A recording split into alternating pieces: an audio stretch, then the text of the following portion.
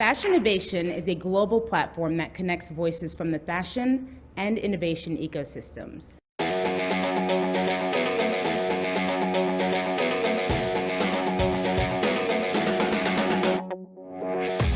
When we got the news that we were going to be ringing the opening bell at NASDAQ, it was overwhelming and at the same time exciting. It's a recognition for our work.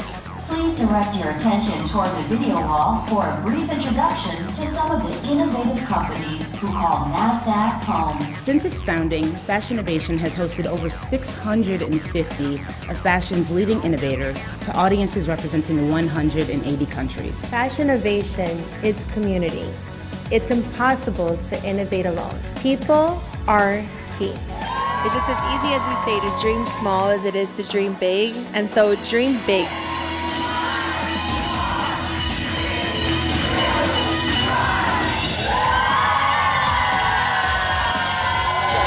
Fashinnovation, a platform connecting fashion and entrepreneurs.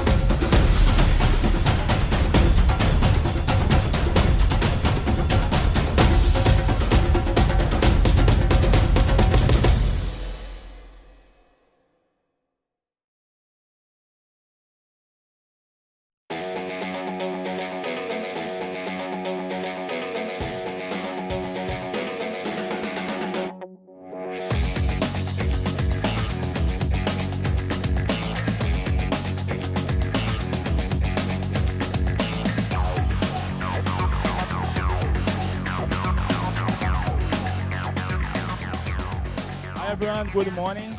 Let me introduce myself. I'm Fashinnovation founder and Jordana's husband. Welcome to Fashinnovation Worldwide Talks 2023. Thank you all so much for being here. I'm so excited. I still can't believe that a vision that Marcelo had and I embarked on 5 years ago. This is our 9th Worldwide Talks, 5 years later, 700 plus speakers later.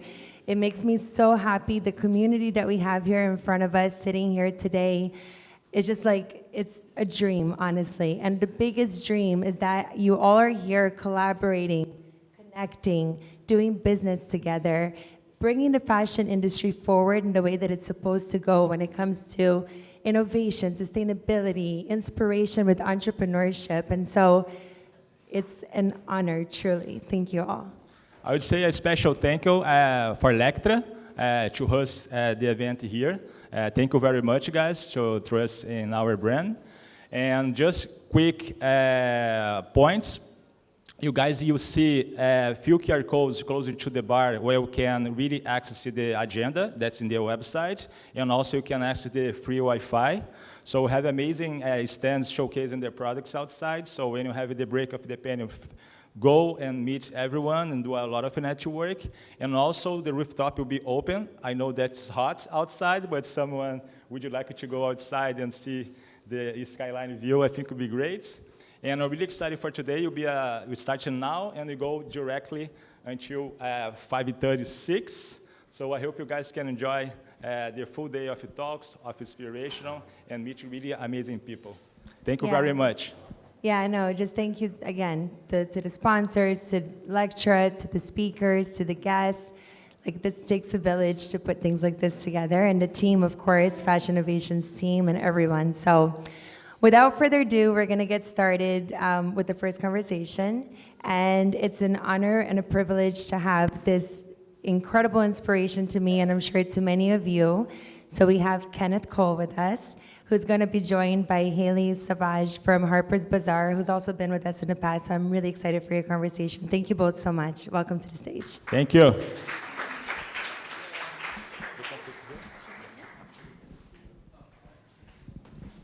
Good morning. Thank you all so much for joining us. As Jordana so nicely introduced, I'm Halie LeSavage, Fashion Commerce Editor at Harper's Bazaar.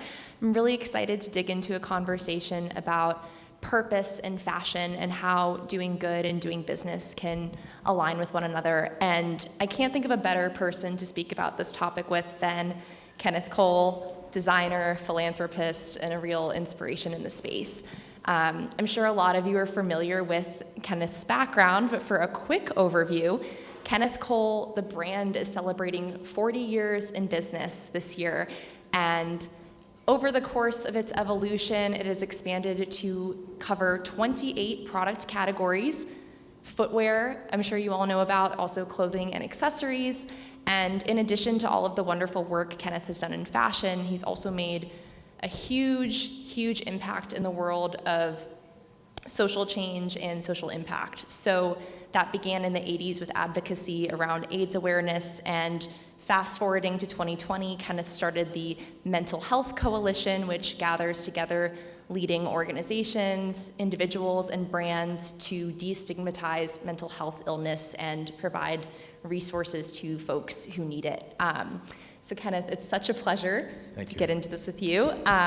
To get started, I want to take a holistic look at your approach to social impact and how it intersects with fashion. So I mentioned that in the early days of your brand, you were doing a lot of advocacy work at a time when very few, if any, other fashion brands were involved in conversations around AIDS. In the present, you're still starting new organizations, and in addition to the Mental Health Coalition, I've seen Kenneth Cole, the brand, participate in things around civic engagement for elections, gender equity, all sorts of big topics that affect a lot of people. And I'm curious, from where you're sitting, with all of these disparate topics and areas of interest, what is the through line that you see in all of these issues that tells you as a leader and a designer that your brand needs to be part of the conversation around them? That's a big question. Thank you. Thank you, Halie. It's great to be here today. This is something I always enjoy talking about. And basically the intersection of business and social impact. And I do believe at the end of the day they're interconnected.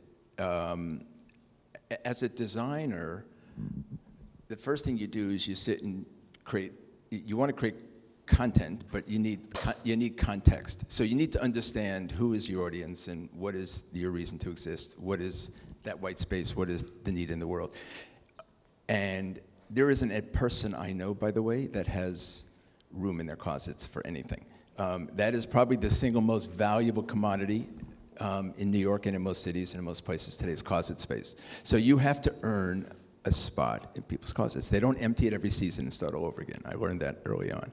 So, so you have to have a reason to exist. You have to have and so one of the things that I do, that we used to do every season, is we spend a little bit of time reflecting on what's working, what isn't, and what makes sense, what doesn't, and then why.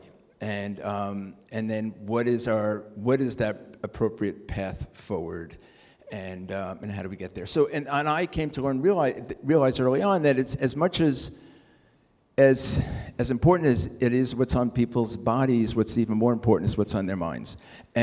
And not just what they stand in, but arguably maybe more important what they stand for. So, and if I could somehow understand that, I could build a much more meaningful, much more sustainable relationship with our customers. And that will survive any heel height, any hem length, any fashion trend. If I could bring value, again, not just to their wardrobe, but to their community within which they live their lives, then everything becomes more meaningful. So in the 80s, to Haley's point, we sat back, we looked around, what was on people's minds was HIV, because it was this dark cloud. It was much more concerning in some worlds and communities even than COVID was. And it wasn't as contagious, but it was way more lethal. And and people were very fearful, but no one, again, it was on their minds but not their lips. So we made the decision to talk about it, and to talk about the fact that nobody was talking about it. And so, which essentially is, in effect, is this effect of the impact of stigma. And I arguably make the case that in the 80s and 90s, more people died of the stigma of AIDS than from AIDS itself, because of their reluctance to address it, address their needs, address their circumstances. So, but in fashion, you need to understand, you need to reflect on context, and what is your reason, and how do you tell your story, and where in the environment within which you're telling it, the audience to whom you're telling it, and how does it become meaningful, and so that has guided a lot of the journey, and I've realized early on that if we could make what we did meaningful, everything becomes more meaningful. To be successful, you have to work way more. No, the 9 to 5, 8-hour day thing doesn't really work. It'll get the job done. Maybe it may help you pay your rent. But at the end of the day, if you really want to realize your goals, your aspirations, you have to bring more to it than traditional expectations. And COVID has also changed the paradigm too, because Halie and I were just discussing how many days do you come to work and how much work do you do when you're not there, and trying to find a work-life balance is critical in people's minds, and how do you do that, and they're both hard. And people say, oh, it's great that you're so successful, but what does that mean? Because at the end of the day, we have a business agenda, we have a personal agenda, and I personally made it, overcomplicated it by layering in a community component to it early on. And how do you address all of them? And invariably, it's hard to get them all working. Usually one's working, but the other isn't. And it's the reason the professional stuff is working, because you're taking it away from your personal. And maybe personal is working because you're not giving enough time to your professional. So that is the balance that I've tried to navigate throughout these years, and I have no recollection of what your question was. We answered it in some ways, but I was wondering, with the ways that you layer community into design and the ways that you think about starting conversations with your brand, when you are tackling all sorts of different issues, what is the common theme behind mental health, civic engagement, gender equity, those themes that I've seen Kenneth Cole participating in, that makes them the causes you want to advocate for as a leader in fashion? Well, first of all, I got there because it's what I realized is on everybody's minds, and everybody's living with it, everybody's navigating it, and it's interpreted differently by everybody. But so you can't be oblivious to it, because that is the context. So how do you then do what you do? How do you bring product to market that has a reason to exist?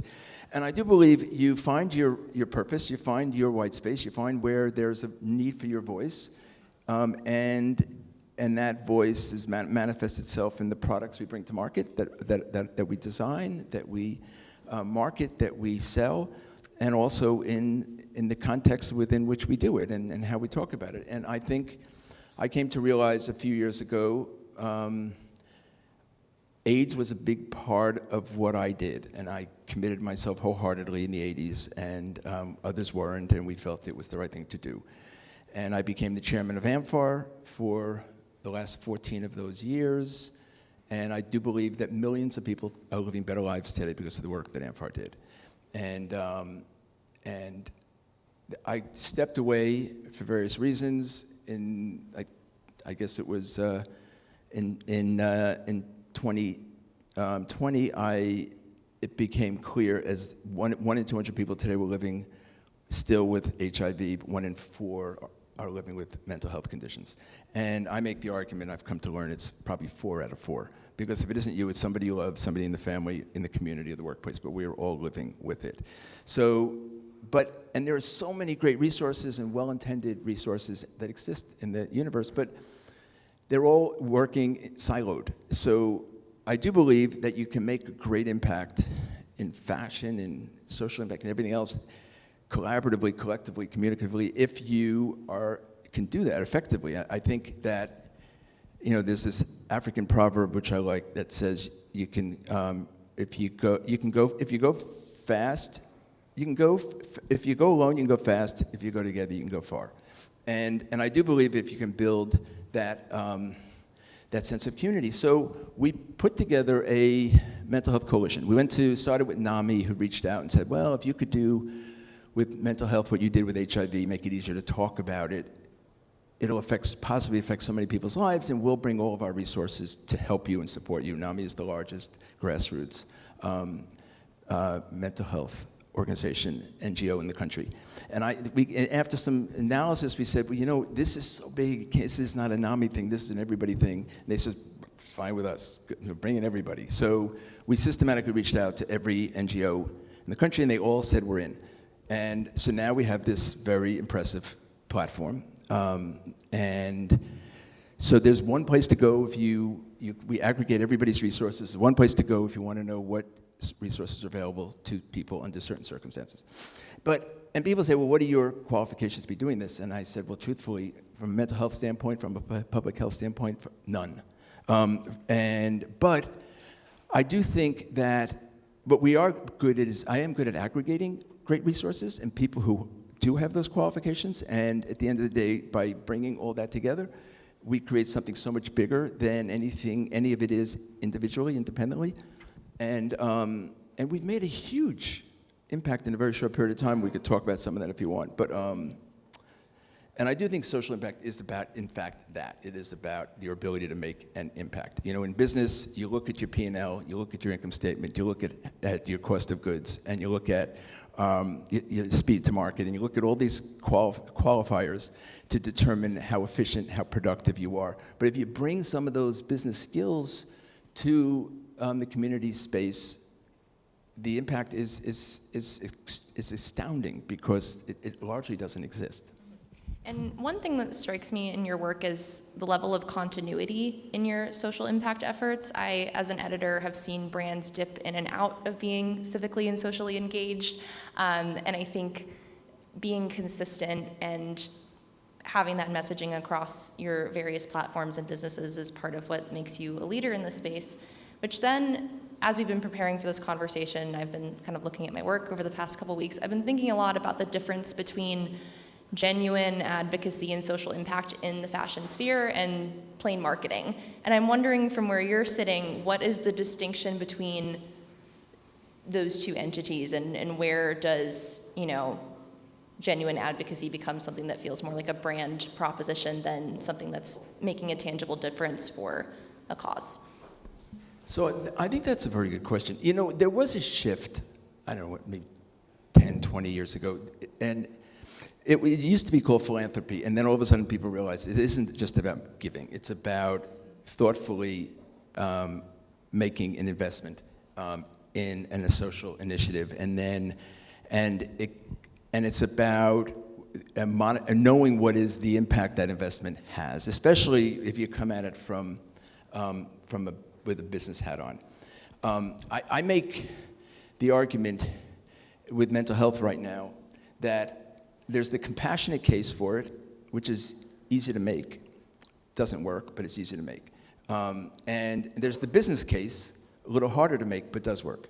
And no, there is zero appetite today to support mental health initiatives in the community. It is perceived to be associated with all these social struggles, homelessness, and crime, and poverty, and also infectious disease. And almost everything somehow is exasperated by mental health issues, gun violence.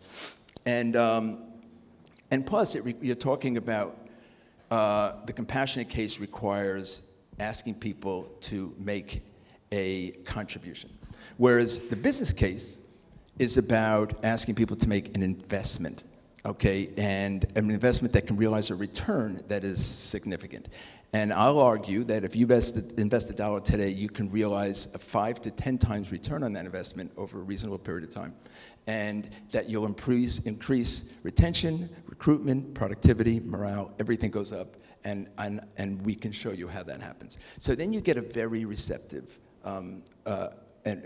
response, and you have a lot of, everybody's engaged because everybody wants to realize a return on their very limited, fragile resources, and the most fragile of which maybe arguably is money and your time. And I'm also curious about the ways in which your social impact work feeds back into design. So you've mentioned that closet space in New York is quite rarefied. I know it is in a lot of other markets where your brand is available.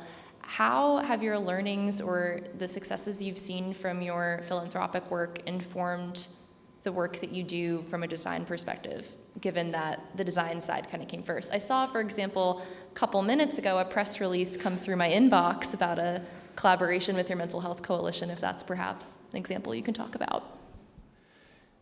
So, you know, people today understand the need to be conscious of community. And I do believe also that, you know, some companies do it, some don't. But I do believe ultimately it is the proverbial hand that feeds you. And, you know, we were public for 20 years, traded on the New York Stock Exchange. And I often was asked the question, do you believe you have the right as the CEO of a public company to spend your limited disposable income resources on these issues that don't realize an immediate return on investment? And that's a question that I've digested and interpreted a lot over the years. And the answer is, I do believe that not only is community and business not unrelated, I think they're interrelated, and I think they're interconnected. And I do believe over time they do pay themselves back, as I said before. And I do believe they have the proverbial hand that feeds each other. And I do believe that all businesses will get there. In some cases, their hearts will get them there, in some cases the balance sheet, but at the end of the day, hopefully it's the former, but at the end of the day, they all get there because they're gonna realize that how you connect the dots. So with that philosophy that you mentioned, how does that show up in the pieces that you design and create now for your brands? Like, are you thinking about, you know, I'm thinking about the spectrum from like a branded t-shirt that advocates for your mental health coalition to, you know, ways that you collaborate with folks who have like benefited from the work that your organizations do. How does social impact show up in like the physical products that you make? Thank you for that question. I was actually meant to answer before and I got off subject. But first of all, I think everybody's gonna get there. And I do think that when they get there, it's gonna work if it's genuine. If it comes off as a marketing campaign, because people are way too sophisticated for that today, and they see right through it. And if it is genuine, and if it is holistic, and if it is embedded in the business model, it works, and it works over time. And in my case, I do believe I have a way more engaged and inspired organization of associates because of the impact work that we do. And I think they love and they attach their efforts to something much bigger than a paycheck at the end of every week. And then you look at how do you, whatever it is that you commit to, how do you embed it into the business model? And we do now, mental health is a big part of everything that we do where it can be and to the degree it should be. And all the collaborations we do have a relationship to mental health. And most of the marketing today connects back to mental health related issues. And people say, you know, I've been asked the question cynically, well, do you think you sell more product over the years because you do this? And I said, I don't know that I sell more product, but I know I don't sell less. And at the end of the day, and I know because it isn't necessarily bad for the business, I can do it.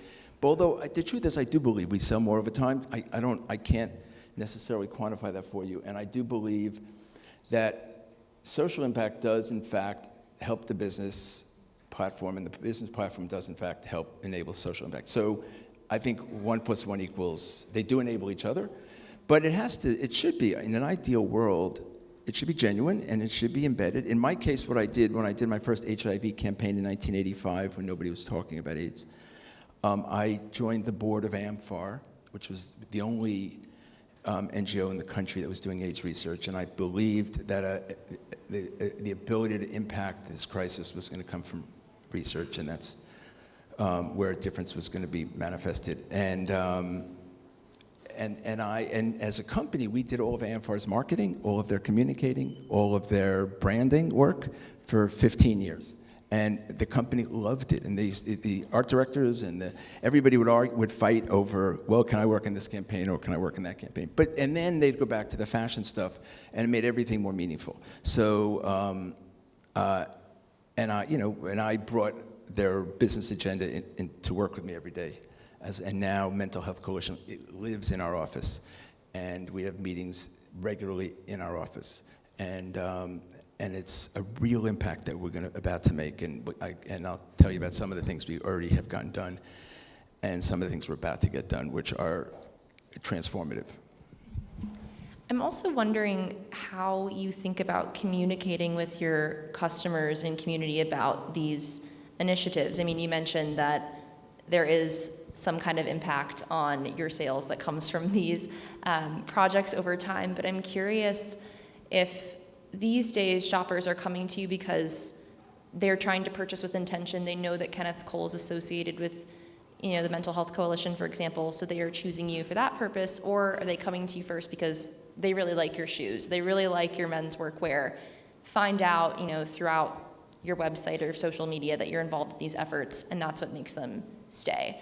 I'm kind of wondering about the signposting that you do and what that means for retention and acquisition. So I don't believe we sell any product because of social impact. I believe it gives us an audience, but we have to earn the result. We have to earn that transaction. And I've also often said that I've been in business 40 years, as you heard. I know, sounds shocking. I started the business when I was 12.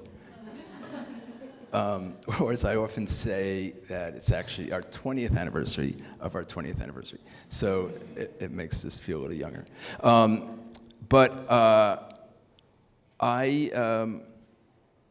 Where was I going with that? I was, so we have to, so I'll say to people, look, after 40 years, there is an infinite amount of alternatives out there with the internet today and social media. You can find literally an infinite amount of anything you're looking for. The whole world is basically in your phone. And I do believe that, and it's very hard to break through. It's very hard to find a platform. And a brand, helps you, is a great aggregator, and it gives you a point of view. As long as you stay true to that point of view, then you're easier to find. And I do believe we have earned, after 40 years, the right to be considered.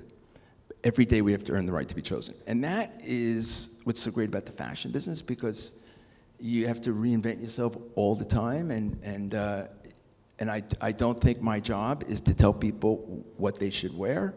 I never thought it was. I think my job is to find out what people want and give it to them, but not how they expect it. And because people know what they want, they know what they're comfortable in, they know what they think they look good in. And I have to kind of just put myself in people's proverbial shoes in the hope that they'll want to put themselves in mine. And that I have to earn the right to do it, and I have to be relevant every day. And the three brand filters are agile, relevant, and profitable. Because if we're not all of those three, we can't be any of the three, and we can't be what we want to be.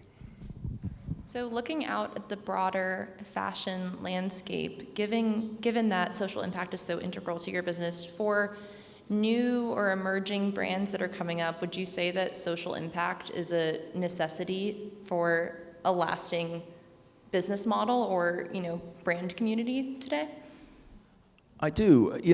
I've spent a lot of time with Áwet, who you're going to hear from shortly, and who has a new business that he's starting, and I've tried to mentor him a little bit.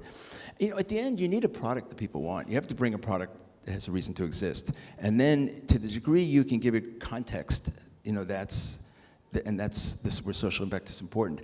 But I think that it's not, the product has to be great. And I tell my associates, we have to pass no less than 4 tests in order to sell a pair of shoes, for example. The first test usually is what does it look like if you're shopping in the stores. If I don't pass that test, I don't get to take the other 3. And then the next test is either maybe price or brand. If my brand is acceptable, the price is acceptable, then I get to take the 4th test, which is fit, comfort. But But so that's different in certain other categories, and it's different online than it is in store. But it's kind of understanding that journey, the consumer journey, that and also helps you understand how to build the product. And we learned not I don't know how many years ago that we have to. I used to design the shoes and then figure out how to make them feel good and make them, and then come up with the story. Today we come up with the story first, and we design the shoes from the inside out. We come up with something we come up with the best fitting last and the most comfortable materials, fabrications, and then we make it cool afterwards, as opposed to the other way around. So in that regard, it's a change. So I know we're coming up on the end of our time together. One last question from me is if we rewind for a second to the beginning of your business, you were working on design for a couple years before social impact came into your model. And so I'm wondering, for people who are here and work for a brand that maybe doesn't have purpose in this working definition of involving social impact in their brand yet, or they want to make it a bigger part of their work, what kind of tangible steps or efforts can they start making to better embed a purpose into their work in fashion? It's really putting yourself in the shoes of who you want to relate to, and try to objectively. There's Kenneth called the man, and then there's the brand, and I used to be on the subways, walk down the streets, and occasionally I'll hear somebody mention their name, but I'm so removed from it as a person, and I have the ability to be both, to be the man and the brand, and I have the ability to be very self-critical and assess that, and that's important. And fashion is this interesting concept, because what's fashionable to me may not be to you, and what's fashionable to you today may not be tomorrow, and it's very subjective, and you have to have the ability to step back and continue to reassess who you are today, and does it still make sense? I ask the organization on a regular basis, are we still going to do on Monday what we're going to do because it's what we did last Monday, or is it still the right thing to do this Monday? Because change is amazingly pervasive, and I believe we've built our business on a platform of change, which enables change, the ability to be agile and to make adjustments. It makes people a bit nuts, but the notion of pivoting is a relatively new term. It's one that people used to cringe at when I would propose it, in years past. But I do think it's critical, and I think today the world has gotten very small. It is amazingly accessible, but it's also dangerously vulnerable. And we're seeing infections spread across the globe with things happen that we never could have expected. And the unexpected today is what's expected. As a business person, you learn that you make an investment and you look to amortize that investment over as long a period of time as you can, and that's how you realize a return. But in fashion, you've got to be prepared to abandon that investment, always, and to reinvest, and to invest financially, invest emotionally, and be able to, move as the world moves. I mean, 40 years later, we're still doing what we're doing it differently. And in 40 years from now, it's amazing what we're going to be doing. But it keeps changing. So it's not too late to pivot, to use your term, and bring social impact into a newer brand. It's not, and I think you can do it. Everybody can do it, but it has to have a reason to exist. It has to have a reason to exist, ideally in your life, in the lives of your associates, in the lives of the business model, ideally, and maybe in the supply chain, in the design model, and sustainability is a big thing, and everywhere. It's one I've been very cautious of, because it's one that can put you out of business if you're not careful. And you need to be able to compete. And it's something that we do to the degree we can, to the degree we're able, but it's something I don't talk about on a soapbox, because I don't want to be held to any standards that are unrealistic. And there are things I'm comfortable talking about, like I have been here. But there are a lot of things that we can all do. And I do think it makes you feel better when you put your head on the pillow at night and it can help the business. Well, I'm glad we can end on an optimistic note. Kenneth, thank you so much for your time this morning. Thank you all for joining us, and I'll hand it over to Jordana for the next panel.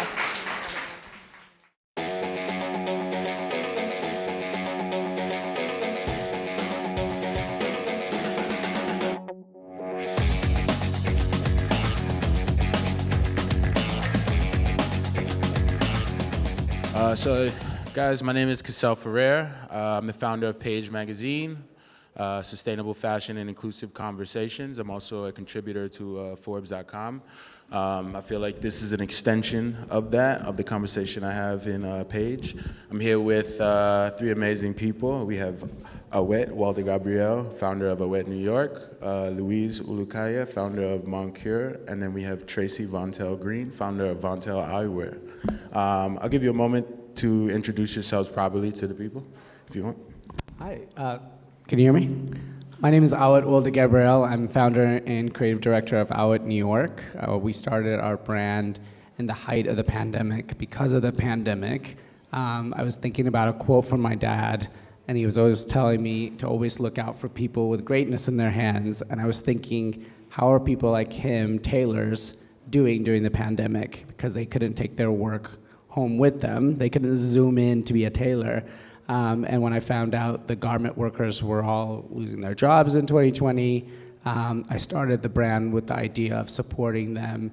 And really the community aspect is what brought me into fashion, which would be the only thing that would have got me in. And so now it's this journey of just continuing on and building on that impact-driven business model. So thank you for having me. Hi, everybody. My name is Louise Ulukaya. And as Cassell said, I'm the founder and creative director of Mon Cœur, which is a sustainable clothing brand for children. I launched in 2018 as a mom, looking out there that there was no clothing for kids that were truly sustainable and at the same time cute and comfortable. So I decided to launch Mon Cœur, which is made from entirely recycled and upcycled material. So everything is made in Portugal, because that was also something very important and dear to me, to make sure that we are producing in a country where there's no child labor, there is no forced labor.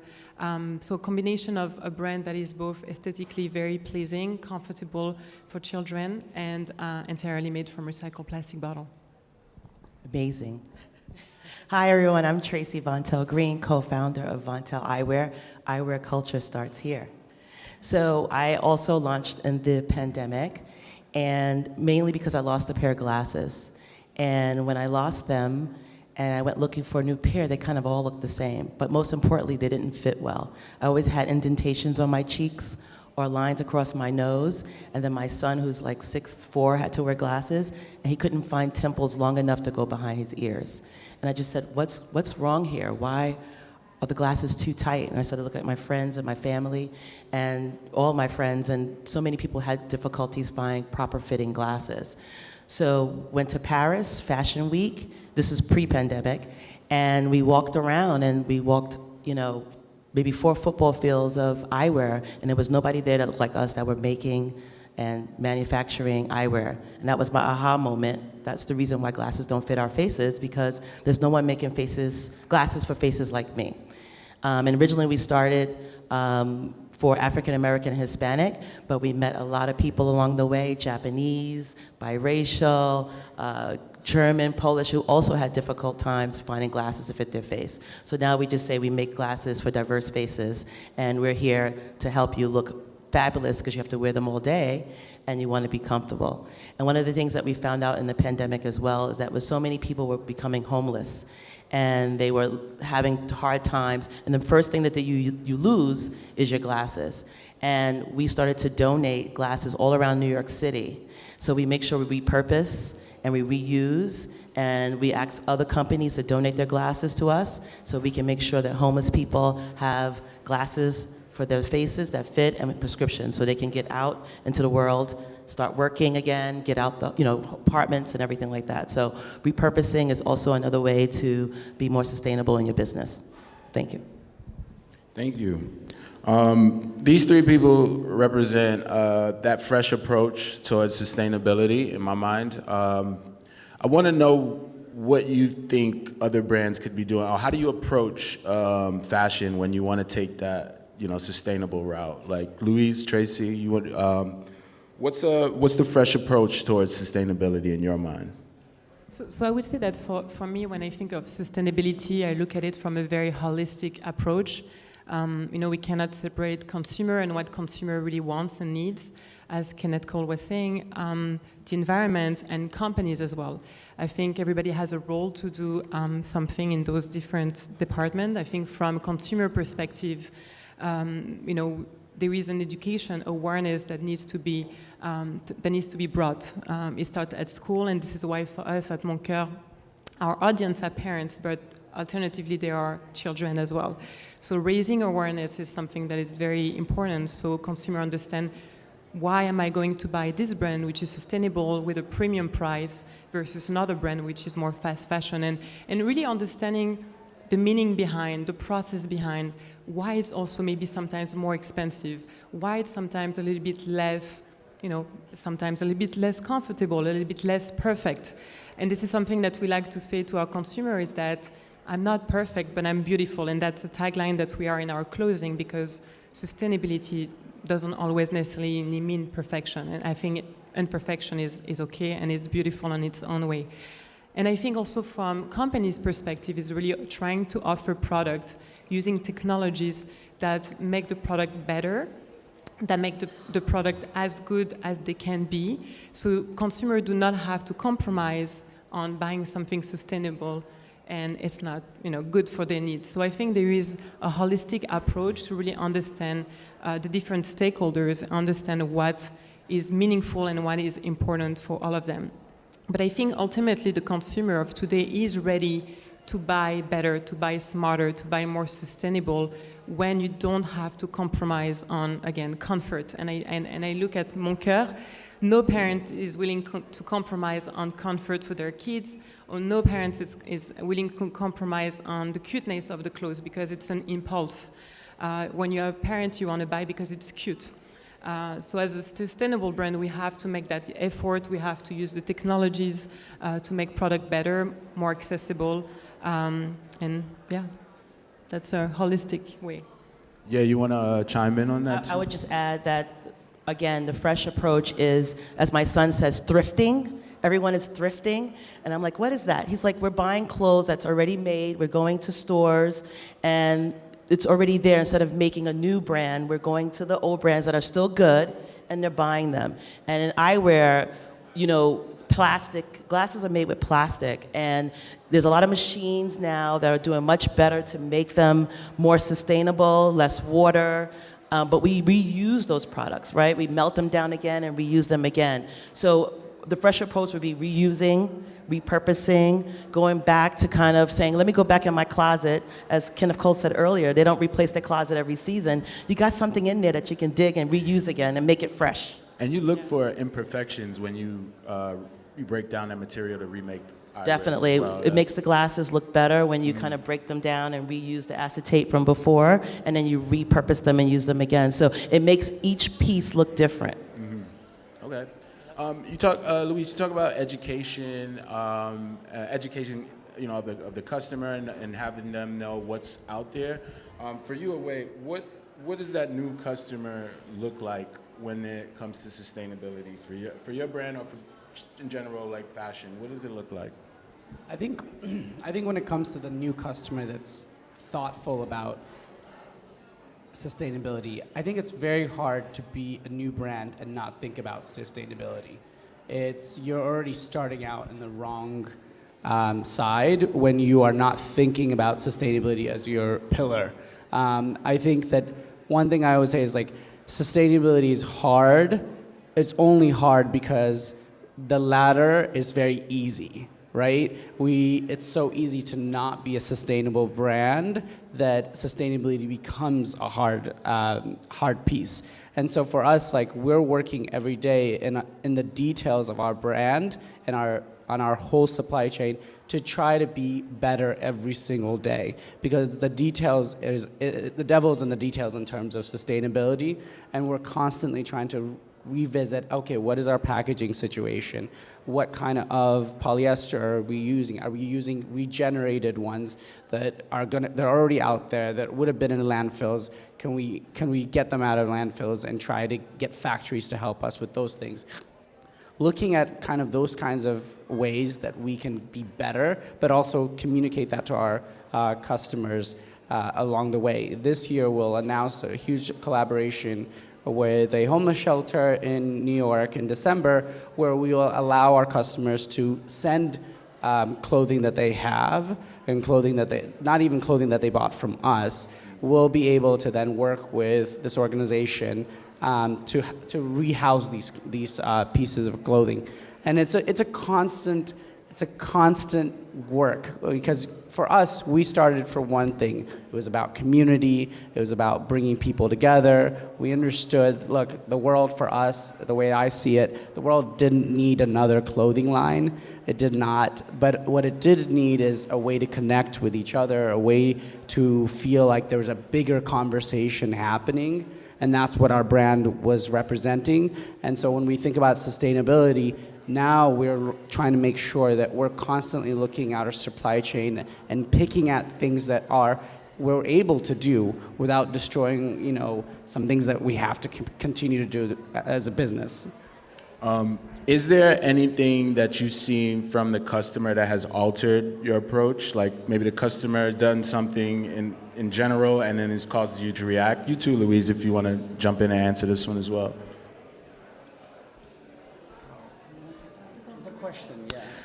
Is there anything you've seen from your customer that has caused you to kind of alter what you've been doing? I'll give a very simple answer to that. For me is that it's very hard to, again, be a modern brand, start a new brand, and not think about holistic sustainability ideals. And so I think that our customers they require us to think like that, and then I require myself as a creative director and a founder to think like that every single day. So I think that it's a constant conversation that you're having. This is not a new conversation that I've been privy to. I think all my life I've heard about sustainability, and it's an imperative that my business already has that, but that's what I know. No, I'll jump on that as well, saying that one of the things that we realized, but that was really I think 2 years down the line once we really launched Mon Cœur, is that we're starting seeing buyers of stores, big stores like department stores like Neiman Marcus, which we launched a couple of years ago now. Their CEO was completely against taking any new brand that was not sustainable. And that was for us a big turning point, that we understood, okay, the world of fashion is really going in a better direction. People are really starting to care, and it's really coming from those big actors in the fashion industry, big department stores that buys a lot, of course. They're starting to make the shift and buying sustainable brand only. That means that things are going in the right approach, that people are starting to care, that the end consumer wants that. They don't want only to purchase fast fashion or brands with the big logo that looks good, but they actually care on where it's made, the material, the composition. And that was really a turning point that made the whole team at Mon Cœur very hopeful that things are getting slowly but surely into the right place here. So, I mean, we've been in this sustainability, tornado for the past couple years. For you, Tracy, what do you think sustainability really resonates with the average customer, or is it something that we're still in a niche kind of vibe happening here? It's really hot outside, right? Everyone is burning up. It's 110 degrees in a lot of states. Everyone wants to be sustainable. Everyone realized that we have to do better for the planet. I think our customers realize that they want to feel good in every purchase.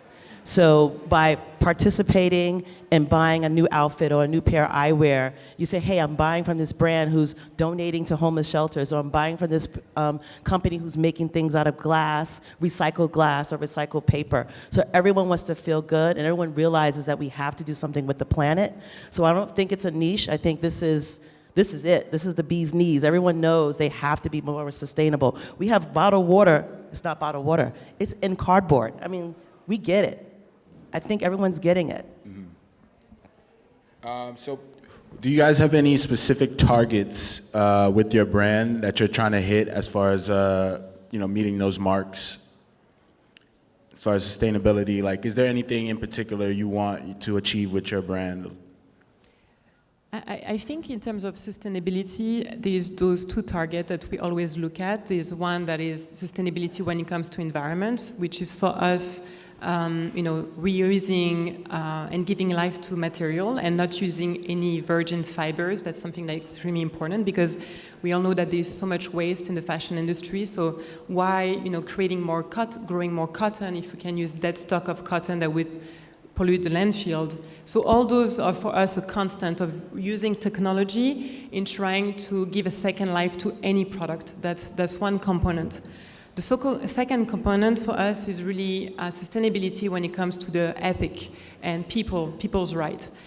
This is why for us it was very important to produce everything in a country, Portugal, which doesn't have any child labor, there's no forced labor, there is a minimum wage. People are actually people, and they're respected. It's a professional environment. We go there with the team a few times a year. And it's amazing to see that the factory itself uses renewable energy. So I think supporting countries that are, really sustainable in terms of ethic and human rights, those are the two really angles that for us is on a daily basis trying to always keep up with that, and yes, just using technologies to always stay on top of things, because as I think we'll talk about it later, without technology there's no sustainability. So it's always just keeping up with that and trying to implement it on our day-to-day basis while still serving our consumer and making sure that they are happy with the end product. One of the things that have been pressing on me is the fact that sustainability is a marketing tool, and it is also a heavy wielding weight used to critique. Where does your brand stand, or where do you stand as a designer when you hear those critiques, or you see that marketing about sustainability? So I love that question because my team and my co-founder, we talk about sustainability. When we are talking about it in the press, we're shy about it.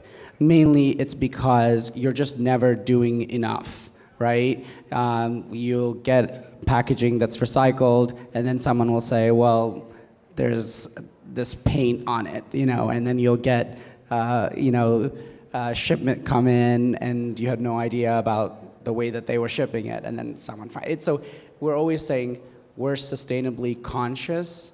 Sustainability is important to us, but we're trying to make sure that people understand that it's a constant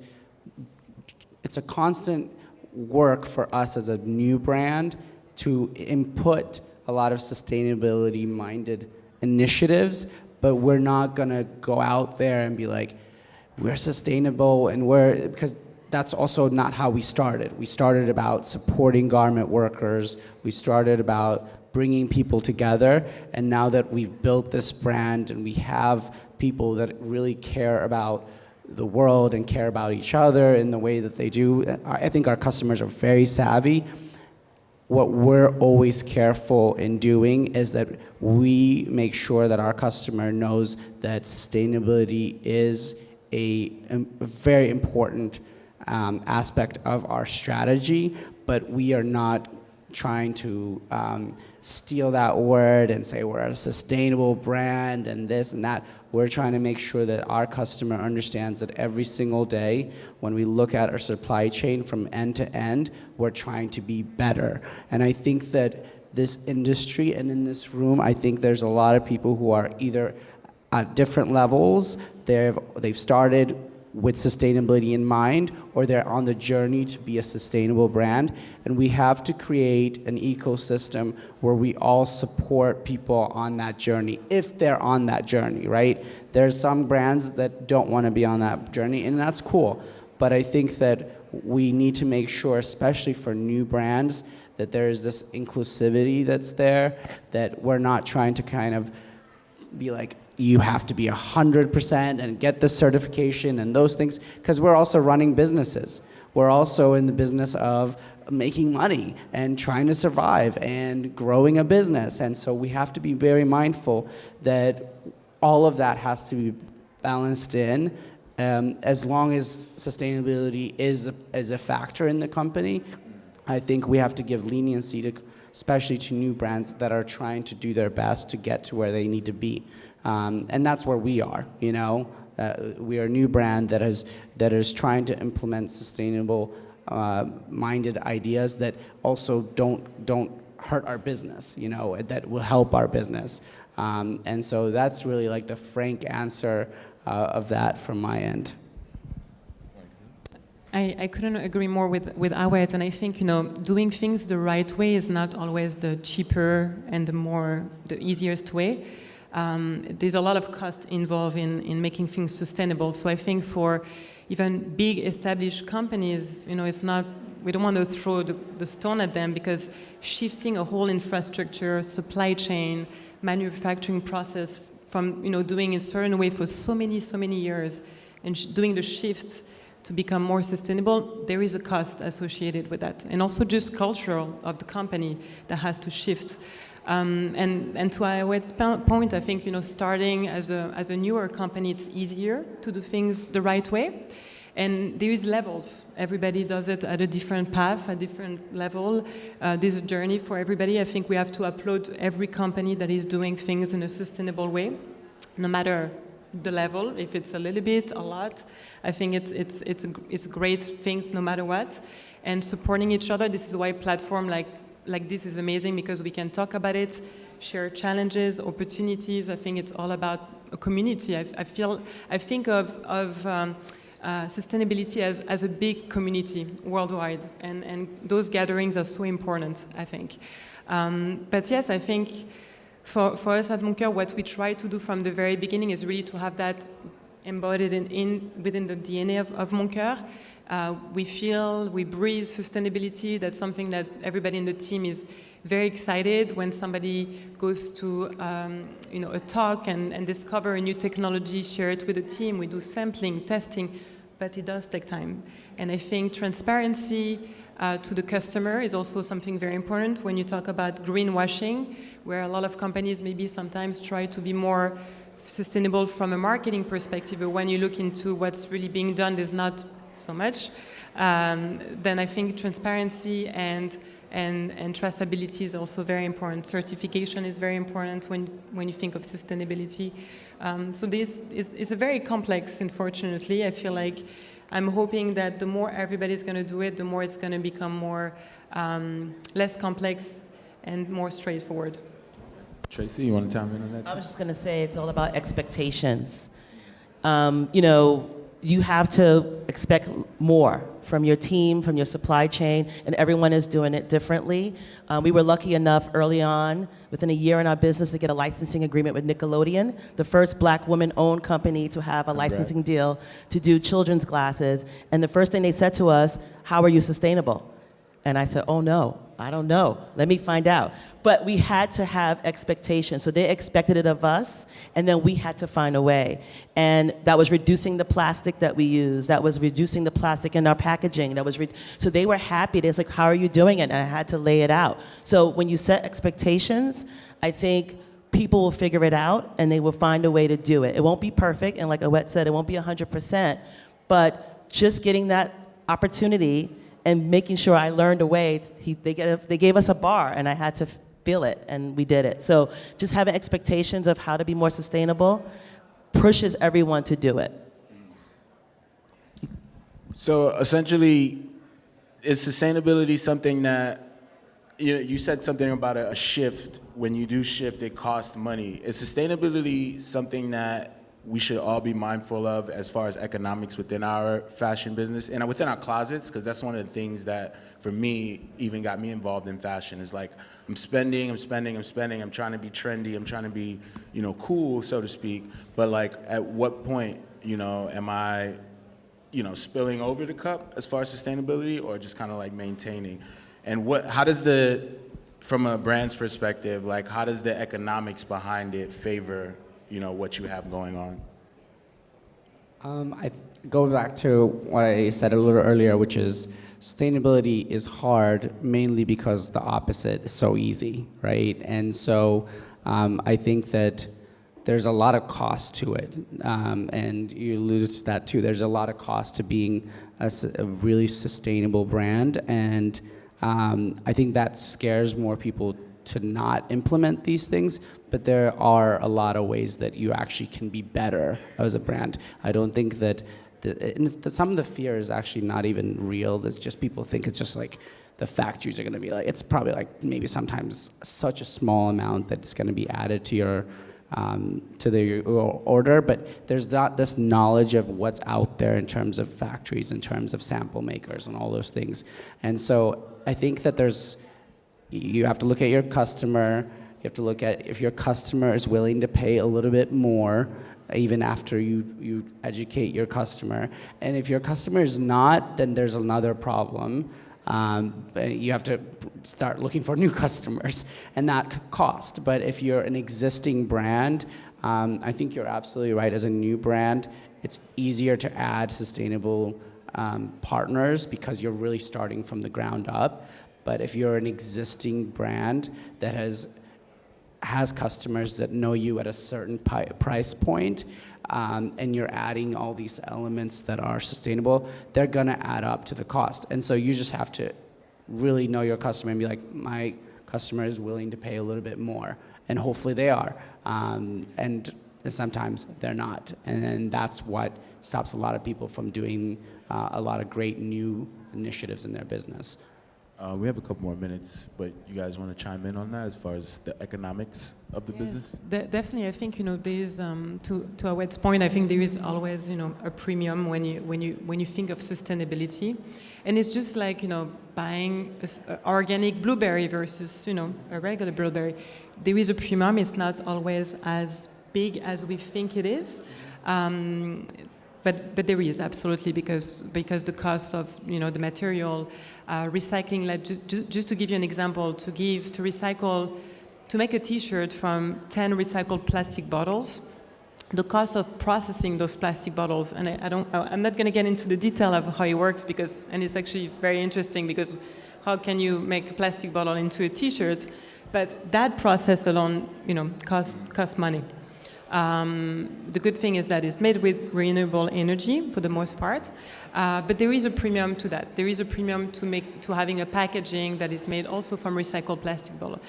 So when you add up all the costs, there is, I would say, probably about 15 for us in the kids wear, about 15 to 20% increase compared to any pricing of a regular T-shirt from a similar brand as ours. So there is definitely, and I think some consumer are ready if you explain them a little bit about the process, the reason why it's more expensive, and also to explain that the actual fabric is going to last longer because it does. Yeah. And Tracy, just to end this off in this panel, you got any thoughts on economics in the fashion? Since I was a new brand, I didn't know anything else. So I basically started trying to be sustainable at the beginning. But I agree with the team that it just takes a lot of work, a lot of talking to people, asking questions. And when you get how much it costs, then you try to do your workarounds. Like, how can I do this because it's better for the planet? So I think we just have to make it do and do it. Thank you guys for your thoughts. I want to conclude on that last note too. Something I heard a long time ago, I read, it's a conversation of the rich to talk about sustainability, but it's the lifestyle of the poor to actually live it.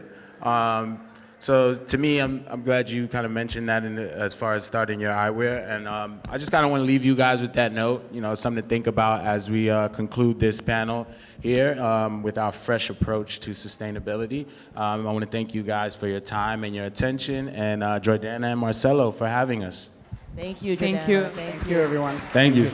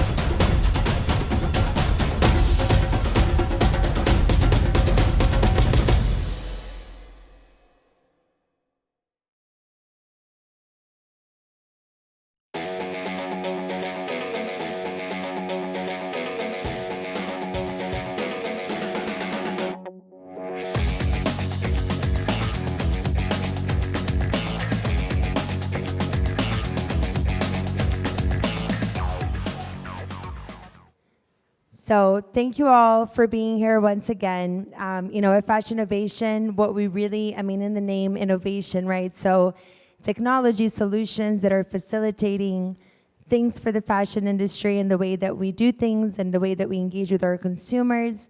And this next technology company is really disrupting the way that we can just open up an email and never have to leave that email and do all of our transaction instead of being taken to several different websites that sometimes leave us a little bit annoyed, and then we just say, you know what, I'm going to buy it later. But if we can do it all in an email, so much more well spoken about than myself, but I know it's incredible what they've built. So I'm really excited to announce Fashion is embracing inbox commerce. We're going to start with a keynote by Pratik, Bhadra, the CEO of North America for Netcore Cloud and Unbox. And then he's going to be joined by a fireside chat with Jennifer Ortakales Dawkins, who's a senior reporter at Insider. So let's get started. Thank you. You guys can hear me okay? All right, good morning. So I'm here, I'm CEO of Netcore Cloud North America. I'm going to talk about how fashion is embracing inbox commerce.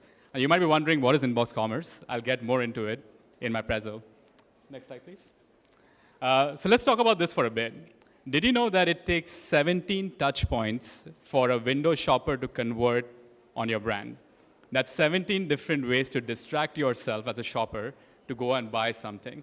Now imagine the world where you have a customer, right? So one of your customers comes on your website. At least you got that one touch point going for you. But now there are 16 different moments again to get them distracted from making a conversion moment. So what does that world look like? Next slide, please. So we believe in this playback on what's happening today is something called an attention recession. There's too much choice for the shopper. Like there's many places they can shop for things. As soon as you look for even like something as simple as blue denims, you go on Google Shopping, you'll get hundreds of results for brands, right? So how do you get the attention for the shopper who has so much choice and your brand being the one that they want to shop at? How do we get out of this attention recession mode? What brands are typically doing with this is you're spending a lot of money on ads. You're trying to get Google ads, Meta, and trying to get that traffic back on your website because that's where you think is the best utilization of your dollars to get these customers to come back and shop on your brand. But the problem is 50% of that money that you're spending is probably wasted, right? There's a whole ad waste kind of happening with when you talk to Meta, when you even talk to Google, they are losing lesser and lesser of that data on the shopper because of privacy rules. So they are being less and less relevant to drive people back to your website. So what does that world look like in terms of a 50% ad waste thing playing out? So we talked about the 50% ad waste, but if you just look at your funnel, right? Somebody lands on the website, next one. They're trying to discover your product. They're searching for something, right? But they are not being able to identify the thing they're searching for. Next one, some more friction, right? So because it's not personalized for their experience, now you're seeing more friction on driving the right amount of recommendations, driving the right amount of a complete the look style experience. What does that world look like? And then if you finally got them engaged in the funnel, about to convert, the channels added a friction now. If you remember the time you clicked on an email, you got an email with some products, you click on it, you're back on the website, right? So now you're promoting product discovery all over again, when what a shopper likely is just trying to purchase at that moment. And then, let's say you even got them to purchase. Did you know that 67% of your shoppers are one and done shoppers? I mean, they are buying from a brand once and never buying again. So how do you get that 67% reactivated to buy again?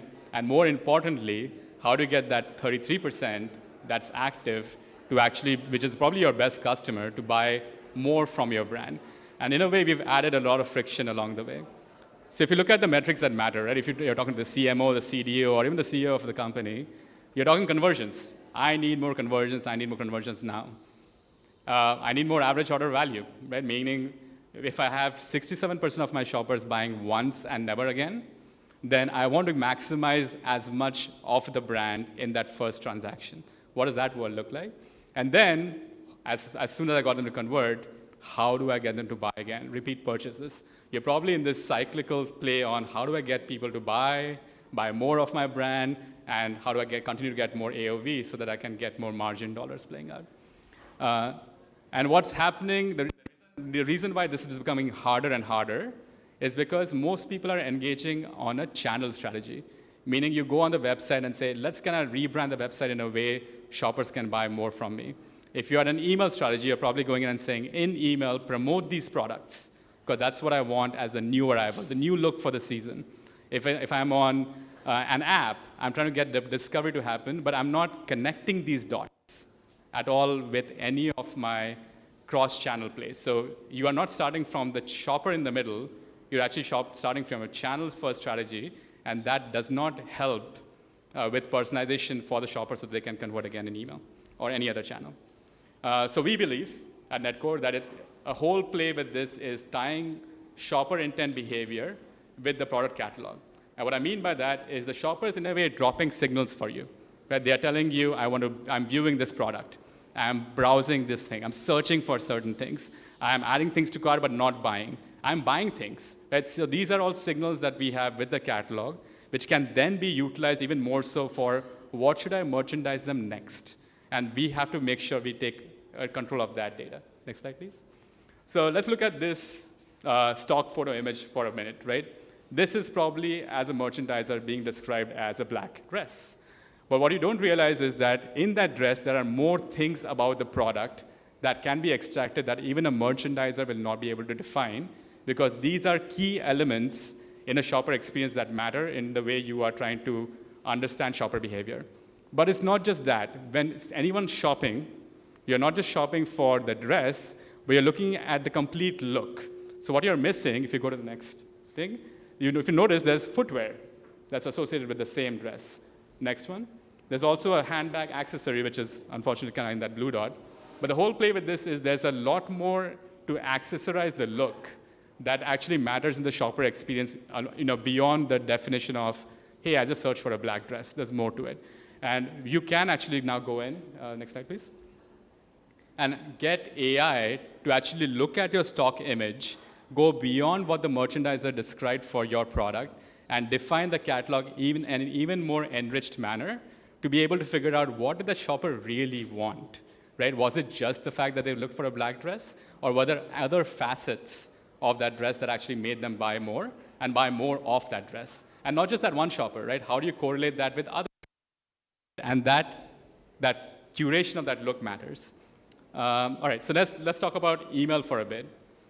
Email as a channel is boring, right? Let's be honest. Like, it's been out there for a while.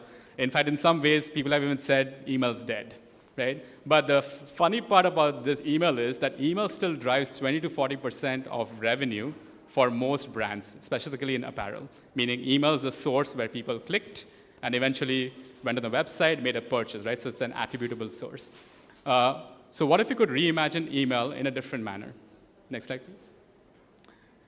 So what if you could bring a search experience in email? Have you ever seen discovering a product in email? Like, you generally think about, I get an email, I get this list of products, I click on it, but I'm on the website or I'm the app.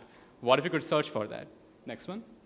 What if I couldn't just stop at the search, but what if I could also discover more of the product? Like, what are the different complete the look items? What are the size considerations? How do I want to engage with this brand even further? And let's not stop there. Next slide, please. What if I want to know more about this product, right? What if I want to know about the history? Maybe I want to know more about the experience. Like Patagonia, this is a lot more on the experience of the brand. And I want to know that. How can I even get all these things done in the email?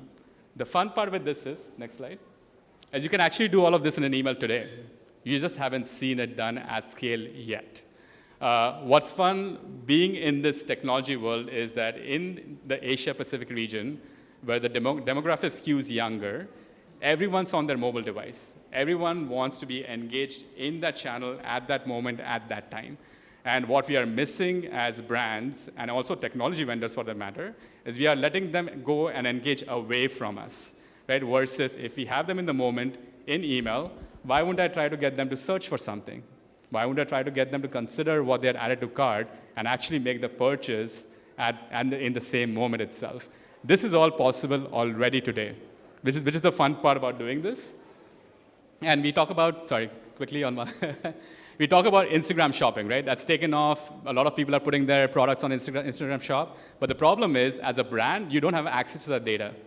That data is in Instagram. Facebook is not sharing that data with you other than promoting MetaPay so that they can do payments within that.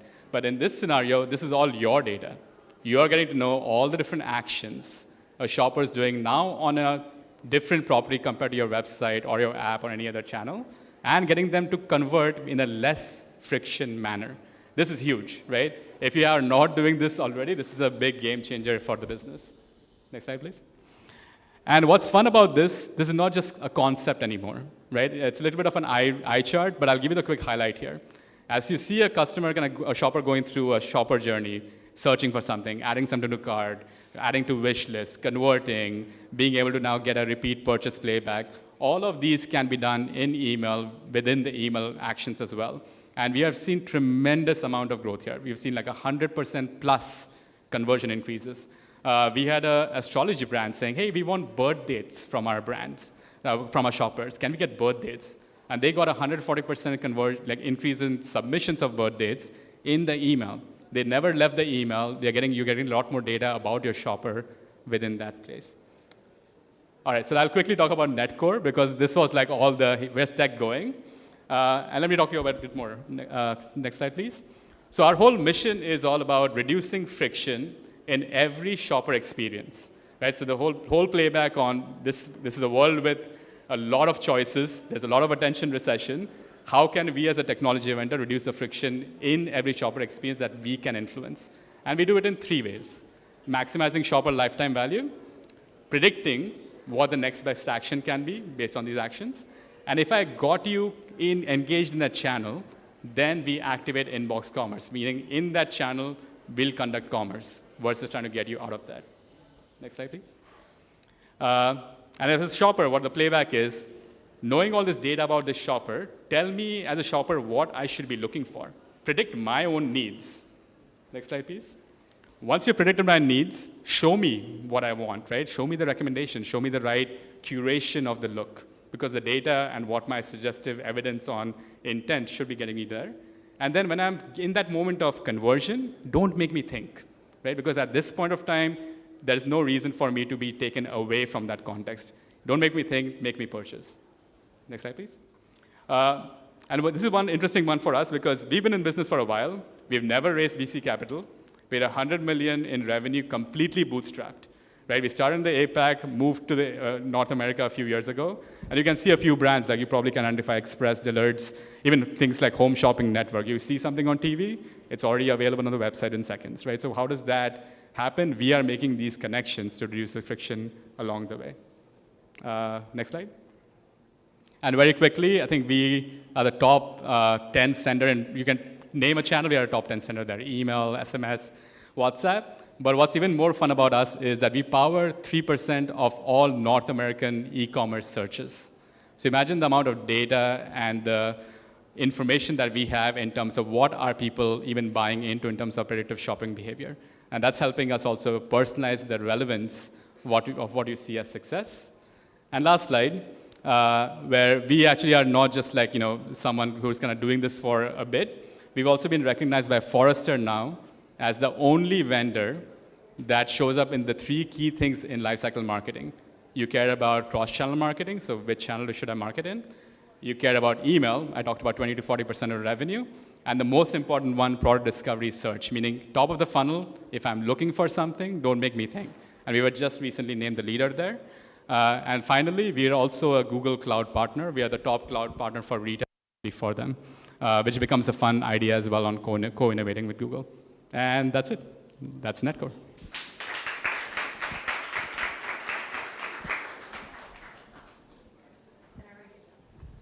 We're going to have Jennifer joining us now, and she's going to be interviewing you for a bit. And thank you guys so much. Thank you.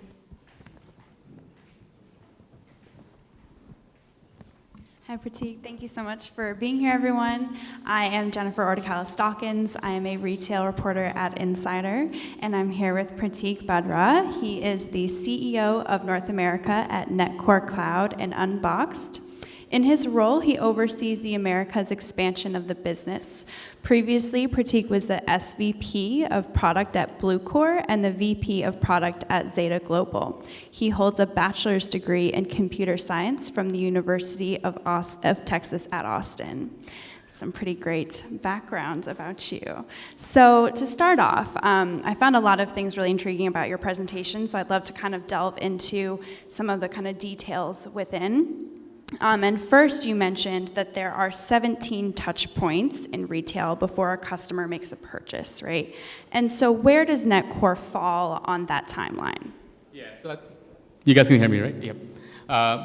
So for us, what's interesting is, by the way, this is 17 just for retail. If you look at travel, it's 29, right? So just imagine the kind of shopper attention you're trying to grab. So our playback was, if we know anything about the customer, so meaning you got touch point 1 going for you, how can I reduce the 16 touch points down to 1, right? So meaning these are the moments, if I got that shopper engaged, they are on the brand website, they're on the brand email, they're on the brand SMS, because we know enough data about you, we want to predict your next action and give you the, I guess, leverage frictionless way to convert. So we start all the way from product discovery, meaning the search, what you're searching for, all the way to recommending the right product so that you can increase your average order value, to even conversion, as I showed you on email.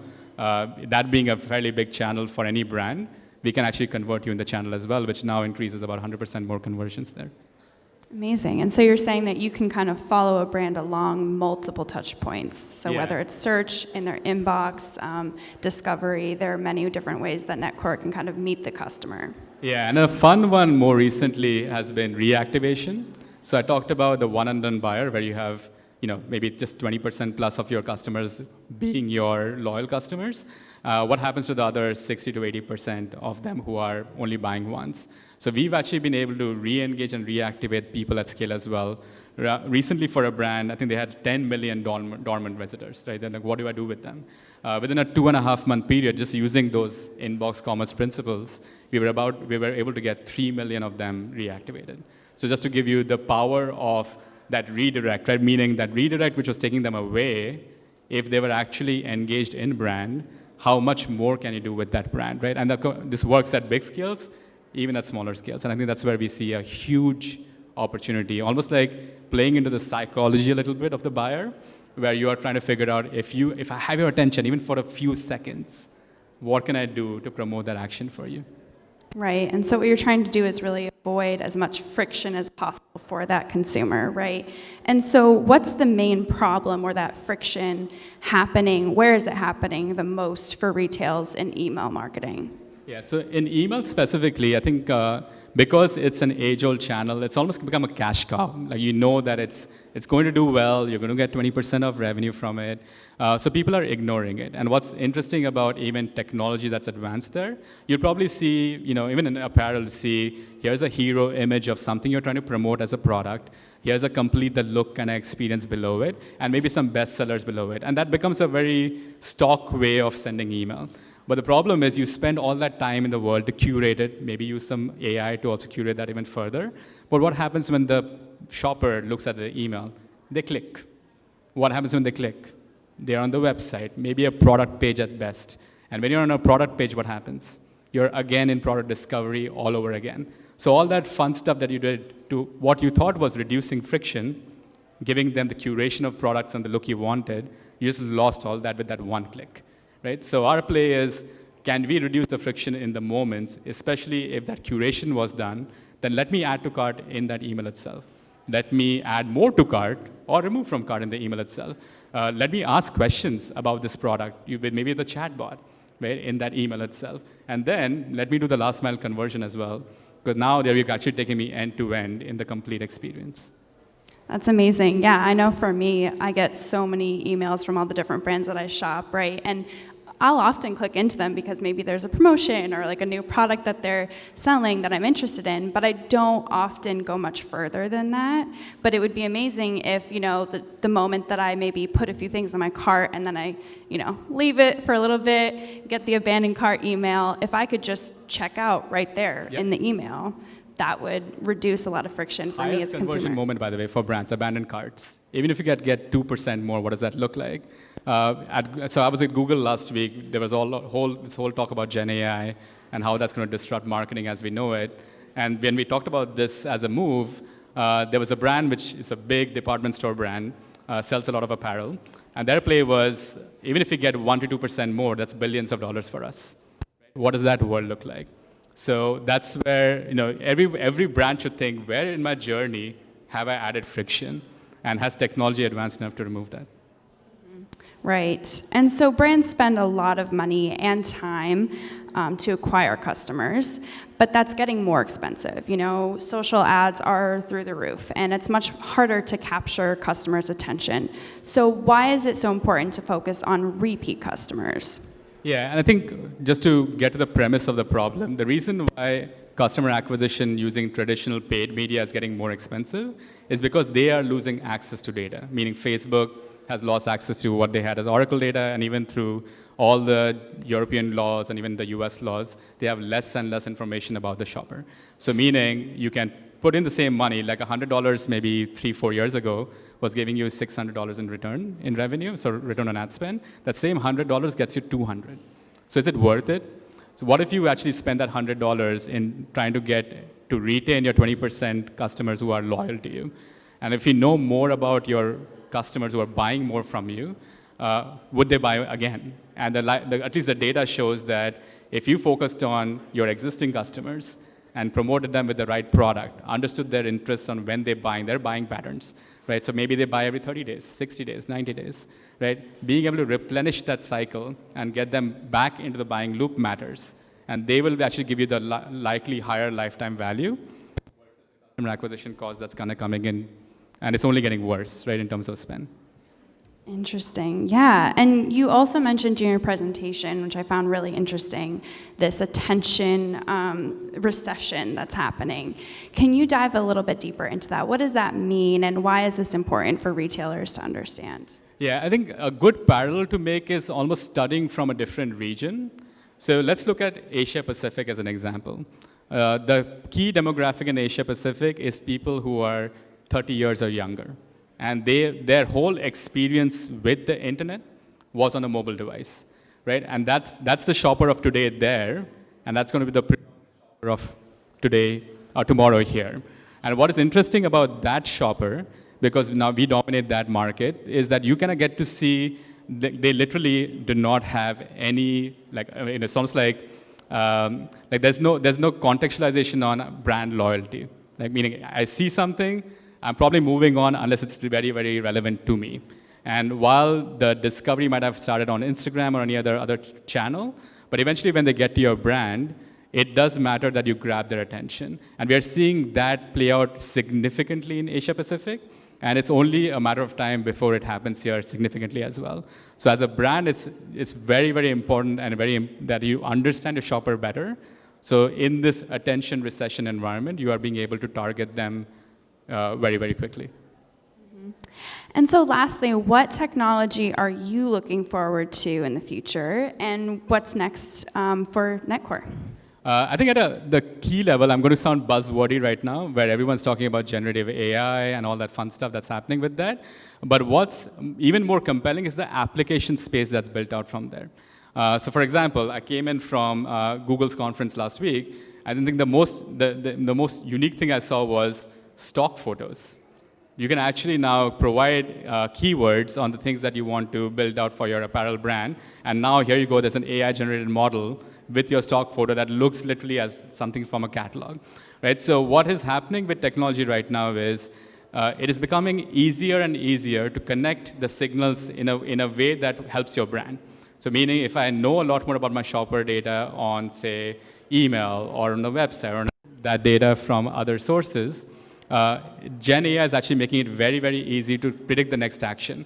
Tell me what product they would likely want to buy, right? Tell me with the customer density of what they are buying into, what is the next product I should probably build, right? I think even those things, whether we look at the Shein business model or more uniquely in North America, there's a company called Quince doing the same thing, just literally using data and GenAI to disrupt what they will do next in terms of building product for their brand.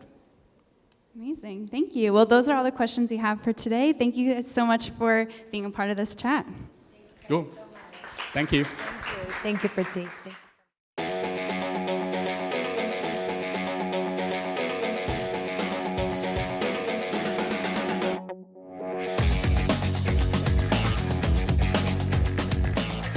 This next panel, titled Fashion is Influencing in the New Era, which is being led by Francis Solá-Santiago, fashion writer for Refinery 29.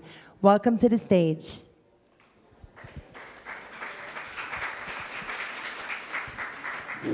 Hi, everyone. I want to welcome our panelists, Martha, Alexandre, and Michelle. Thank you so much for being with us. So before we get started, I would love for each of you to tell us a little bit about what you do today, how you got here. We know that we're talking today about influencing audiences and engaging them and attracting them to the fashion world and beyond. So I would love to learn a little bit about what you do today in each of your respective fields, because you all do such different work from one another. Hi, everyone. Thanks so much for being here. I'm Michelle K. Hanabusa. We're based in Los Angeles. We run a community-driven streetwear brand. So what that means is streetwear meets social impact.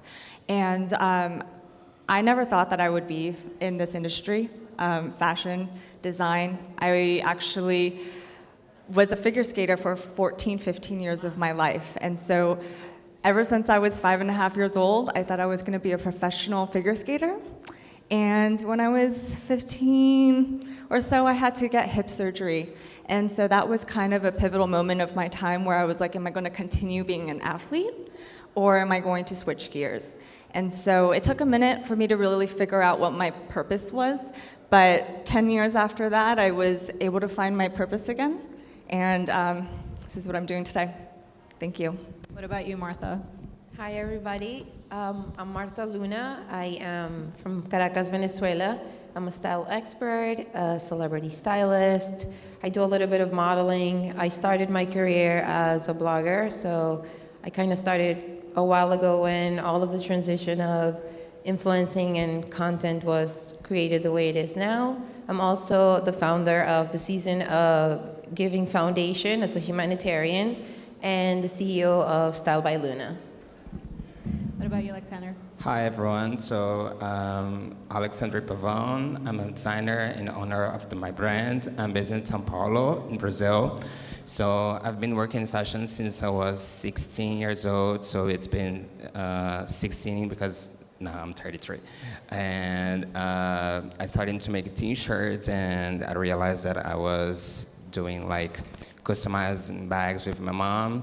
And for now, I have a brand that focuses on bags, mostly bags, and the post-pandemic era, and we just founded a non-profit project that we sells collections, and 100 of the profits go to charity.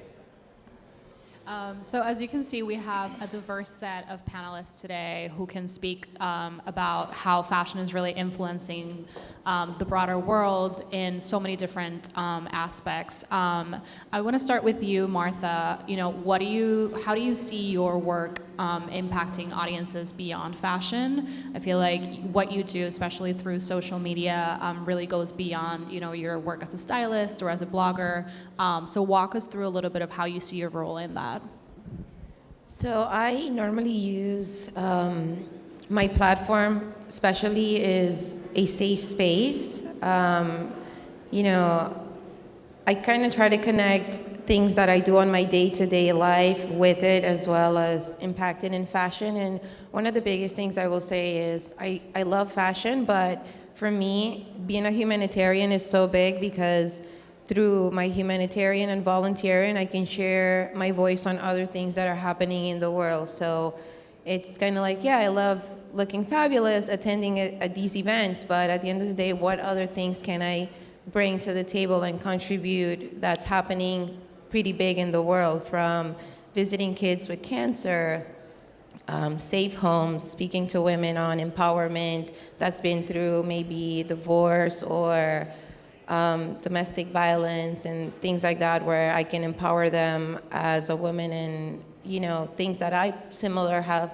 been through and share with them, including God's Love We Deliver is actually one of my favorite places to go and volunteer, because we help prep meals for the elderly who are ill through either dementia, Alzheimer's, and things like that. So for me, my platform, it's so diverse because I have like the styling, I do my content, but I try to connect with brands that also align with the purpose and everything I'm doing.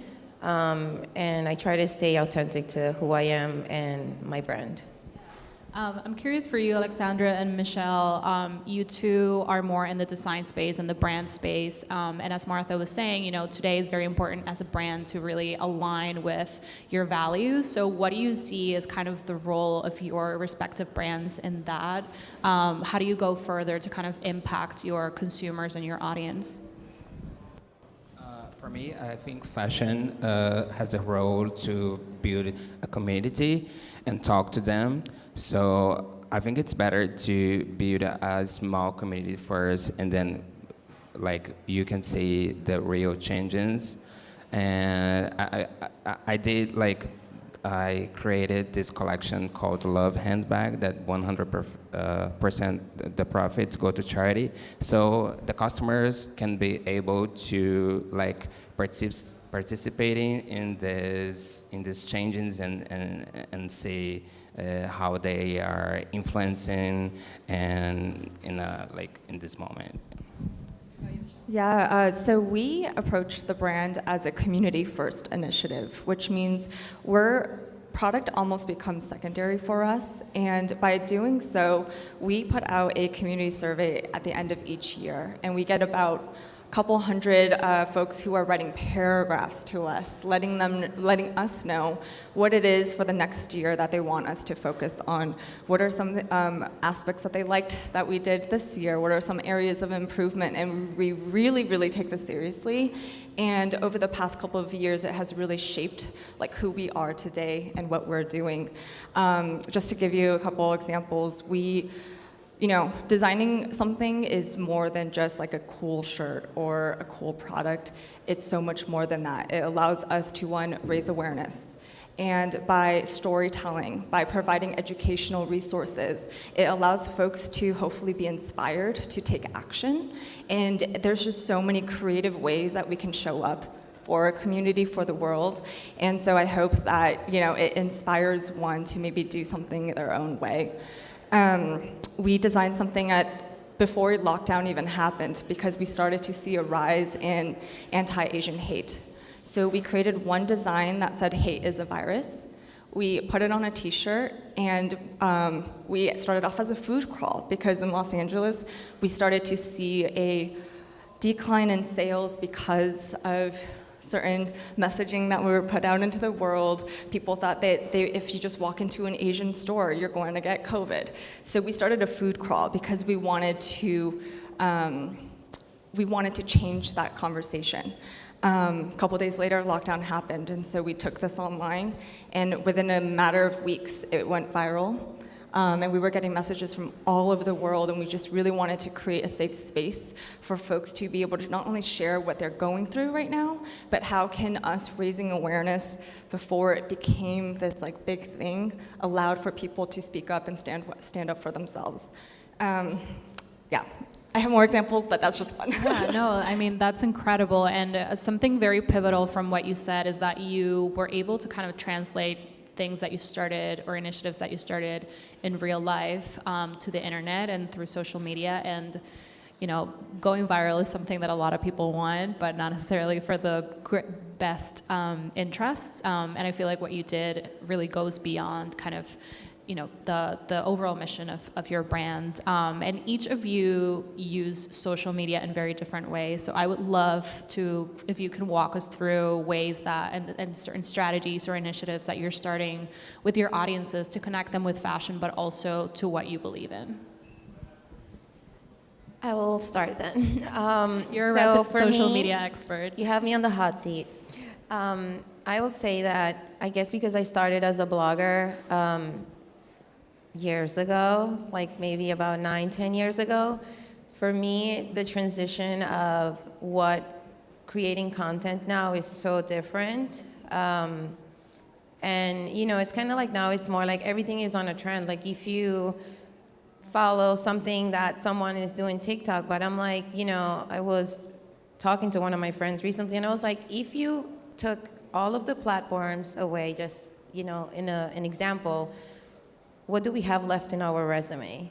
So those are one of the things that I feel like it's important to remember, like a lot of the things that we have accomplished in our career through fashion or influencing and social media, because it's kind of like it's forgotten sometimes when you are within the new trends of what's happening at the moment. So for me, the way of influencing is, as an Afro-Latina, it's very important for me to share my culture at all times, have that voice, to have Latinos feel represented by or relatable to things that I post, from sharing the food that I like to dance salsa, the places that I go on vacation, and just to keep mainly my culture and the things that I like that will relate to others. Because at the end of the day, we have our followers and supporters who, for some reason, they follow us because they relate to what we do.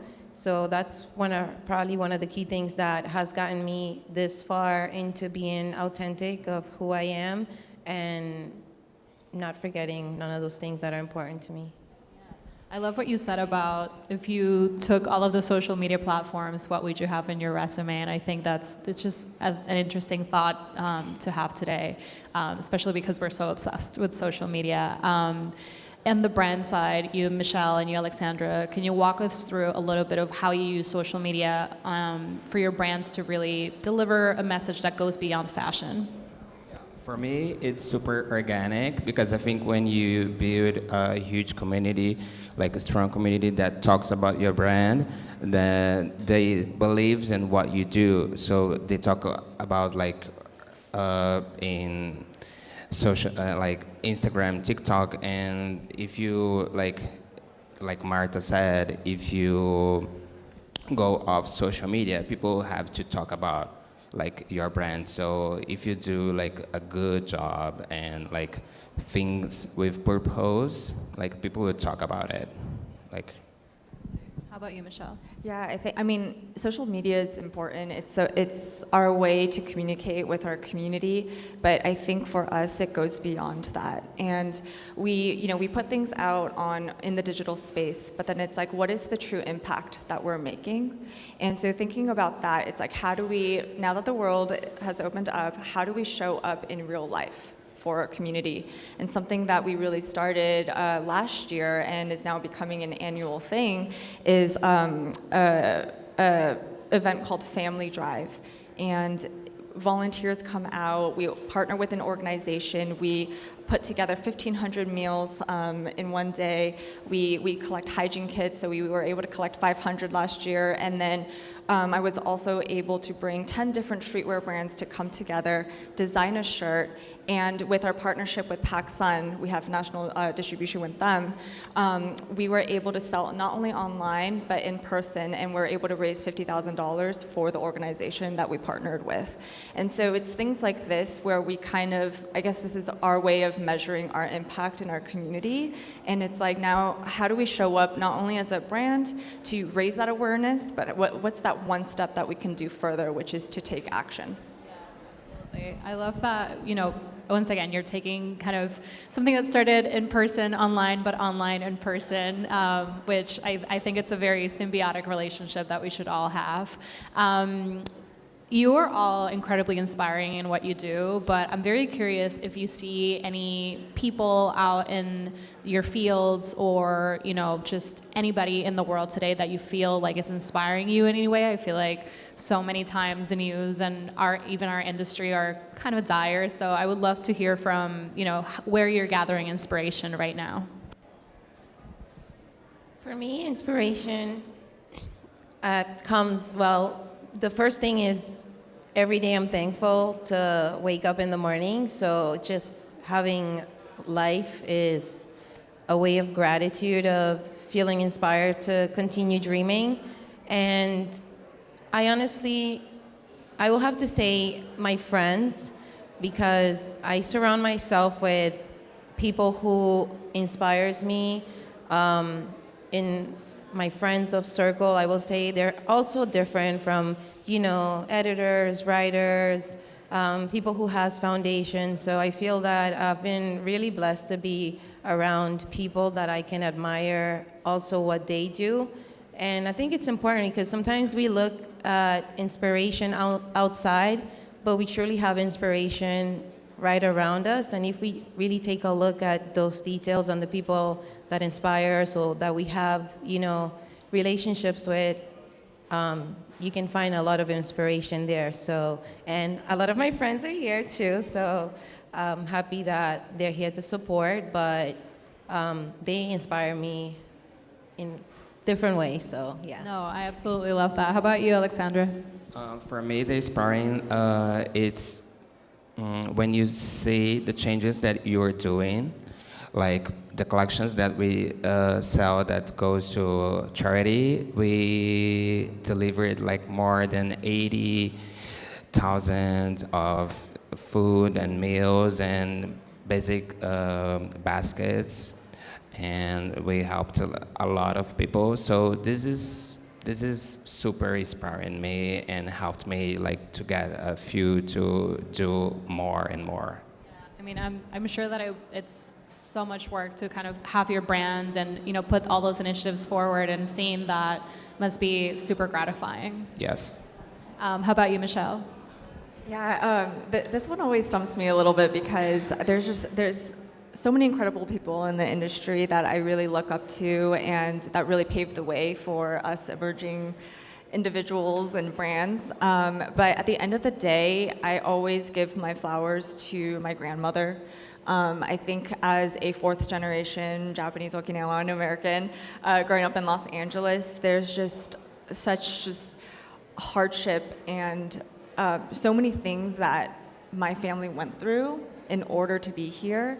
And that's something that I don't ever want to forget, and what I want to continue to tell my future children or family, friends. And I wouldn't be here today without everything that she's been through. And so, yeah, it's always my grandmother. Yeah, I absolutely love that. And something that we were actually chatting about before we started the panel was we're all from different cultural backgrounds and countries. And right now, something that's incredibly important in the fashion industry is to bring as many voices as we can to the table. So I would love for each of you to tell me a little bit about how you're putting that forward, how you're putting that, kind of bringing your cultural heritage into what you do, because I feel like it's so important. So yeah, we can start with you, Alexandra. For me, it's like in Brazil, we have a lot of homeless people, so I think fashion have to be more socially responsible. So for me, it's like do the right thing and help others. How about you, Martha? For me, it has to be, when I do a lot of my humanitarian work, I feel like that for me is giving back. I learned that I don't have to be rich to give to someone less fortunate, and my platform helps me a lot in that aspect. When it comes to being a Latina, I love that I've been knocking doors, like all the doors that I can. Like, for example, this year I landed my first cover.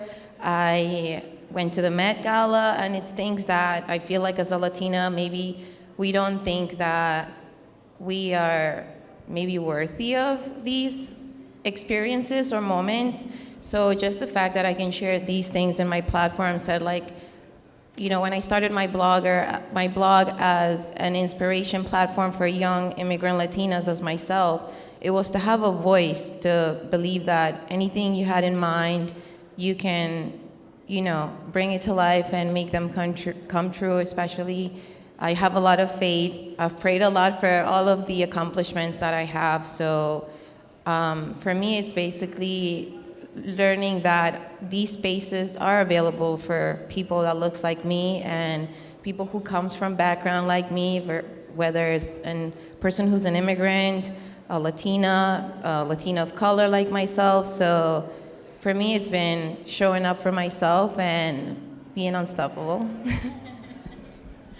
How about you, Michelle? Yeah, I think there's so much importance to representation and seeing someone that looks like yourself out there. And you know, maybe part of the reason why I wanted to be that figure skater at 5.5 years old was because I saw Michelle Kwan on TV, and she was the only public figure at that time that not only did we have the same name, but you know, she was also Asian American.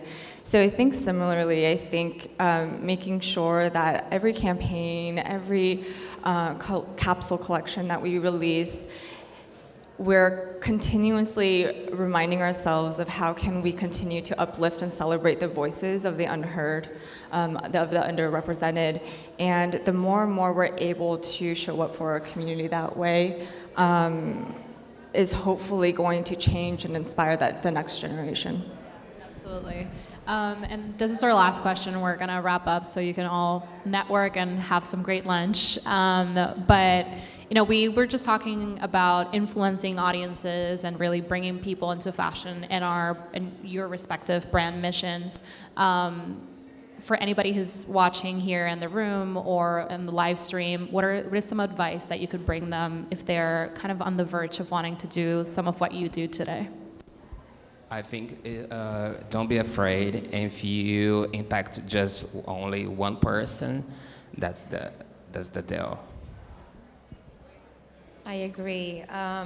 Honestly, when we have dreams and it's put in our heart, we already have the capacity to do it. Sometimes we have a lot of fear and don't step out in faith to do it.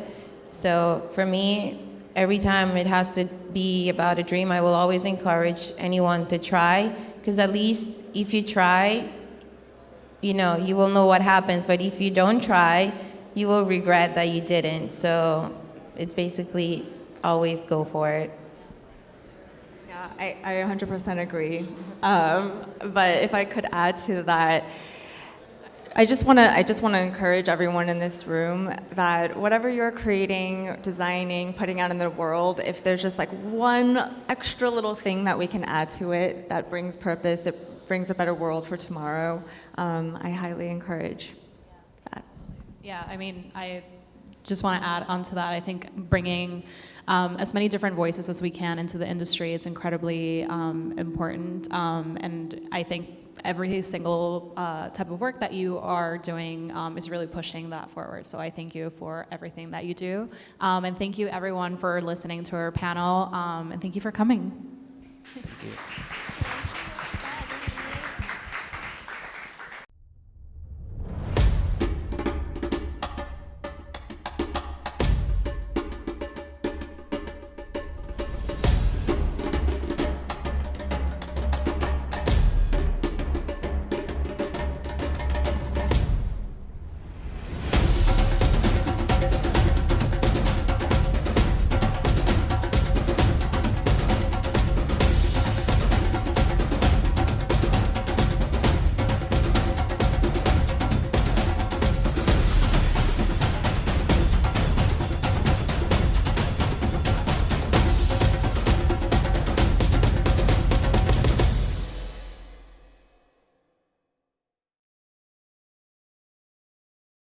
Fashinnovation is a global platform that connects voices from the fashion and innovation ecosystems.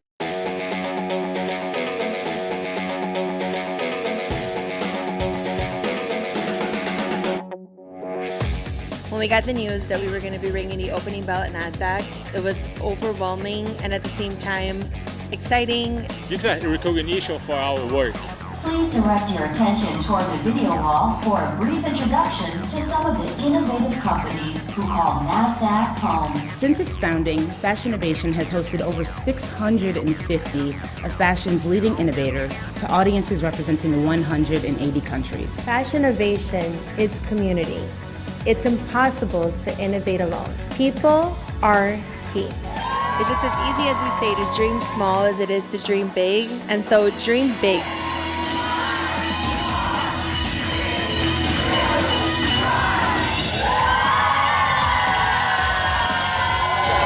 Fashinnovation, a platform connecting fashion and entrepreneurs.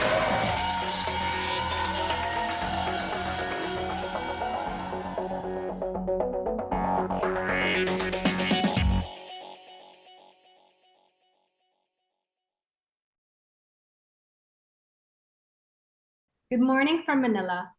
I'm Rhea Gomez. I'm the founder of LeSavage Fashion, a premier retail platform for ethical brands and sustainable fashion for social impact.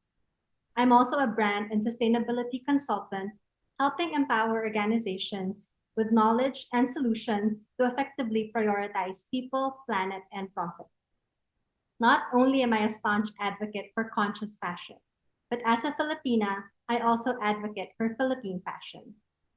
When Jordana and I first started discussing a Philippine panel for Fashinnovation's Worldwide Talks, the ladies that are joining our conversation today are the very first two that I thought of to share their insights and experiences, not only as successful veterans in their multiple roles within the fashion industry, but also as inspiring and values-driven individuals. Our conversation for the first ever Philippine panel during Fashinnovation's Worldwide Talks is centered around the philosophy that fashion is everyone. Today, we're thrilled to have this conversation with two distinguished Filipinas who have been leading figures in the local industry through the various iterations of their careers throughout the years. Bea Valdes is the editor-in-chief of Vogue Philippines.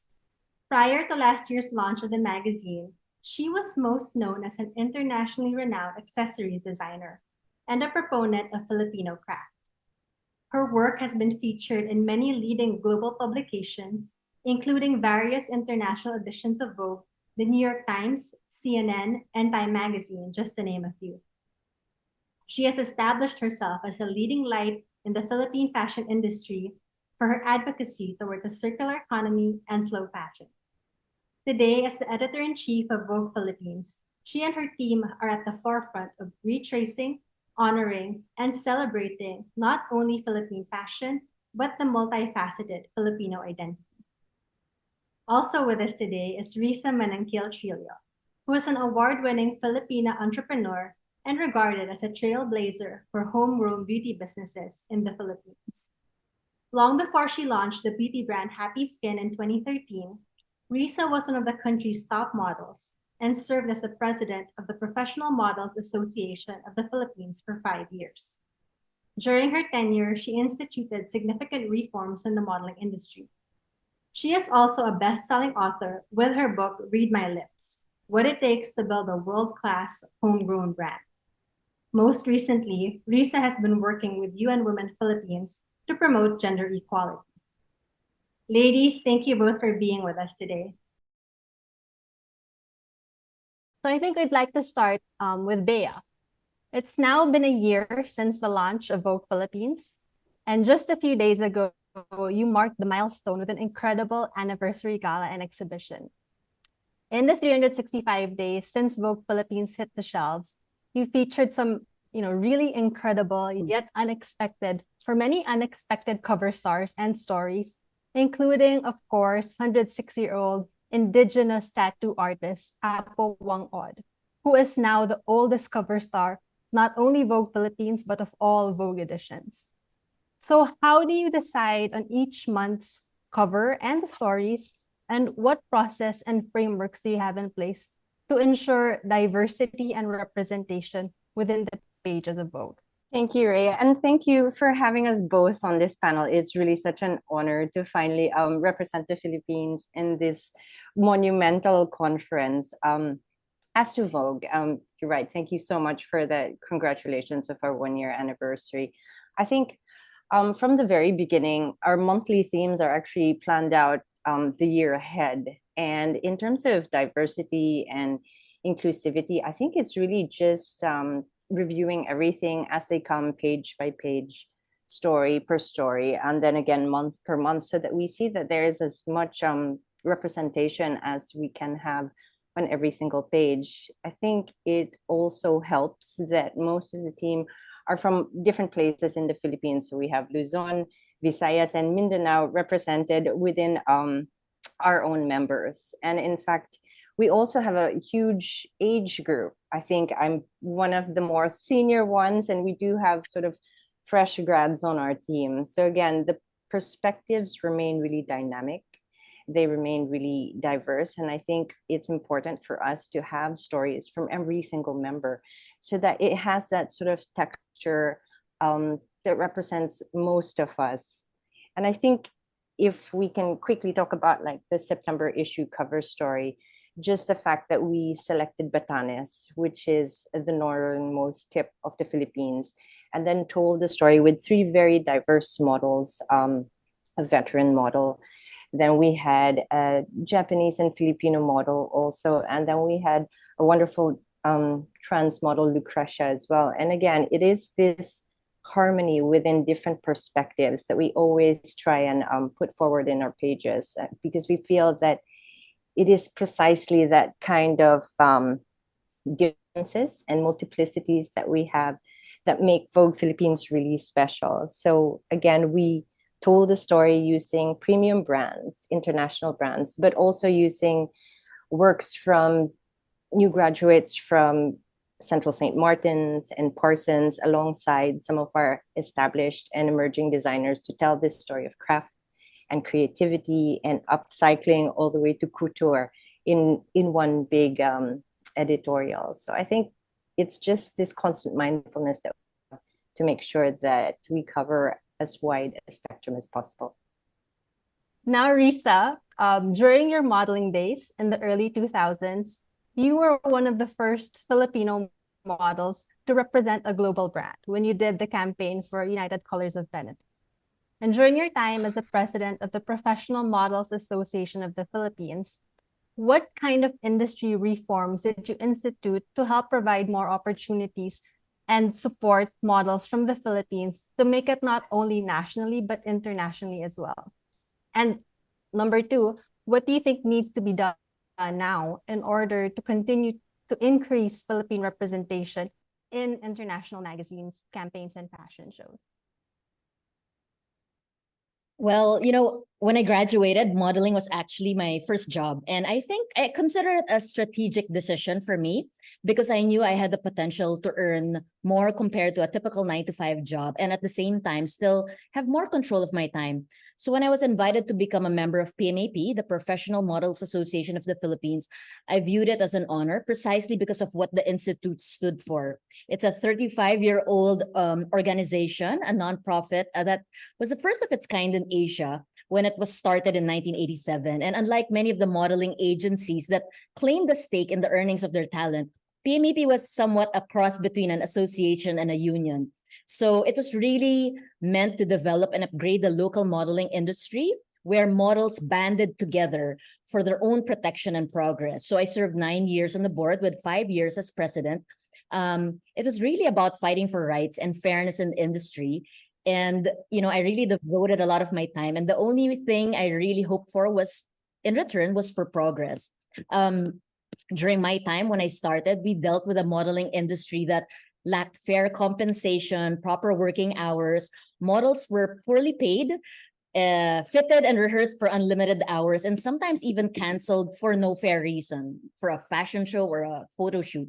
So together with all the PMAP members and the board, we gathered all of Manila's top fashion show directors in a meeting. We sat them down and implemented a comprehensive rate guide for the different classifications of shows, and provisions to protect models for stricter working hours, overtime fees, rehearsal and fitting fees, cancellation fees. And this dramatically improved the working conditions for models and professionalized the modeling landscape. And today, even seasoned models who are not members of PMAP benefit from the rate guide that we were able to establish and all the provisions and rules, because many clients, directors, and producers have followed the association standards. To support modeling in this models to make it nationally and internationally, back then, another hurdle we were facing was the number of fly-in models that would come in the Philippines. So there were a lot of foreigners flying in for vacation, but would take on modeling jobs without work permits and tax deductions. So what we were clamoring more for was government support from the Department of Labor and Employment, because when we Filipinos would fly to other countries to model abroad, we needed to get work permits to be able to model. So it was also important to give more opportunities for local models. So I worked towards having relationship with local agencies that connect our models internationally too. Unfortunately, that time they looked at PMAP as competition, even if we were a nonprofit, and didn't take cuts from our members. So back then, the modeling industry also lacked collaboration and cooperation. And of course, while everything in the modeling industry has improved throughout the years, I'd say that increasing Filipino representation in the international scene requires even stronger collaboration and cooperation. Our industry needs to view competition as opportunities to become even better, rather than use competition to bring each other down. Filipino representation can only happen when Filipinos really work together to improve each other's skills, competencies, connections. And we also need to continue being a megaphone for uniquely Filipino experiences and stories, which Vogue Philippines has been for us, all the Filipinos and the fashion industry. And so that, they can be catalysts for giving Filipino beauty and talent a bigger audience. I will say it's really amazing to see both of you in this panel, because I feel like, Rissa, you've been, Bea as well, you've been in the fashion industry for so long and fighting for, Philippine representation and rights, and to see also the result of that through the pages of Vogue and the representation that you and your team, Bea, have shared in this past years is really incredible and so inspiring. And, Rissa, aside from fighting for the rights of Philippine models, you've also really been challenging norms and beauty standards in the Philippines, where fair skin is still, a standard of beauty here. So how did you work to change that perception through Happy Skin Cosmetics?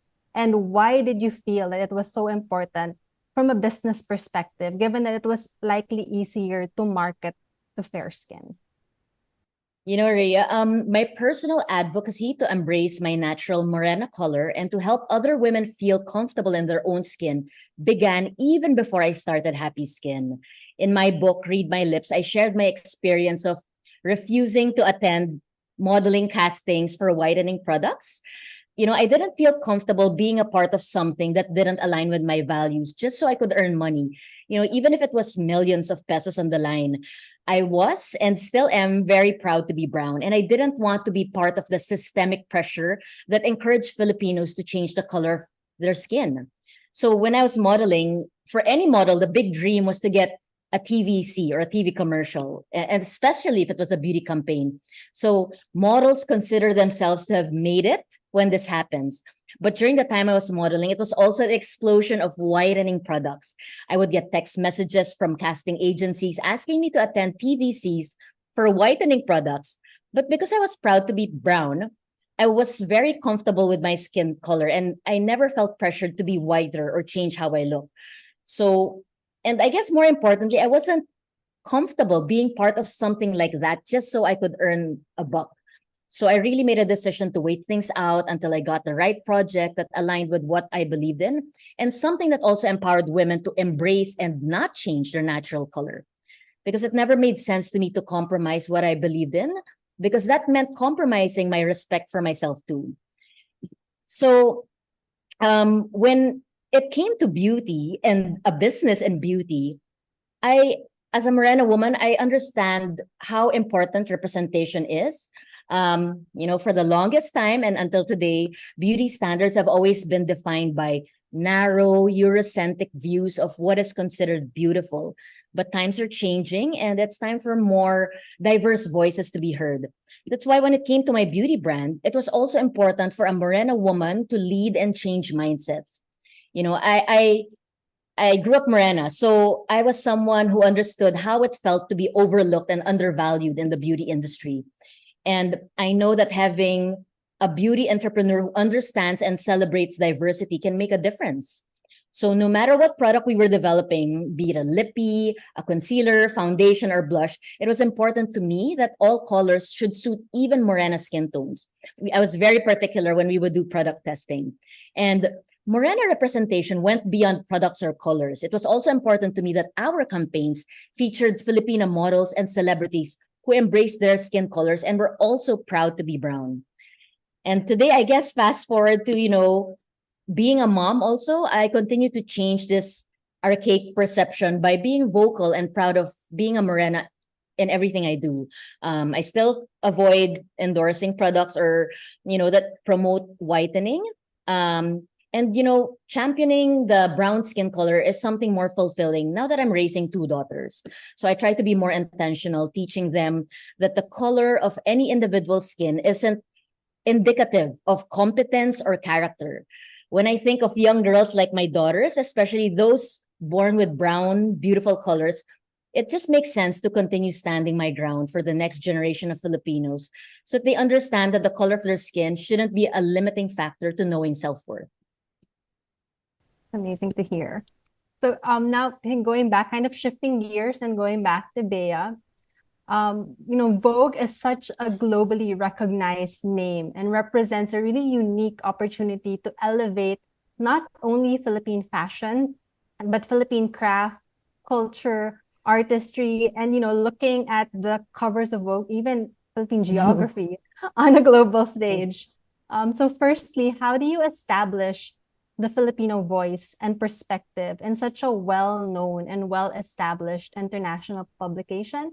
And secondly, what opportunities and challenges have you encountered and overcome in the last year of doing so? I'm sure there are many. Well, actually, to answer your first question of how to put the Filipino voice forward, I think it's rather simple. So our writers, our photographers, our models, all of the creatives that we collaborate with, a lot of them are Filipino, and that's whether they're in front of or behind the camera. And so in that aspect, we worked with local creatives as well as international creatives, wherever they may be located within the diaspora. And I think that is very important, because what you find out then is that our voice, although there are similarities, there are also like these wonderful nuances about them. And I think that has been also one of the most exciting things about having Vogue Philippines as a platform for our creatives to showcase all of their talents. In terms of challenges,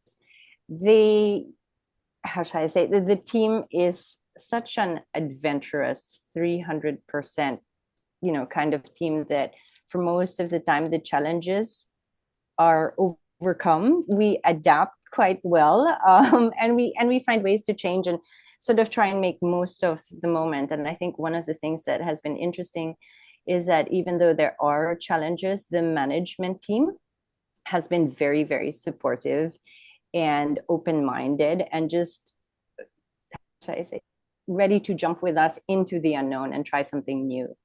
One of the, maybe not challenges, but the strangest statements that we came across quite early on was that we heard that people felt that it was too local. And I remember thinking about that and going back to the 120 pages of editorial stories that we did. And in my opinion, I actually count about 83 of them I considered to be global stories, because I felt if it was a Filipino who maybe was based in Denmark and was talking about their experiences, for me, I considered that a global story. And I realized what was unusual was not that they were local stories, but the people were not as familiar with what our voice sounded like. And so I think we came back and we discussed with the team and we said, even more so, we should push forward with this path that we're doing until people recognize our perspective as global. And then of course we had the Wang Od issue come out right after that. And I think that for us was an example how one Filipino story can resonate and change a global conversation and open up new pathways to exciting and more diverse narratives. So it's always been for us that we use our stories to create an aspirational space that, as I've said, speaks to and for the Filipino, where our collective voice is our own authority. And we hope that it is continued to be heard and recognized and will continue to resonate in the multiplicity of our regional accents. So I think that has been what we have been trying to do from the very beginning. Yeah, and just to touch on that Apple Wang Od cover, it really resonated with not just Filipinos across the globe, but so many different characters, personalities of different skin tones. Of I think I saw it everywhere.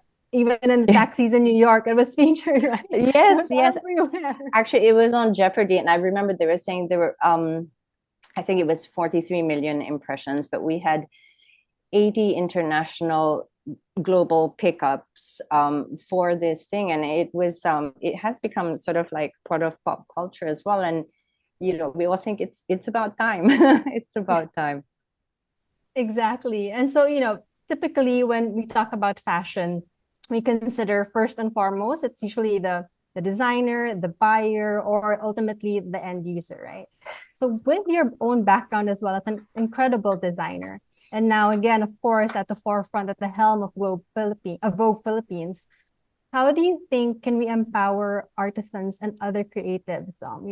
What steps can brands as well as publications take to provide creatives who are more often than not behind the scenes or unseen, with a sense of ownership for the designs and the art that they're creating? What kind of effect do you think can this have for the creative community as a whole? I absolutely agree with you. And I've agreed with you on this point for a very long time.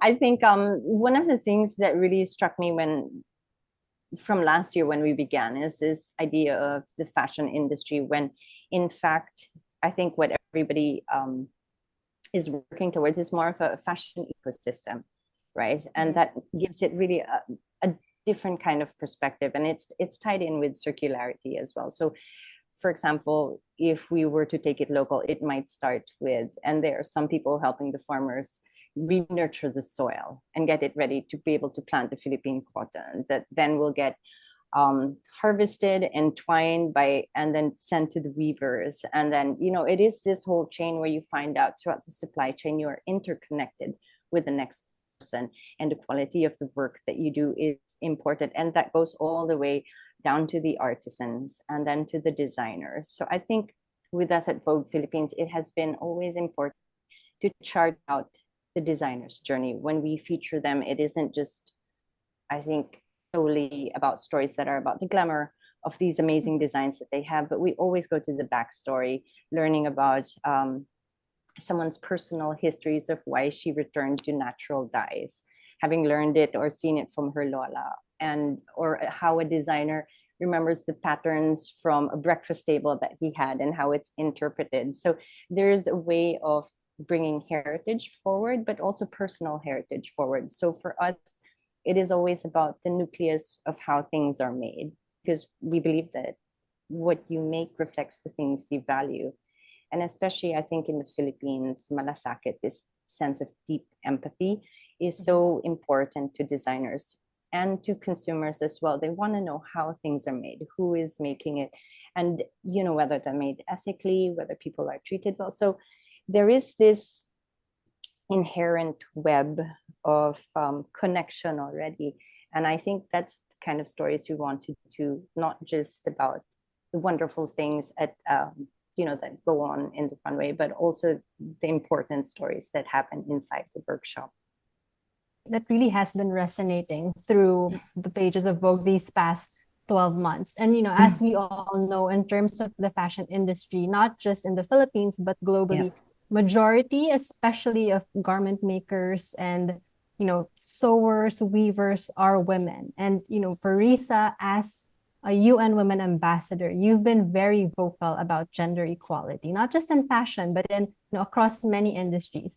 And so what have you seen as some of the biggest challenges facing women, again, throughout the fashion system? And what can we do to address this, whether as, part of the industry, whether as consumers, and the various roles that we have in our own communities? Well, you're right, because a lot of women and even men in the industry aren't paid fairly. It's a matter also of recognizing that there's an issue on fair wages and proper pay. In the modeling industry, of course, professionalism is a mark of a great model, but sometimes the desire to be professional makes a lot of models compromise personal boundaries, just so that we can say that we are able to get the job done. And this still happens today when female models or aspiring models are placed in compromising circumstances under the guise of getting a good photo for their portfolio or getting the chance to work with a big name photographer or brand. Photographers, stylists, designers, especially those in the early stages of their career, also find themselves working for free until they get that big break. So it's no wonder a job in fashion is viewed by many as unsustainable and unprofitable. So I think professionalizing the industry is a way to change this system that makes it easy to take advantage of individuals. And that can come in the form of women in local fashion organizing themselves to gain better protection, whether it's models or weavers, sewers, and those contributing and creating our clothes and all the designs. Also in the form of influential people in the industry, helping aspiring creatives get a solid footing in fashion by providing them opportunities and paying them a proper living wage. And so as we kind of get down to time, I just want to jump in terms of something that I would like to ask both of you. When we talk about sustainability, I think a lot of people, especially sustainable fashion, think about first and foremost the environment, which is of course incredibly important. But obviously, it also involves all the people behind the scenes who are making the clothing, and well, not just behind the scenes, but everyone involved in the fashion industry, right? And that's why it makes sustainable fashion so important. But how do we then make this more accessible to everyone, especially in the Philippines, where of course price is always a barrier or a huge obstacle that is seen by many local buyers or consumers? So maybe we start with Bea. Sure. Hi. How do we make sustainable fashion more accessible to everyone in the Philippines? I think it's really about a mindset, because as you know, sustainable fashion, or just the concept, is so broad. So much to unpack. Let's see if we can. So first, there are things of new ways of consuming, for example, rental, resale, reworking vintage. All of these things, I think, are a way to access fashion, maybe not necessarily at the same premium cost. But again, it gives people the chance to play and do things with the warmth, but also very importantly, it also extends the life of materials and products for longer, which I think is one of the tenets anyway of circularity. So I think that's very, very important. I did have a conversation with Carlo Delantar, who is the premier advocate for the circular economy in the Philippines. And he was talking about two ways towards circularity. One is upstream and one is downstream. And I think for the magazine at the moment, we talk a lot about the downstream method, which is upcycling, reworking, recrafting, mending, resale. You've talked about this yourself. So these are all very for the general public to access more sustainable options for fashion. And I think upstream would really require more possibly government and private industries to invest in new technology, whether we want to go back into sort of a different kind of weaving and dyeing and just things on an industrial scale that really sort of change the economy. But I'm not sure if we're there quite yet. But again, I think there are certain things that the magazine at least wants to show as options. For example, in our gala, we had the theme of rewear, and we were surprised because people really did take to the theme, and with such elegance, sophistication, and fun as well. But I think the real problem is about waste and pollution. And we think about what fills landfills. It isn't designer pieces and it isn't couture items. It is really about things from fast fashion. So I would probably be more mindful about the things that we choose that we know are not going to last. And I would sort of really advocate for choosing things of quality, maybe choosing less, but having that one investment piece, because those are the things that last.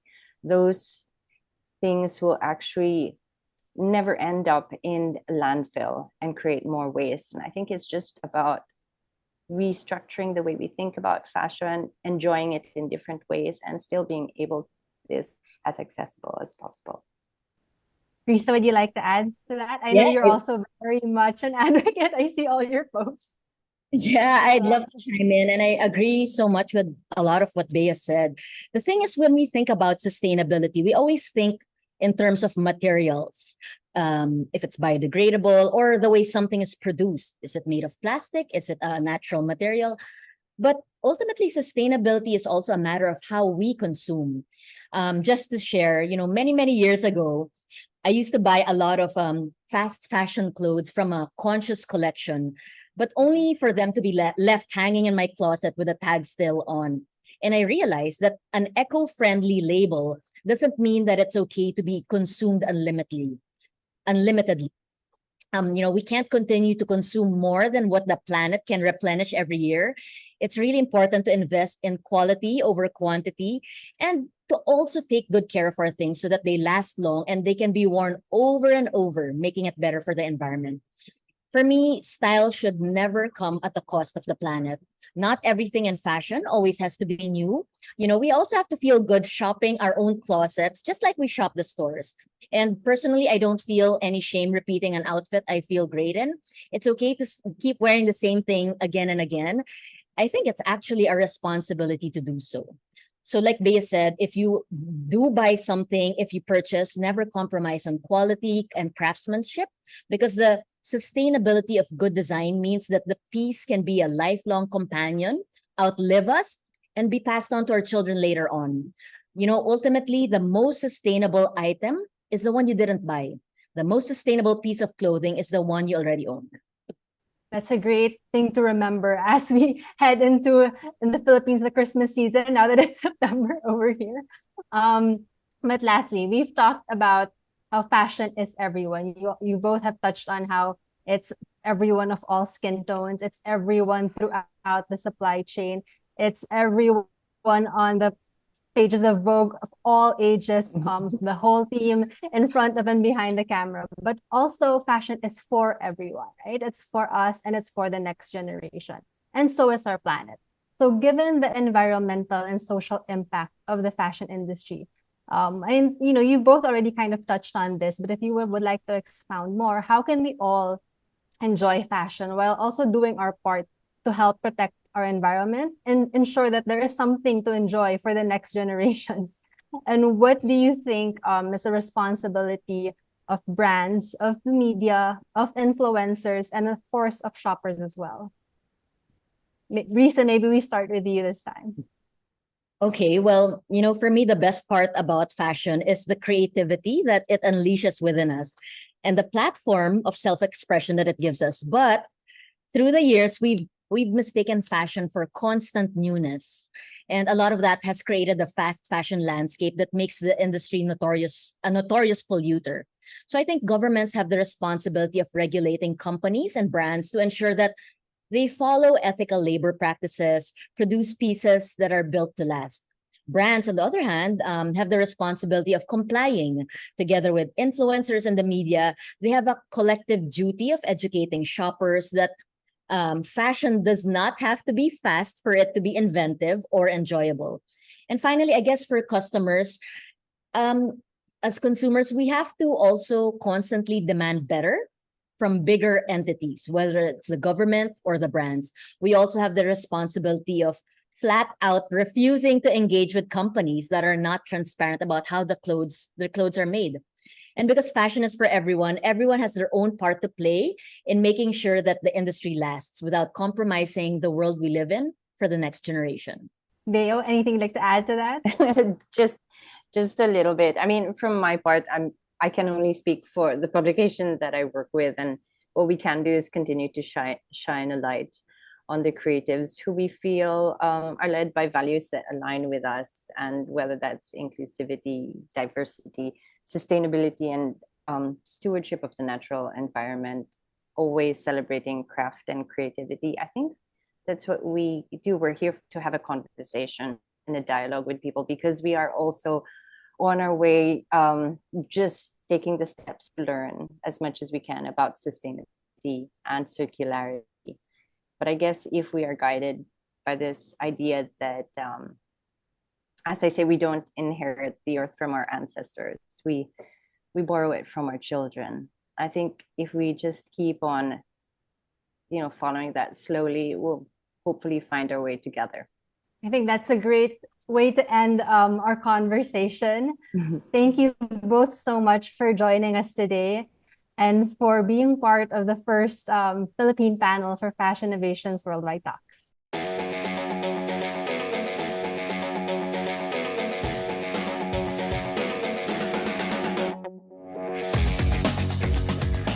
Next, we have a panel titled Fashion is Communication, being led by Fernanda Simone, the Executive Director for Fashion Revolution Brazil and Sustainability Editor of Vogue Brazil.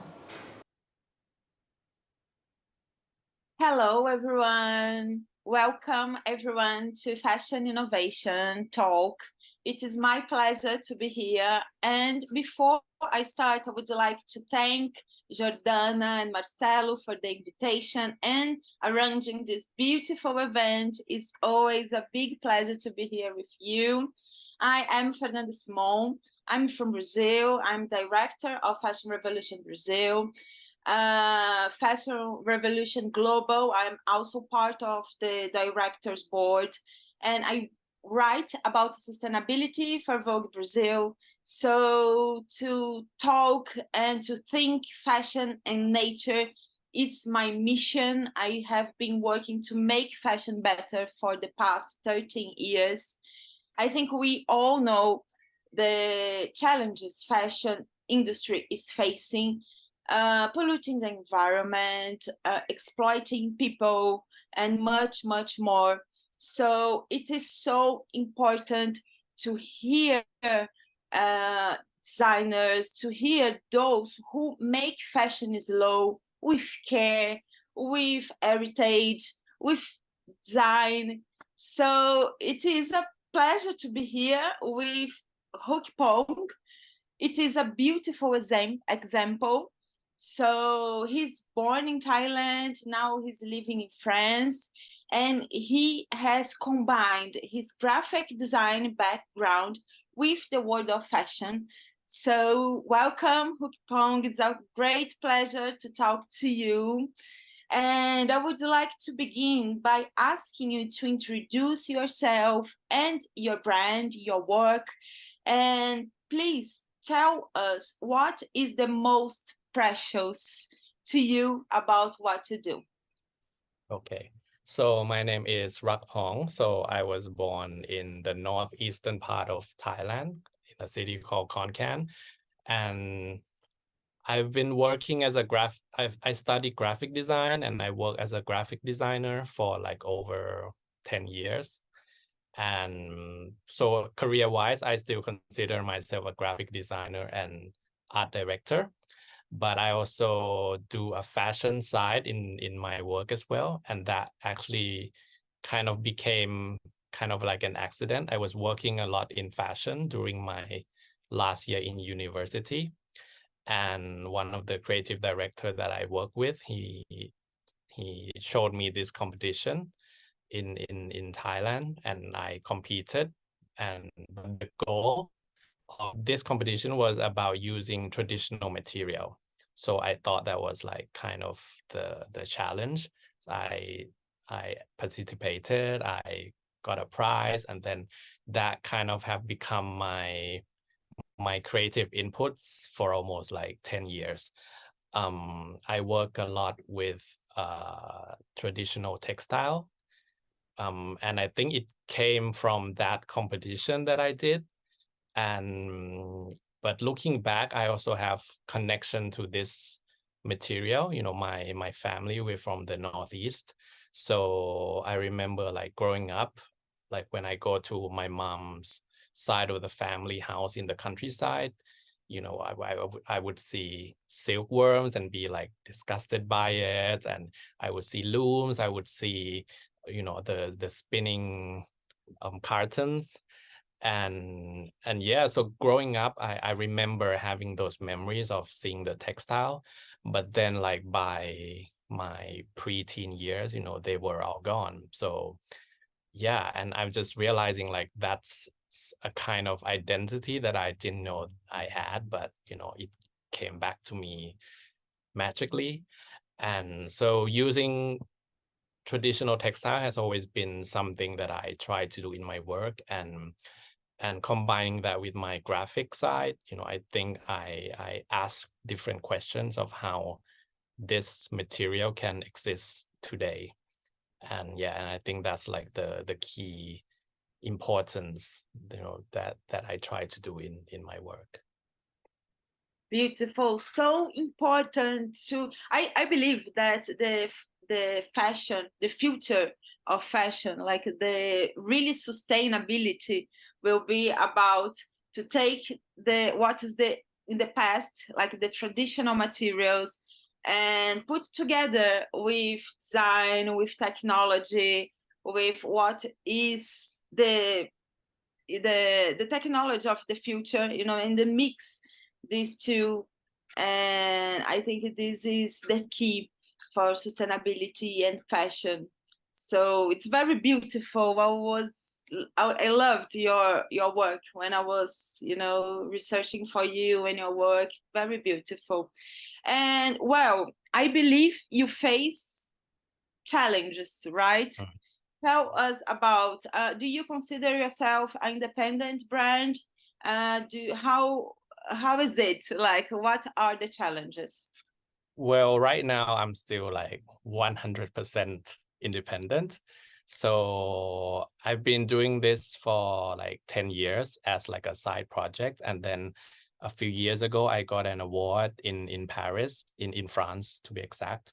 And it kind of gave me a whole new audience, I would say. And that kind of took it to like another level. So I got a lot of exposure. I got a lot of opportunities from that. And I kind of take that as like, okay, what do I do next? And with me living in Paris, you know, I still believe, you know, I could go a bit further with this side of my career. But the goal has always been mixing my culture, my materials, my experiences into a different context.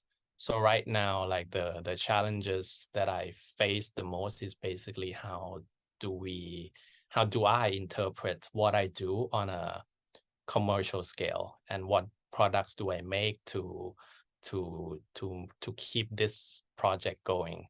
And yeah, and the kind of system that I'm trying to do is maybe to not really go full scale, you know, have like a big like collection full of items, but more of like, you know, project by project. And I just recently started to launch different pieces from a collection, and I think it slows down the pace of consumption and really allows me to communicate like the story of how each piece began, how it's made, and how they come together because most of the time, I work a lot with people that I meet along the way here in Bangkok.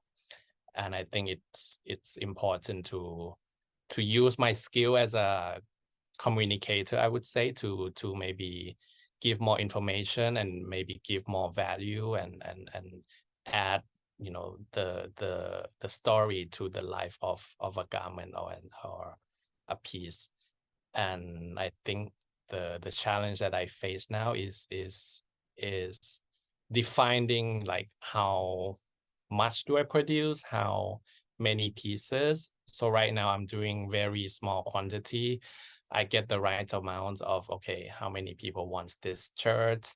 How many bracelets do I make? I get very exact numbers. So in terms of sustainability, I think like I don't overproduce. I still work with the silk makers that I woven with for 10 years. I find new weavers. I go to hunt for textiles in the market. And all the way to production, I work a lot with tailor houses that's still left in Bangkok.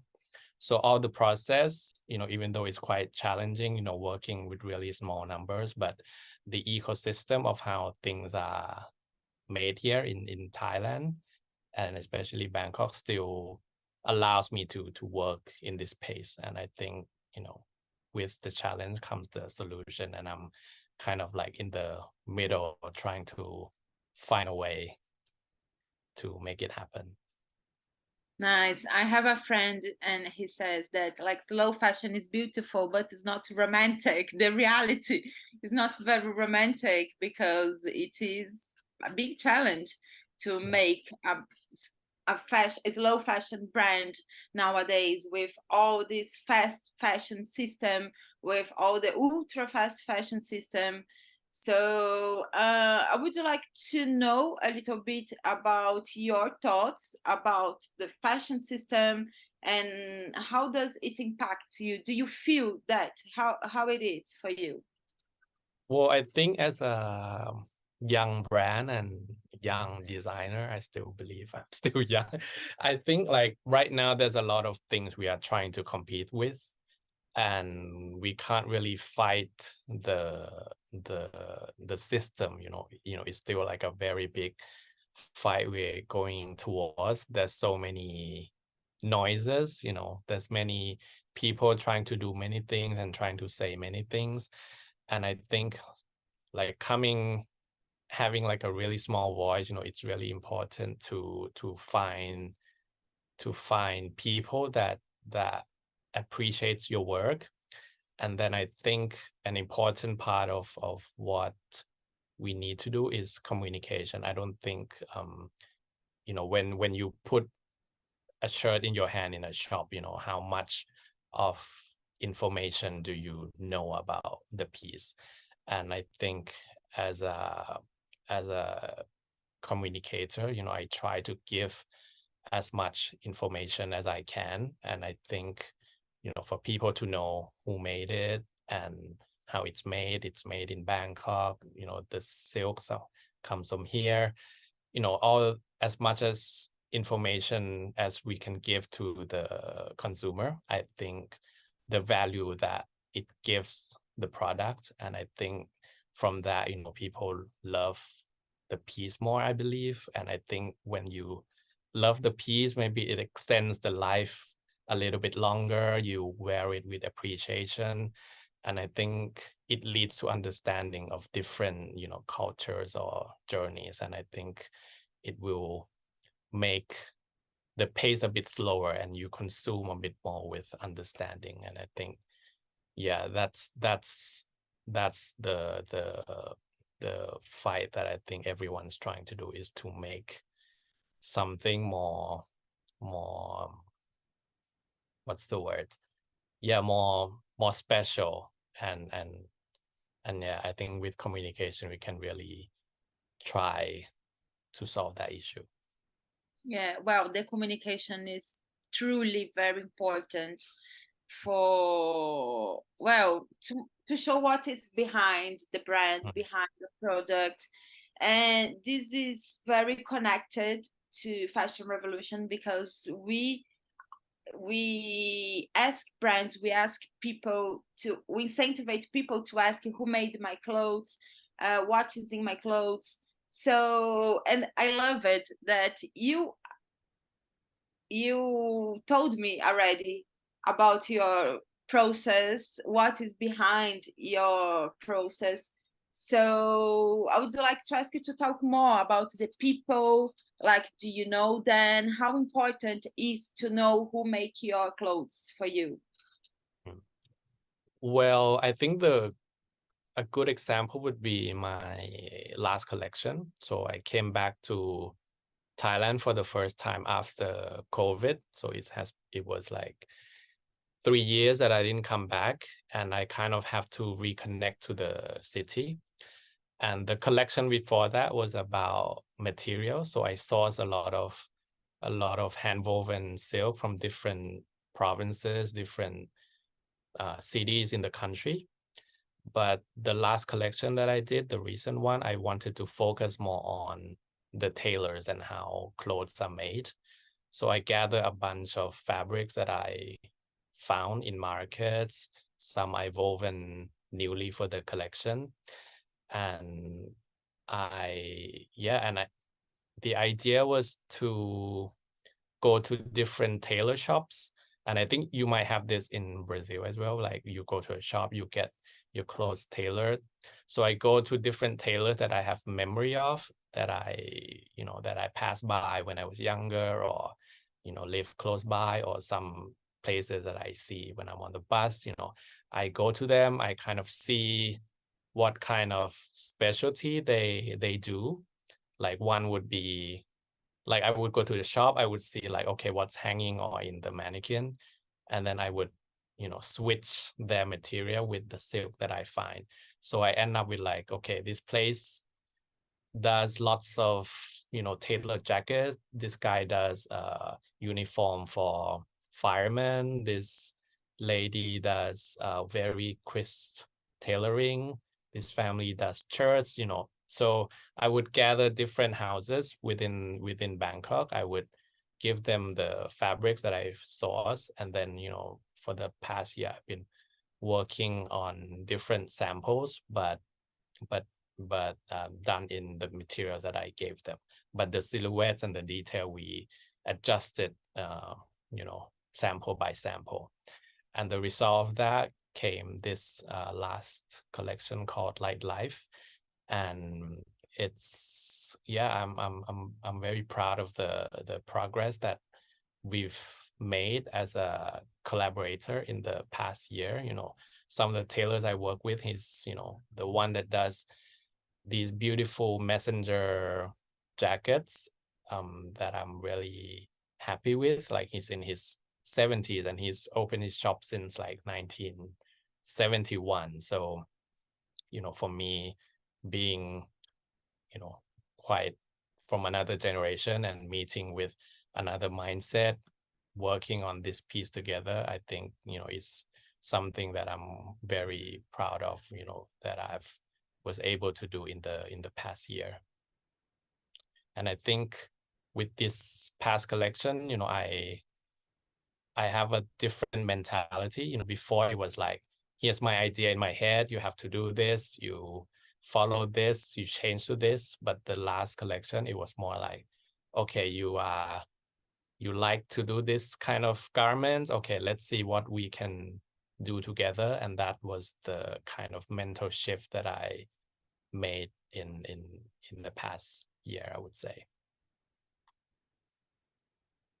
Oh, so beautiful. I love this process. For me, this is, to value those heritage, those process is what I like the most in fashion.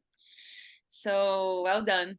I'm really happy to see this happening. And tell us about the consumers in France, because you produce in Thailand and you sell in France. Where do you sell your clothes? Tell us, how is it? Well, right now I still don't have like a retail like outlet in France yet. So in France, I basically live there, but the market that I have had access with so far is in Bangkok, in Thailand, the US, and Middle East. So those are like the three kind of clients that I've been, working with. And even though it's still very small, I kind of, want to grow it slowly. And with this coming year, I'm trying to find, okay, in Paris, what can I sell? How can I sell at which price point? And the most important is like to make connections with the consumer base. And I think that was something that I'm trying to navigate at the moment in Paris. Right. And you sell in the US? Well, I don't exactly sell, but I like, how you say, I have like orders from the US. Yeah, I don't have like a shop. So right now it's still very like one-on-one, made to order kind of approach. Right. And well, for the designers who are beginning now, what is your advice for them? I think just keep exploring. And I think it's important to find what you believe in and stand for, and what makes you different within the market. And I think at the end of the day, you have to be able to stand by the work that you do. But then most importantly, I think the journey of it, how along the way, those pieces come about, or the concepts or the fabrics. I think taking the journey and not be pressured by the system, or not be pressured by I say this with like very with privilege, is to not have the financial pressure. Like you don't need to make a lot to sell a lot, just find the right amount that you have to produce. And I think taking the pace, taking the time, and figuring things out, find like a system that works for you. Like right now, I'm still very happy doing like, orders and very limited quantity. And I think that's like a privilege, but I think just finding what's right for you, I think that's the most important.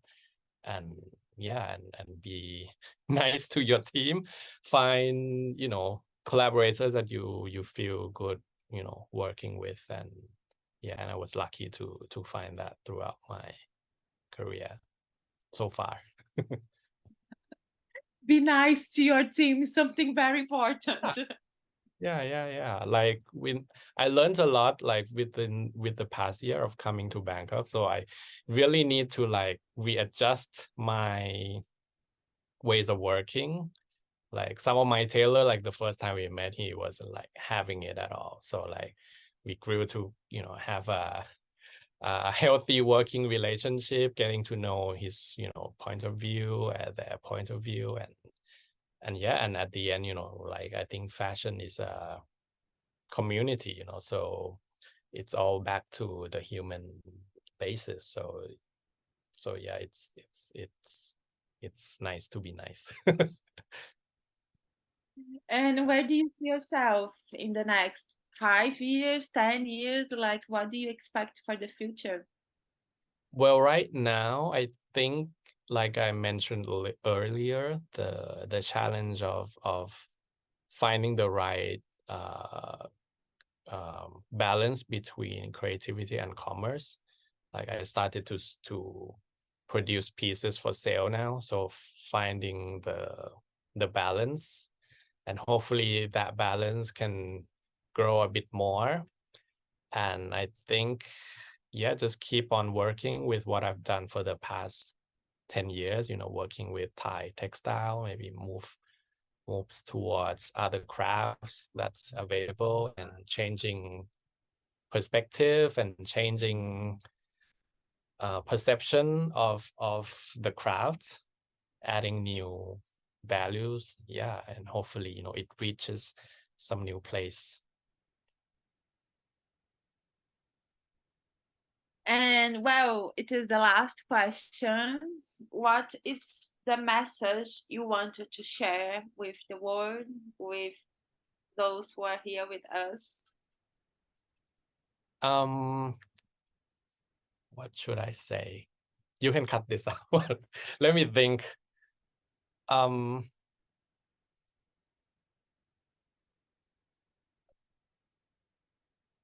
think. Okay. I think I wanna say that, like, yeah, like we're talking here right now. You're in Brazil, right? I'm in Bangkok.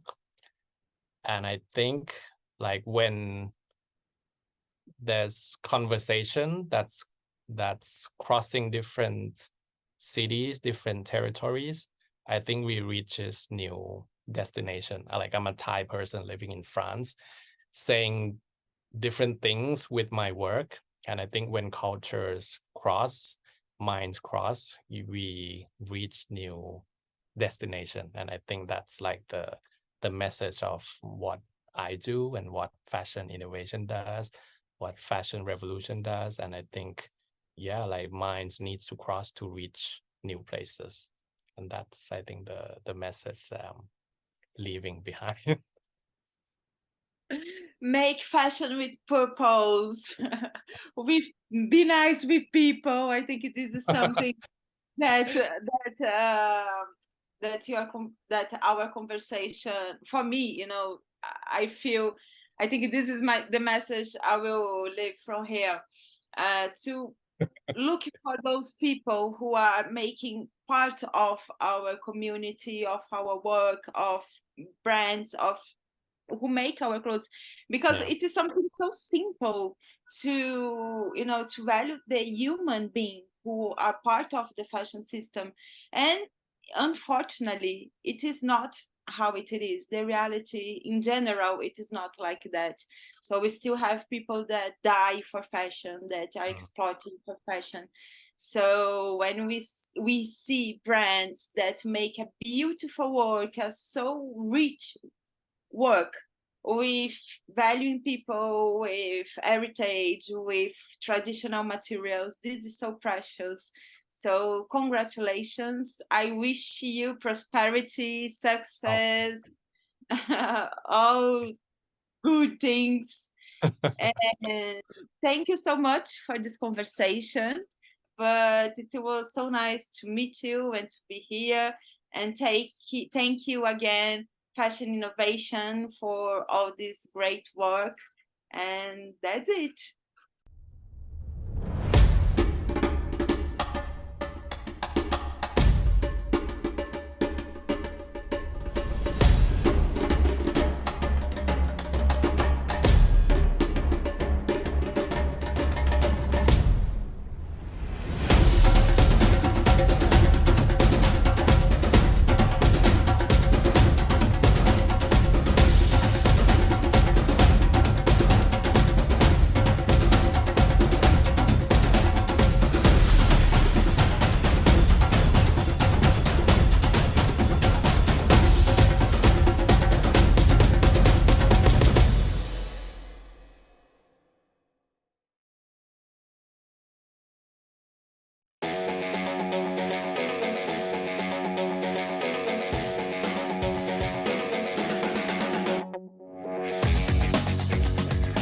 Hi, everyone. I am so excited to be here today and to be joined by someone who's such an inspiration to many globally because of the work that he brings when it comes to the jewelry industry. So I'm happy to be here with Áwet Vartanian and just super excited to get into this conversation where we're going to be speaking about his journey as an entrepreneur, what he's doing today, innovation, sustainability, and so much more. Welcome, Áwet, to the stage. How are you today? I'm amazing. Thank you so much, Jordana, and all your team. It's such a big honor for me to be here with you and taking the opportunity to talk about this last 20 years of my life. Yeah, I can't wait to dive into it. I know there's quite a bit there, so let's get started. So first, I'd love to ask you, if you could take me back to your day one journey, how it all began, that would be amazing. Well, sure. First of all, I'll start by saying that, when I look really far back, I was crawling at my father's and mother's office where they were wholesalers for precious stones and gems, and I was around 5-6 years old. We had left Beirut in 76. I'm Armenian origin, but I was born in Beirut, and when I was 1 year old, my family came to Brazil, and my father and mother started a wholesale operation for precious gems and jewelry. So when I say I was crawling, I was basically 5 years old, and they were sieving us and sieving stones, and some stones would fall in the ground, and that was like my private collection of gemstones. So basically, gemstones go out that far back for me, and it's really exciting because I never really thought I'd be in the jewelry industry in my teens. Basically, after going to university in Boston and studying economics, being part of the financial market, being a trader, end of the 90s, it basically showed me that I'm not good for being a trader. So if I was a trader, don't put money on me. That was a successful experience for myself. But on my late 20s, basically I was buying things that I didn't know what it was. And so basically I gained experience on doing that, but being on my late 20s, I wasn't succeeding at it. So when I decided to come back to Brazil to help my father, basically, I wanted to pay back what he invested on me in my university years and my early professional life, and all the education that he paid for me. I wanted to work for him, and sort of against his will, he accepted it that I would work for him. And basically, I stayed working for my father for 5 years and being a buyer and seller for precious stones. Basically, I used to sit in front of him at his office in São Paulo, and people were coming from the mines. They were showing me stones. I was looking at buying diamonds without certificates, really, pinpointing the color, the clarity, and really analyzing that stone and putting a price to it. And I could see that I was creating my own way of buying, which was different than my father that was in front of me and had the old school way of buying. So, I laughed because, he was really the old school Armenian from Beirut. And, he had, when you could imagine how an Armenian from Beirut would buy stones, that's the way he was buying. I was more technical, and I was more, I wouldn't say gentle, but I was more direct. My bases were the techniques of really what the color was, the grades of the stone. And I was loving it because I was really learning the trade and learning. So that was, to me, that was super, super exciting. That took about 5 years. Then when I started designing and, for instance, turning stones upside down, that was when my father and I was really started to having a conflict, because on his idea was like, my son was a buyer for a wholesale company, and why the heck is he's designing?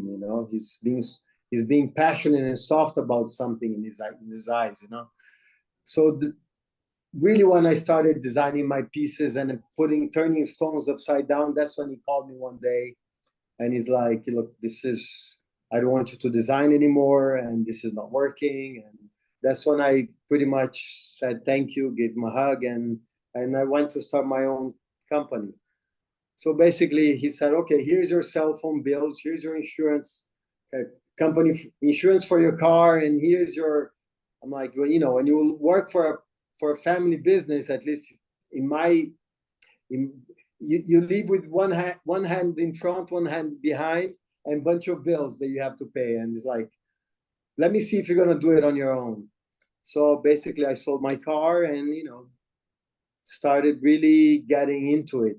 I say that's when I really started becoming a person, really, because I knew that I dedicated myself to designing, really, and started the whole process of how do you start a company. To me, the way I wanted to start my company, there were no manuals how to do that. So basically, I started with myself plus 2 people, and then things just really started growing. And I'll tell you, the atelier that I'm right now behind me, this was a building that I used to pass in front because I used to live in the street from my atelier, and there was a big rental sign, and this was, the place that I wanted to be at. And I used to pay around 800 reais for rental, which is like, $200 at the old place.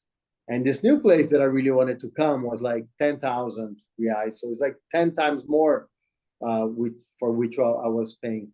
So I thought to myself, I'm like, how do I get to this place? Well, I need to sell 4 earrings that cost $10,000 each.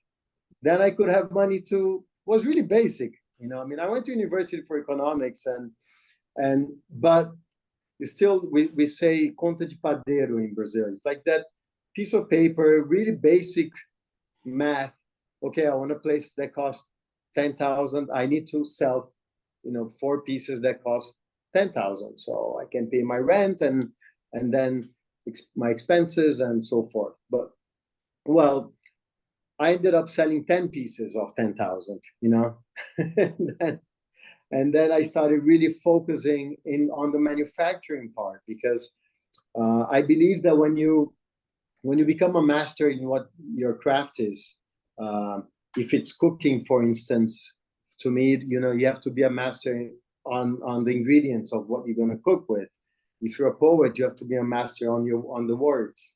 And if you're a jeweler, you have to be a master on the stones. So my roots were stones. So to me, it was really, really important to know exactly what I'm going to do with the stones and how sensible the stones are, and look at the stones in every direction and really be respectful to the stones. I believe the stones are gifts of nature, like waterfalls, like birds. So I respect stones a lot. And since the beginning of my designing past, I used to think that the real beauty of the pieces I design are coming from the beauty of the stones.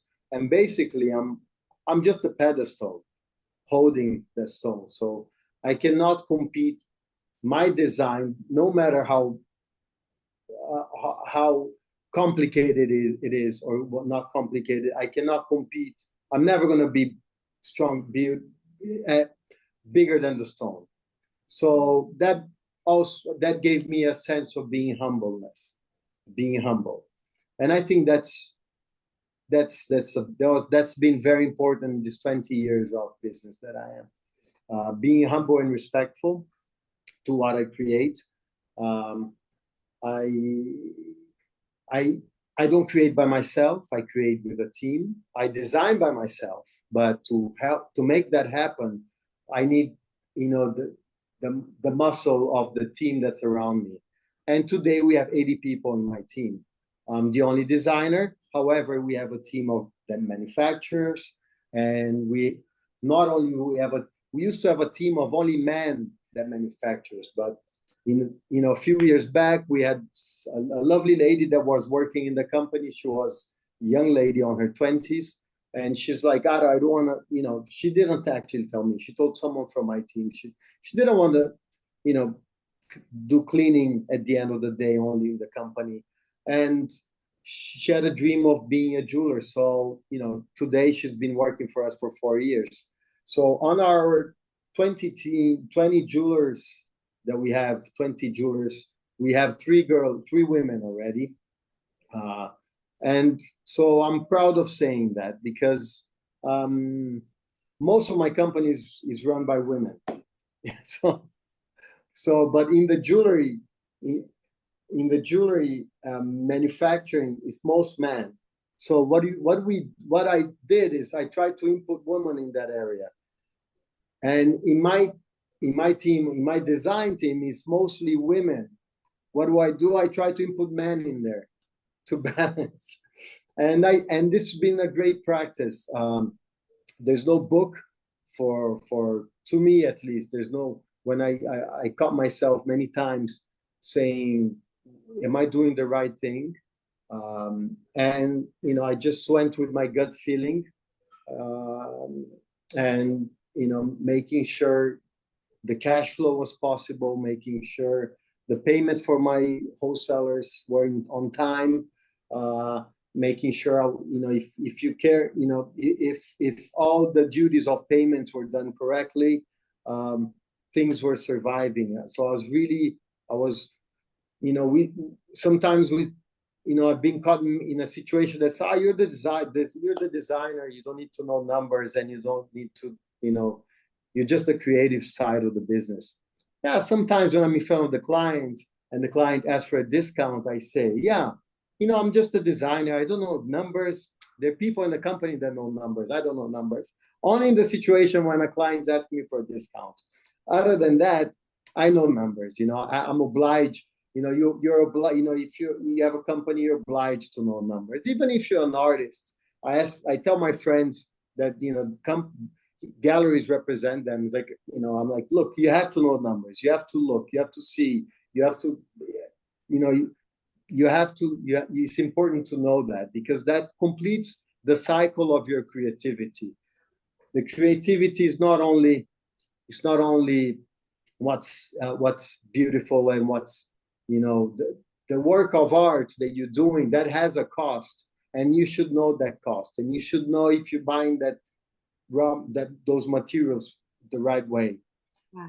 So I have to say, first, thank you so much for sharing all of that information with us. And what's really amazing, no, it's incredible, because first, it's really cool, but we have so much of the same background. The more you talk to me, the more I'm like, oh my gosh, that too. But my parents were brought up in Beirut, that mentality, old school. I was always a little bit rebellious. When I decided to go off and do my own thing and not work with my family, my mom said, you're on your own, pretty much. Sold all my jewelry, because my father was a jeweler, to buy bread and cheese and be able to survive this moment that I knew I could do, and I believed in myself.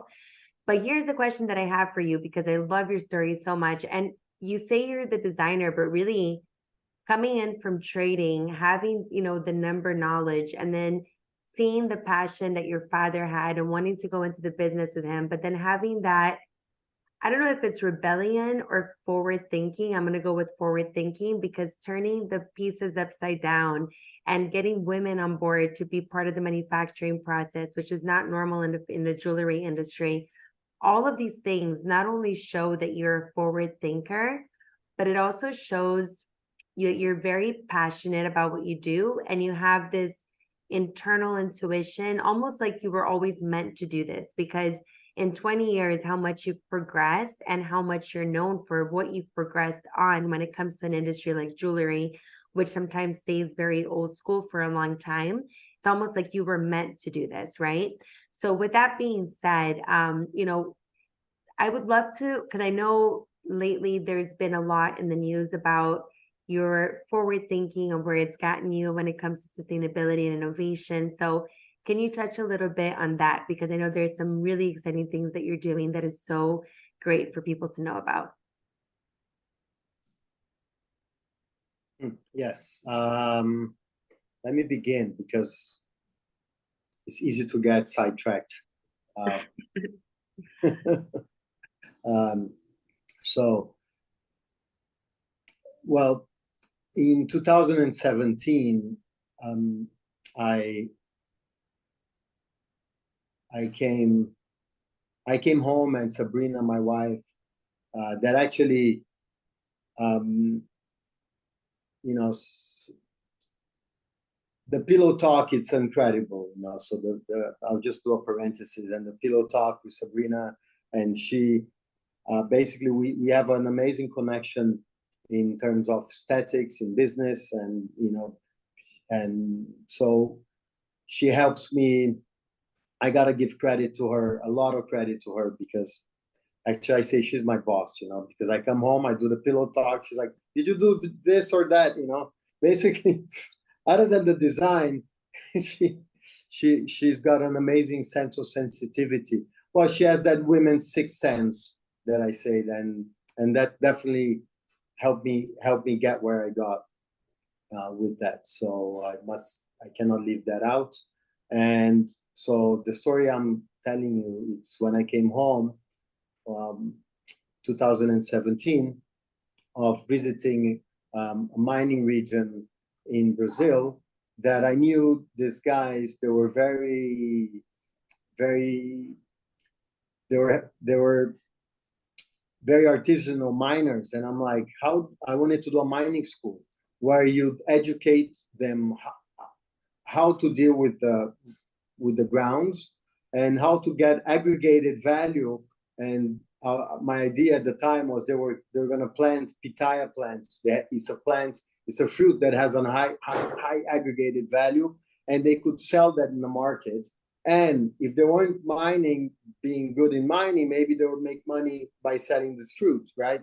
And my whole idea was around this, and I come home to tell Sabrina I'm all excited about that, and she's like, "Are you insane? You can go to jail for this." I'm like, but I'm like, I totally, I understood. She's like, look, you can, there's so many other things that we can do to help people in our industry, or to help the business, or that we're passionate about our work. There's so many other low-grabbing fruits. And that really opened my eyes to look inside my company. Instead of me going outside my company, let me look inside and start looking what low-grabbing fruits I had inside my business. And there were so many. So quickly, we started talking to a company called the B System, that it's sort of a certificate, and was very, very gutsy for us to talk to them, being in the jewelry business, and they were really impressed by it. So they gave me a really good price to start working with them. And the idea, it's when we really open our agenda to discuss these issues, how do we become more responsible within our industry? And that became sort of a really future plan for the company. I didn't even know how important this was back then. It was just sort of a dream and a feeling that I wanted to give back. But we, like I say now, you know, I was being asked a lot, Ara, now that you have 20 years of your brand, by journalists and by, you know, what are you going to do in your next 20 years? I never thought about that till they were asking me this. I'm like, wow, the first 20 years, even our WhatsApp group that we have, you know, in the last few years was always red carpet, people, you know, men, women, beautiful people wearing jewelry on the red carpet, and was this images. And then we had moments that were situations that were happening, very sad situations on the gold being badly extracted in Brazil, in the north, in the Amazon. And So I'm like, wow. I'm like, our WhatsApp group went from the red carpet and all this stuff to a very heavy conversation. So that pointed out that our next 20 years is how do we become a brand that we create less impact, less negative impact. Negative impact doesn't exist. So the impact is going to happen when you deal with jewelry. So is how do we create less impact? How do we open our eyes to the communities around the mining regions? You know, we started raising a lot of questions within the company and within the industry, asking the right questions. We need to start from somewhere. And when I speak to a lot of people, they ask me, other jewelers and stone people, like, Ada, why are you doing this? This is not going to, you know, they need to look at the fashion industry, and they need to, before they're going to look into, but it's not they. It's like me. I come home to my 3 kids, you know, they ask me, I don't want to leave I want to, you know, we already not going to leave the planet like we found it.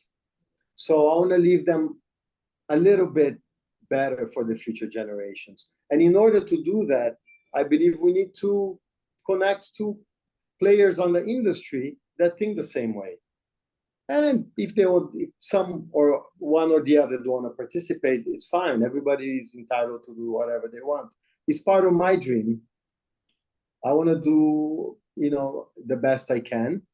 And I believe that today I look up, I look up to people that are being responsible to our planet, responsible with their actions. And so I'm very, very passionate about this. And I believe it's turning me to a better person this way as well. Yeah, I love that. And I think that has a lot to do too. So first, congrats on going on this journey and really putting that out for people to see. I think it's important, like you said, you know, and it's interesting because I feel like the people that I've seen that have been the most successful for decades in this industry, fashion being, you know, everything, lifestyle, accessories, clothing, are those that connect social good and social impact to what they're doing, right? Because at the end of the day, fashion is the biggest vehicle when it comes to really making change. I really believe that, right? And so obviously you're doing that with all of the different initiatives and how you're putting things out there. So what would you say? So obviously, like, so social impact and like social good. There's another thing. Go ahead. Sorry. Another thing that I think is very important that I say. Yeah. Just before we pop your next question, I also feel that I'm 48 years old, and I feel like I'm the CEO of my company. I've been 21 years now in business, in my own business, and I feel that this generation of businessmen, businesswomen, people that are in these positions in business, they're the responsible ones to do the right movements for the future. Yeah. I feel there's really a generation that is taking charge, and they can point and gather strength and muscle for a better future. Yeah, no, 100%. I have a strong feeling of that, and that's why I try to reach out to other people in my position, from other companies, from mining, from designing, and we need to be curious, and we need to make it better. Yeah. Sorry to try to throw that in there, but that's actually because that puts sort of a weight on my shoulders. Yeah. That I say, what am I going to leave the next CEO or the next person that, you know, I'm here, you know, we were the ones drinking Coca-Cola on a metal can, you know. so we sort of saw a lot, and then it's like, how do you present this to the next generation? Yeah, no, I love that. So I feel like I know the answer to, you pretty much answered it with what you just put in, which was great. But do you believe that moving forward, new businesses that come to life, will they, like, do they need to be socially conscious in order to succeed as a business? What are your Okay. I'll tell you what I told to a friend of mine in, it's an Italian company that they're fourth generation, and they were having a discussion with me. It's Ara, why are you looking? Why are you doing this? I'm like, look, first of all, I'm doing this out of really, like I had a calling that it was important to do what I did in the past 20 years. And now I'm even seeing that I'm putting for the next 20 years of my business, I'm going to dedicate opening my eyes and opening discussions and learning about these subjects. And let's say tomorrow, the regulations in the planet, they move, they change, and they say, okay, from now on, anybody that's dealing with anything that comes from the ground, from this particular region, the company has to be like this, like that. And what is he going to do with this company that's fourth generations? He's going to start looking at that now. Yeah. So it's not a question, now for the contrary, I'm opening on my Instagram who my suppliers for gems are. So I'm basically the people, they're other jewelers that are in the industry that potentially are my competitors.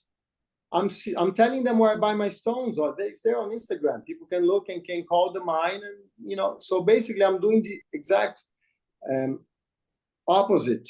I'm disclosing some of my wholesalers for my stones. The mines that I'm able to analyze and investigate and see that they're doing responsible mining, I'm disclosing this, and I find that the strength in the industry comes from more people doing the right thing. I love it. So, and money is a consequence. I'll tell you, when I told you that I was in a financial market, I really wanted to make money, and I really made no money. So when I stopped worrying about making money, just paying my bills, when I looked around me, I was making money.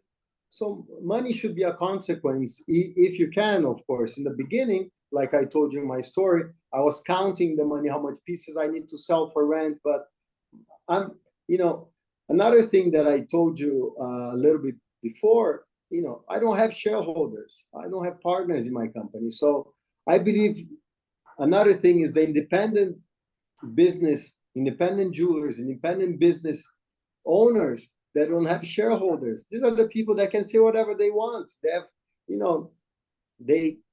they're free to do whatever. I'm free to do whatever I want with my business. So if I want to do good, and maybe it's not so profitable, no problem. It's my feeling, So it's very important to listen. I listen to myself a lot, and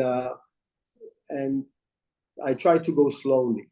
So, but even going slowly, I had a shop in London for almost 6 years. Now I have a shop in Miami, and things are going super fast. But so I listen to my gut feeling, and I go slowly.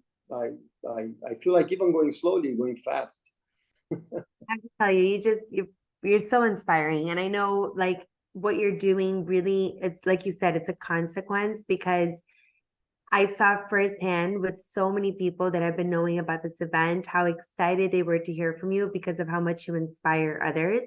And I think this sharing of your, let's say, private information, right, such as where you're getting your stones from, things that people would not share in this industry, I see that something that's needed in the industry, because the more we share with each other of what works and what works well, the more we can all move toward what we want the future to be, right? So you're definitely a leader doing that, and I admire you so much for that, and it's incredible, really.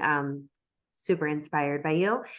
And I do have to ask you, so I could talk to you honestly for hours, but I do want to ask you two more questions. One is something that I think a lot of entrepreneurs and C-suites watching this will want to know. And the second one will be, we'll get there. So the first question that I have to finish this off is, how is it? So you mentioned your wife and you talk about her so beautifully, but you do work together. So I know there's a lot of partners, husband and wives, that are working together, trying to start a business or have built businesses. What's your secret to a successful working relationship with a spouse?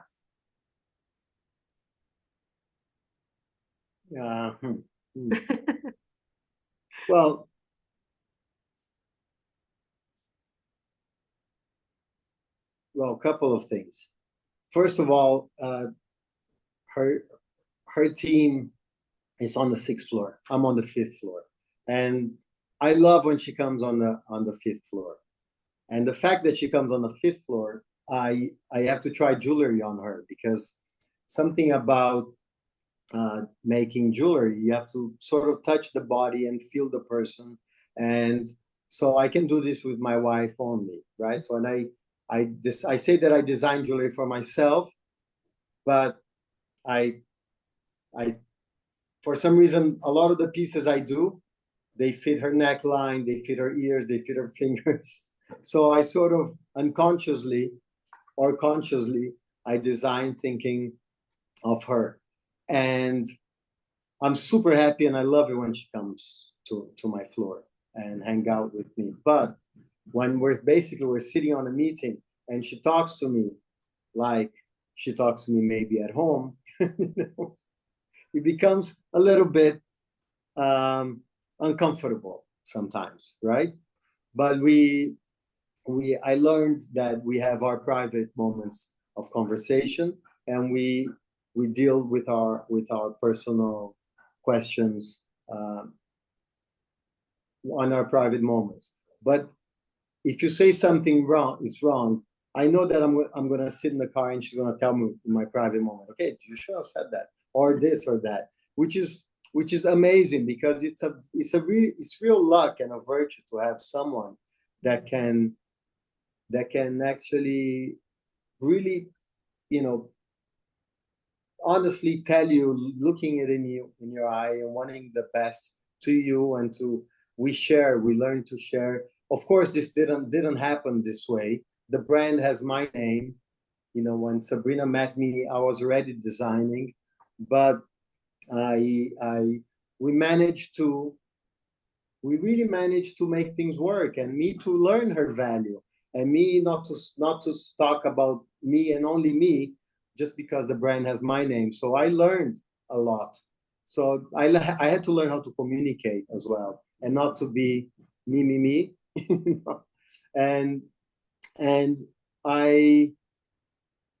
And she's so good in what she does. And the reason I think it works so well is because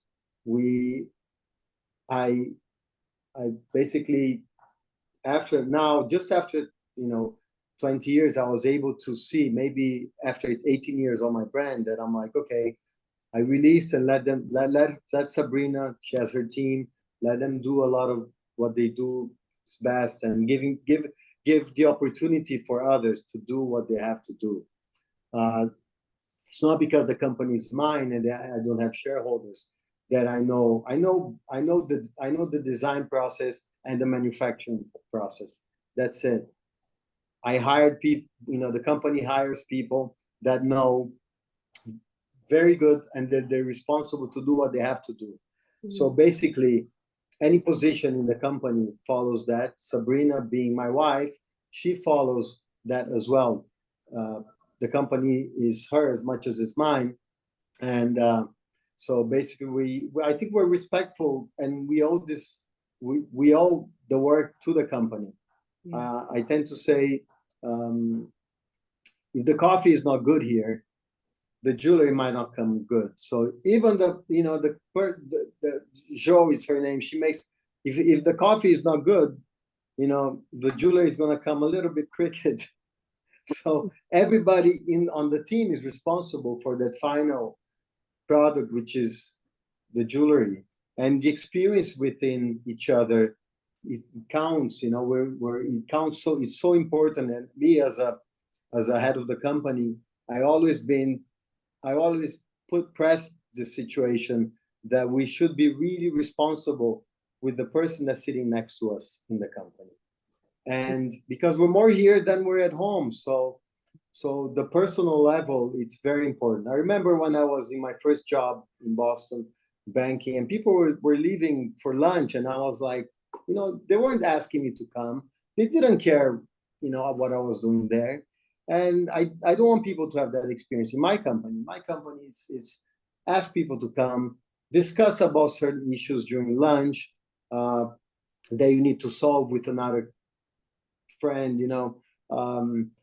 So I think this is, I think communication is super important within, you know, the levels of the company. So going back to, I think between husband and wife, communication is super important.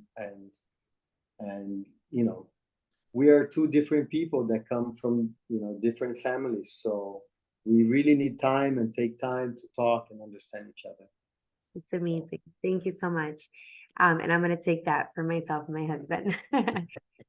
So the last question that I have is, what's next for Áwet Vartanian? What do you have coming up? That's something exciting, or what you're looking for the future in terms of what you're doing? I was super happy going to our country, our mountain house in an amazing Mananquil mountains. Well, we're doing a project of reforestation, and during the pandemic, you know, we were spending a lot of time there. So I could see myself just walking on the forest and finding a piece of wood and making a wood shop and working the wood. I'm like, oh, maybe instead of working with the media of gold and diamonds, I can work with wood. You can find in the forest, and it's a lot less, it's very organic. And so I was really happy doing that. And then something came up, and I opened a shop in Bal Harbour in Miami. And then I'm like, okay, I was 46, 47 years old at the time. And I'm like, okay, let me sort of tap in the US. I'm going to show my work in the US in a little bit stronger, opening a flagship shop. So I don't know what can happen, you know. Maybe this US market is going to make me work a lot. You know, maybe I'm curious to see, because a lot of things also that I find is very beautiful in businesses. I do this with myself a lot, you know, because since I don't design collections, I'm curious to see what's the next big thing that's going to come up. So I'm always trying to do different things, and boom, all of a sudden something beautiful comes up. Life has been good. I work for it. So I don't know what the US market can do, you know, so I'm curious but as long as the pillars are really strong and good, what you're going for, the result cannot be negative. Well, I have an inner difficult. Of course, you will be difficult because you know you have sun, you have snow, you have snowstorms, but you know you have to keep standing up and looking up and strong, and doing what you love. I love what I do, so I was too young to be on the woods, you know. So I said, you know, I can delay 10 years the process. I'm happy to learn from the US market now, you know, what it's going to show me. Yeah, well, like they say, if you're doing what you love, it's like you're never working a day in your life, right? And yes. I have this inner intuition gut telling me that after people hear this conversation, if they didn't already know how inspiring you are, they are going to find out now.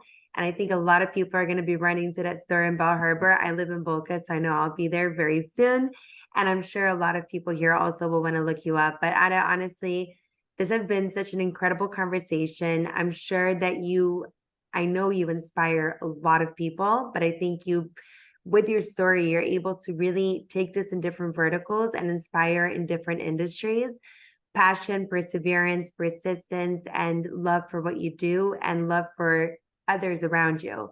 And that's really what makes you and what makes your brand the success that it's gotten to be for 20 years now, which is amazing. So I'm so happy to have been able to speak with you. Thank you so much for being with us at the Worldwide Talks. And I can't wait to continue to follow your journey and continue the conversation with you. Thank you so much. No, amazing. Thank you so much for you and your team and all the viewers to this amazing place that opens these beautiful discussions. Thank you so much. Of course. Thank you. Thank you, everyone. Thank you.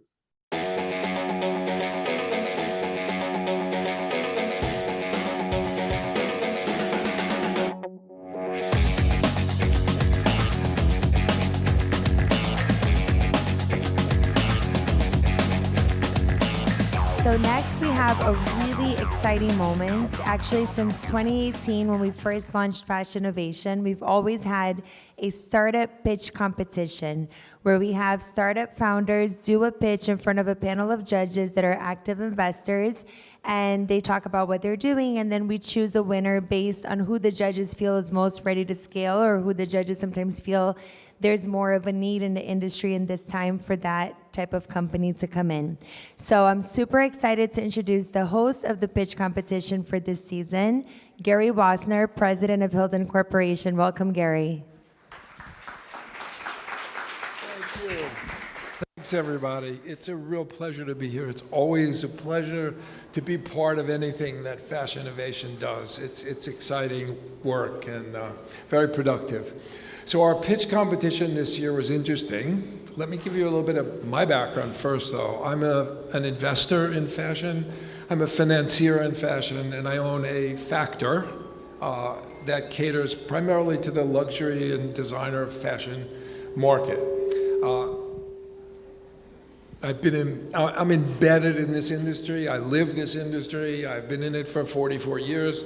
My entire family supports it and is part of it as well, my 3 sons, etc. So it's exciting for me to see these pitches and to see new innovative products from entrepreneurs. I mean, that's what our economy is all about. That's what the fashion industry is all about.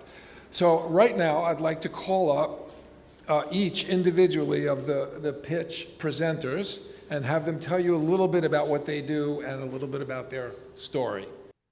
Hi, everyone. We are so excited to be here today, going on to our 9th edition of the Worldwide Talks with this incredible part of our day that everyone always looks forward to, because at Fashinnovation, one of our key pillars is entrepreneurship. And so I really feel like this is such a special moment that we've had since 2018, and just, always trying to continue to uplift companies, startup brands and founders and companies that have that great thing that they're doing and need a chance to scale or deserve a chance to scale their business. And I couldn't do this without amazing supporters that I have with me today that I've had in the past at Fashinnovation events and have become friends and colleagues of mine now. And I'm just so honored to have these 3 incredible individuals with me. So I want to first introduce Gary Wasner, who's the president of Hilton Corporation in New York City. Thank you so much, Gary, for being here with us again. And then I'd also like to welcome Veronica Chow, who's also been with us in the past, and she's the director of Novel Fashion Investments. Thank you so much for being here, Veronica. And last but definitely not least, we have David Meltzer, who we've had with us actually since 2018, our very first event, hosting the pitch competition. And he's an entrepreneur, executive producer, TV host, and investor. So thank you all so much for being here today. And I'm really excited about this pitch competition this season, I should say, because it's all female founders. And so that makes me super happy. And we're going to start off by hearing one of the pitches by Sana Rahim, who's the founder and CEO of Sun. Welcome, Sana. Hi, everyone. How are you? So excited to meet you all and get started and talk about the concept I'm working on. Before we get started, I'd love to tell you about myself and my background. My background over the course of the past 6 years has been an operator at a high growth startup called The Farmer's Dog. My past life has always been around operating and figuring out how to build businesses and solve problems. I was one of the first employees there when we just had a great idea and a few customers. Fast forward 6 years, we are a multi-billion-dollar company, 600 plus employees. More than anything, I'm most proud of creating a business that has solved a problem for people and been meaningful in so many different ways. One thing I learned is that whenever you're building a business, you just have to be all in, and you have to feel super passionate about the problem you're solving, because there's so much that goes into working through the highs and lows of creating a new brand. So I'm going to get started and tell you about the company that I have started, which is called San. San means place of gathering. It is a fashion and lifestyle brand for the modern modest woman. What does that mean? You're probably thinking, what's a modern modest woman? So one thing for me is I have grown up as a Muslim woman. And for me, it has been really challenging growing up in the States to find really chic fashion that meets the needs of modest wear. So when I say modest wear, like sleeves that cover my shoulders or below the knee, that doesn't look like a tablecloth, has been extremely challenging for me to find, where I would always have to find different clothing internationally or go to multiple websites to try and find fashion that was more fashion forward, but still chic and met the needs of my value system. And I kept hearing this from my friends, from my family, like, why is it so hard to find clothing that is a bit more modest, but still fashion forward? When I looked into the market in itself, this is what I would find. I'd find very fast fashion. So you'd find like the ASOS, Modernistas, the Sheins of the world, of low cost, non-sustainable, fast fashion, not fashion forward, hyper conservative, are really high-end fashion that was so unattainable for so many people in a variety of different ways. I was finding myself having to shop between 6 to 8 different retailers and having to go on Moda or Net-a-Porter and a variety of different shops to just figure out how could I find clothing that really met my needs. Then I started thinking, okay, there aren't that many brands out there. I'm spending a lot of time trying to solve this problem for myself. People are asking me, where do I shop? Where do I find clothing like this? I started looking into the market. The market is massively growing. It's 277 billion worldwide. In the US, it's 40 billion, and it's rapidly growing. It's primarily growing due to the growth in the Muslim population, which is going to be like over 30% of the world's population by 2050. Heavily Gen Z, millennial, proud of their heritage, proud of their culture, but very misunderstood in the fashion world of what type of clothing this type of modern, modest woman is looking for. I looked into the market and I tried to see, okay, well, what's my competition out there? I found that there was the luxury side, the Dolce & Gabbanas, Gucci, Zimmermans of the world, where they did a really good job with this, but it was so unattainable from a price point perspective. I found that there was a very low end quadrant, like I spoke about. And then I found that there was a very hyper conservative quadrant where it was geared towards the modest modern woman, but it was very conservative, mid-level, and not great fashion sense. Introducing San and why I decided to create it. So you can see this quote here, no longer dismissed as the dowdy domain of religious folks. It's a multi-billion-dollar industry driven by young and cosmopolitan consumer who demands coverage in accordance with her faith and refuses to skimp on style. And this is how I came up with San. So San is a fashion and lifestyle brand for the modern modest woman. It's clothing, community, and content. I found that I just couldn't find the fashion out there in the level of $400 to $800 for 35-plus-year-old women, met for a diverse set of customers, and for coastal kind of wealthy suburbians that were looking for, modest, very chic fashion. What I believe to be doing with San is to create a brand that focuses on party and on resort wear, because I found that this was the greatest area of opportunity. I've already gathered and created partnerships with Netta and Moda Operandi and some upper echelon consumers, where we're going to be building a brand that is more fashion forward in these two categories, and going to be building something that feels super relatable and representative of the modern modest woman. I myself am an operator by trade. I also have an incredible creative director, Henriette Ernst, who has been leading design teams at Celine, Jill Sonder, Dries Van Noten, and she really brings this incredible experience of heavy fashion into the world of how can we do this for the modern consumer. I plan to do a beautiful brand that can potentially be exited down with an M&A and minority or majority stake. You can see some companies here as an example that I aim to kind of strive to look towards and believe that this brand can be. I do believe that this can be the next Tory Burch of our generation and be something that customers feel really proud of and are super happy to wear. I'm raising a seed round. Sana, we're at 5 minutes. I'm so sorry. Yeah, all good. We're all set. This is the end. Okay. Right. But no, that was an incredible presentation. And yeah, at the end, we'll come back with questions. But thank you so much for presenting to us. Thank you. Of course. So next we have up Erica Blakely, the founder and CEO of Blakely Bespoke. Welcome, Erica. Hi there. Thank you so much. Thank you for allowing me here. My name is Erica Blakely.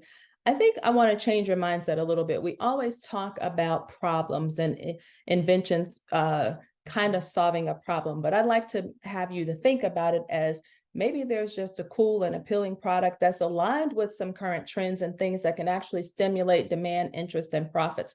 That's what we do.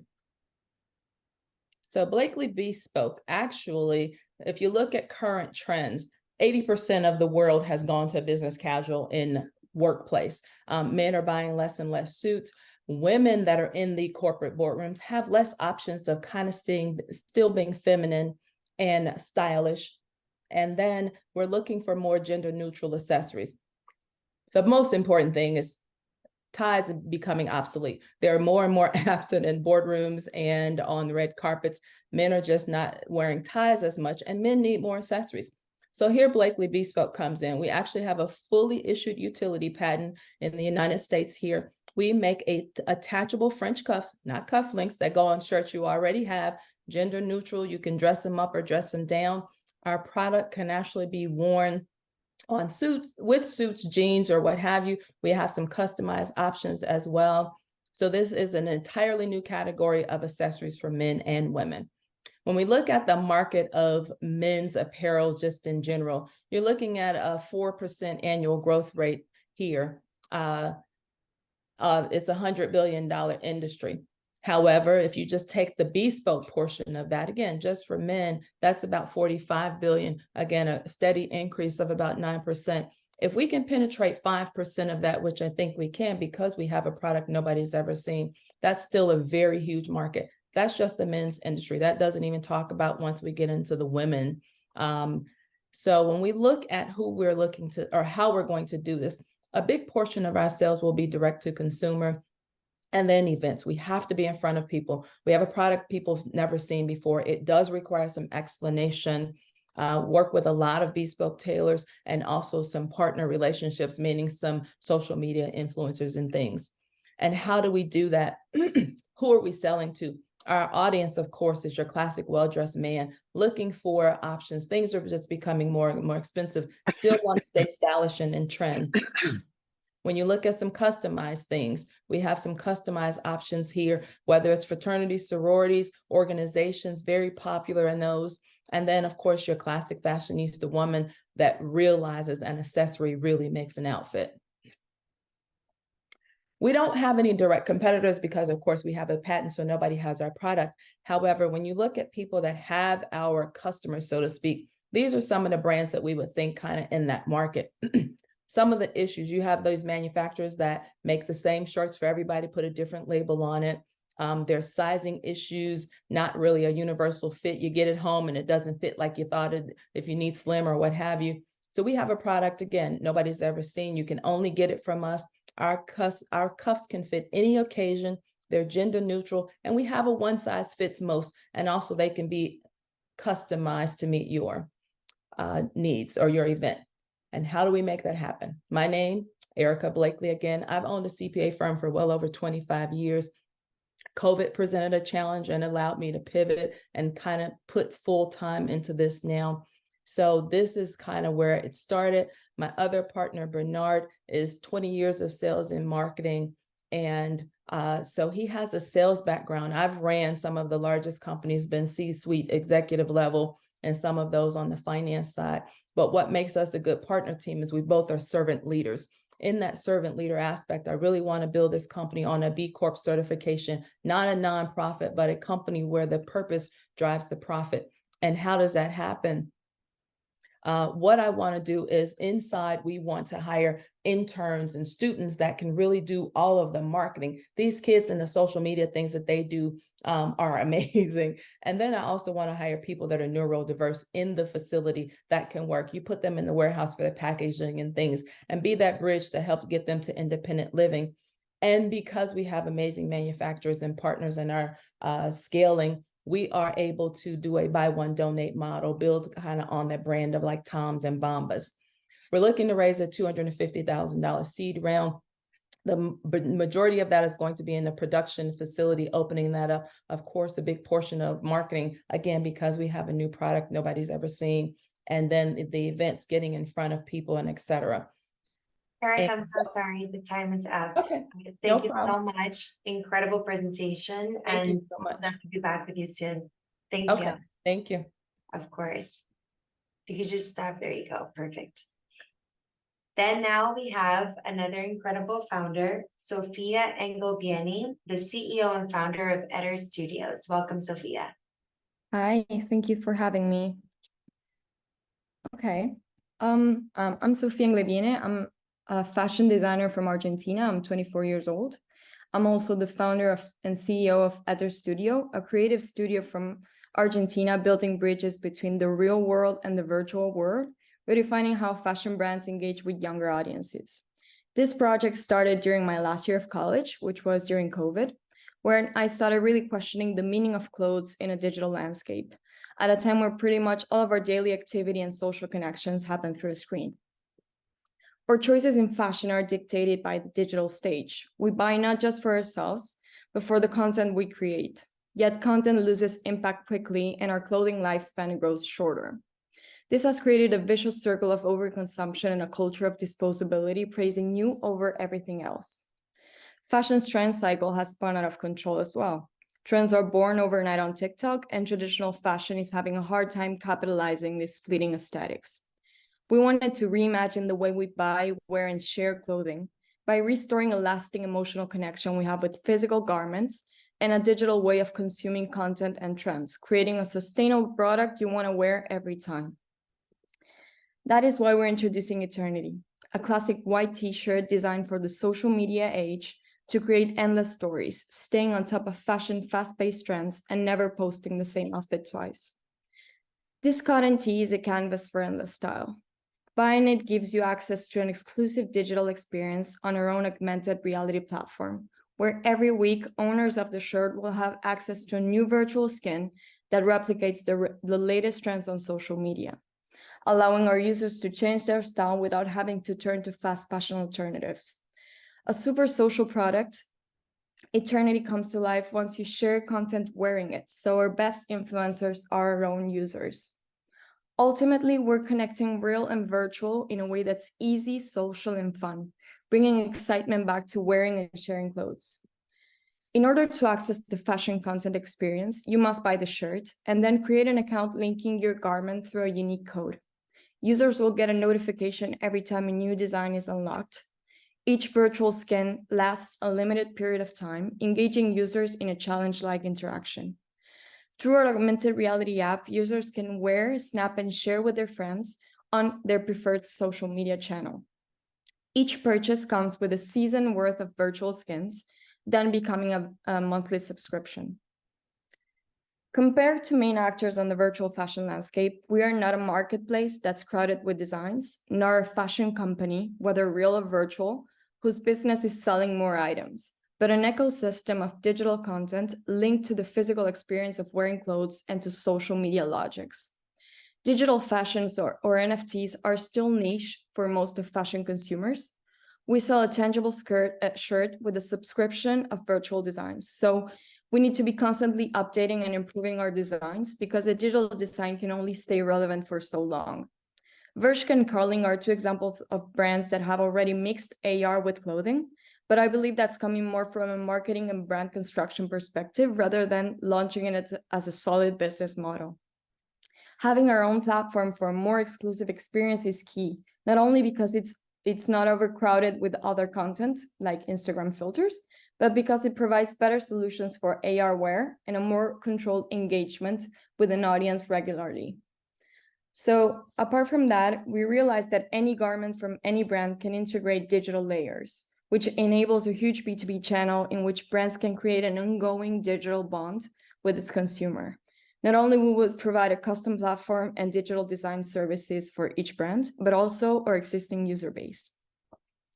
So our roadmap from now on is launching our first Eternity edition, which will be on November 1st, then growing our production and our B2B capacity during 2024. Thank you. Thank you very much, Sophia. That was a great presentation. Look forward to seeing the questions after, so thank you.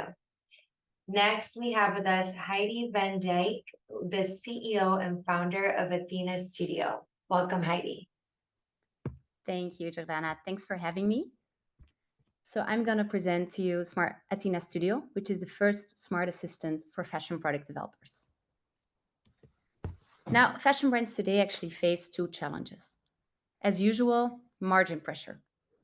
But on top of that, mounting pressure to report on and reduce their environmental footprints. Now, interestingly enough, both margins and footprints are predominantly determined during the fashion design stage, talking about trim choices, fabric choices, supplier choices. And yet, fashion product development remains largely gut feeling based, leaving money and ecological impact improvement on the table. Now, it's not that simple. There's a couple of challenges linked to early product optimization. So first of all, fashion product developers usually don't learn about the sustainability impact of their design choices during their formation. Secondly, to optimize for multiple dimensions, profitability, water, climate, you need dedicated tools, and they're currently not in place. And finally, during collection development, you have a lot of unknowns. Data, cost data, supply chain data that you need to account for. So that seems like a lot of trouble. What's at risk? So due to regulations in the coming years, fashion brands will have to report on their environmental impact like they do on their financials. So this is an opportunity for the brands that are in control of their footprint. This is a threat for brands that are reactive rather than proactive. So product development needs to become more data-driven, and that's where Athena Studio comes in. Athena Studio is the first smart assistant for fashion product teams. But what does that mean? How does that work? So first of all, we have two proprietary algorithms, Persinity and Ecometric, that analyze each design created and that calculate the profitability and the environmental impact of that design. Our platform then generates instant design recommendations to optimize for both dimensions.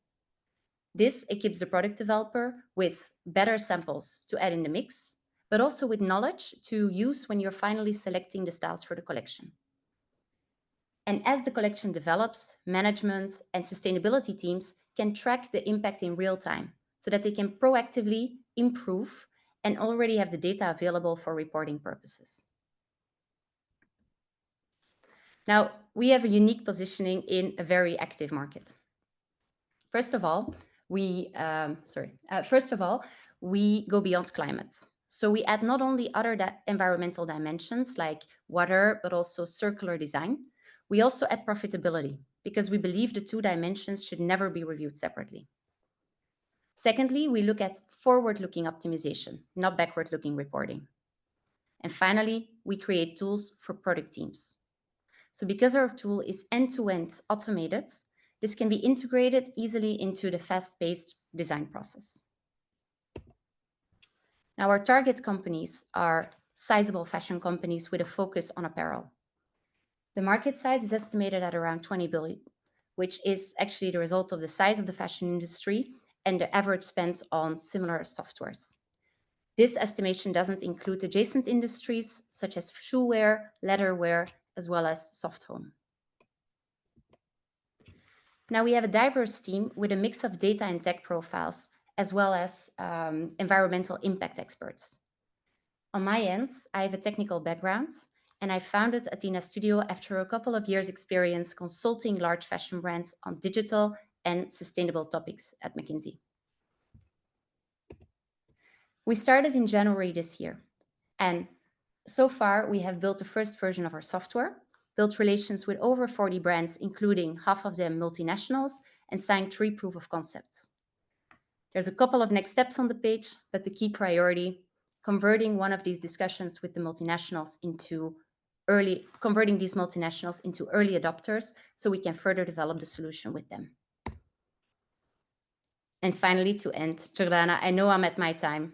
There's a final, there's a final message I want to give to you, because currently the fashion industry is very focused on data collection, but we see data collection as the first step of the transformation.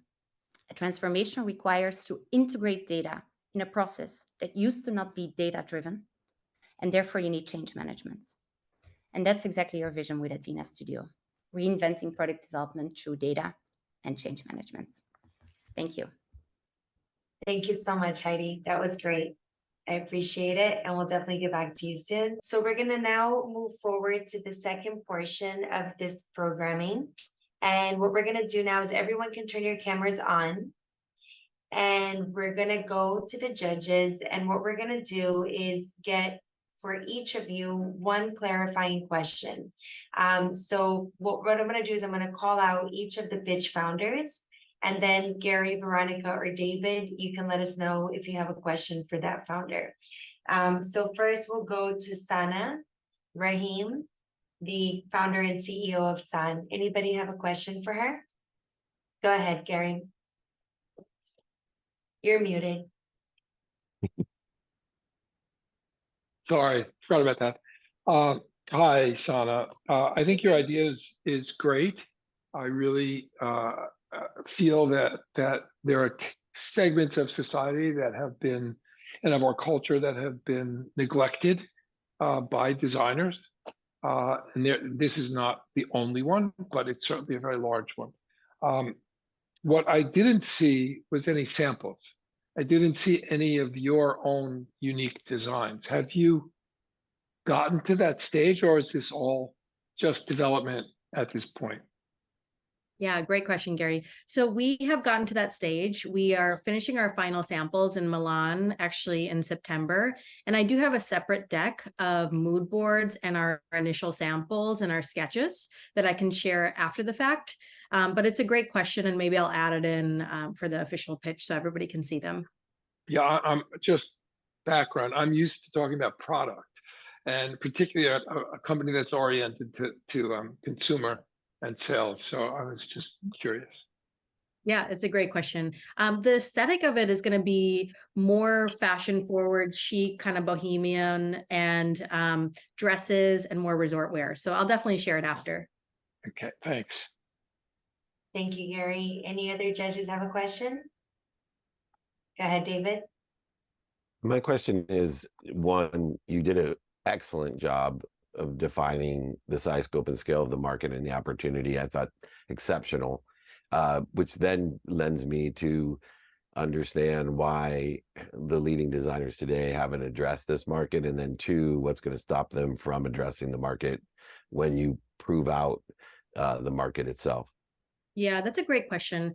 What I have found is that higher end companies have seen the growth in this category. Like the UAE is the top selling category and area for many of the luxury brands.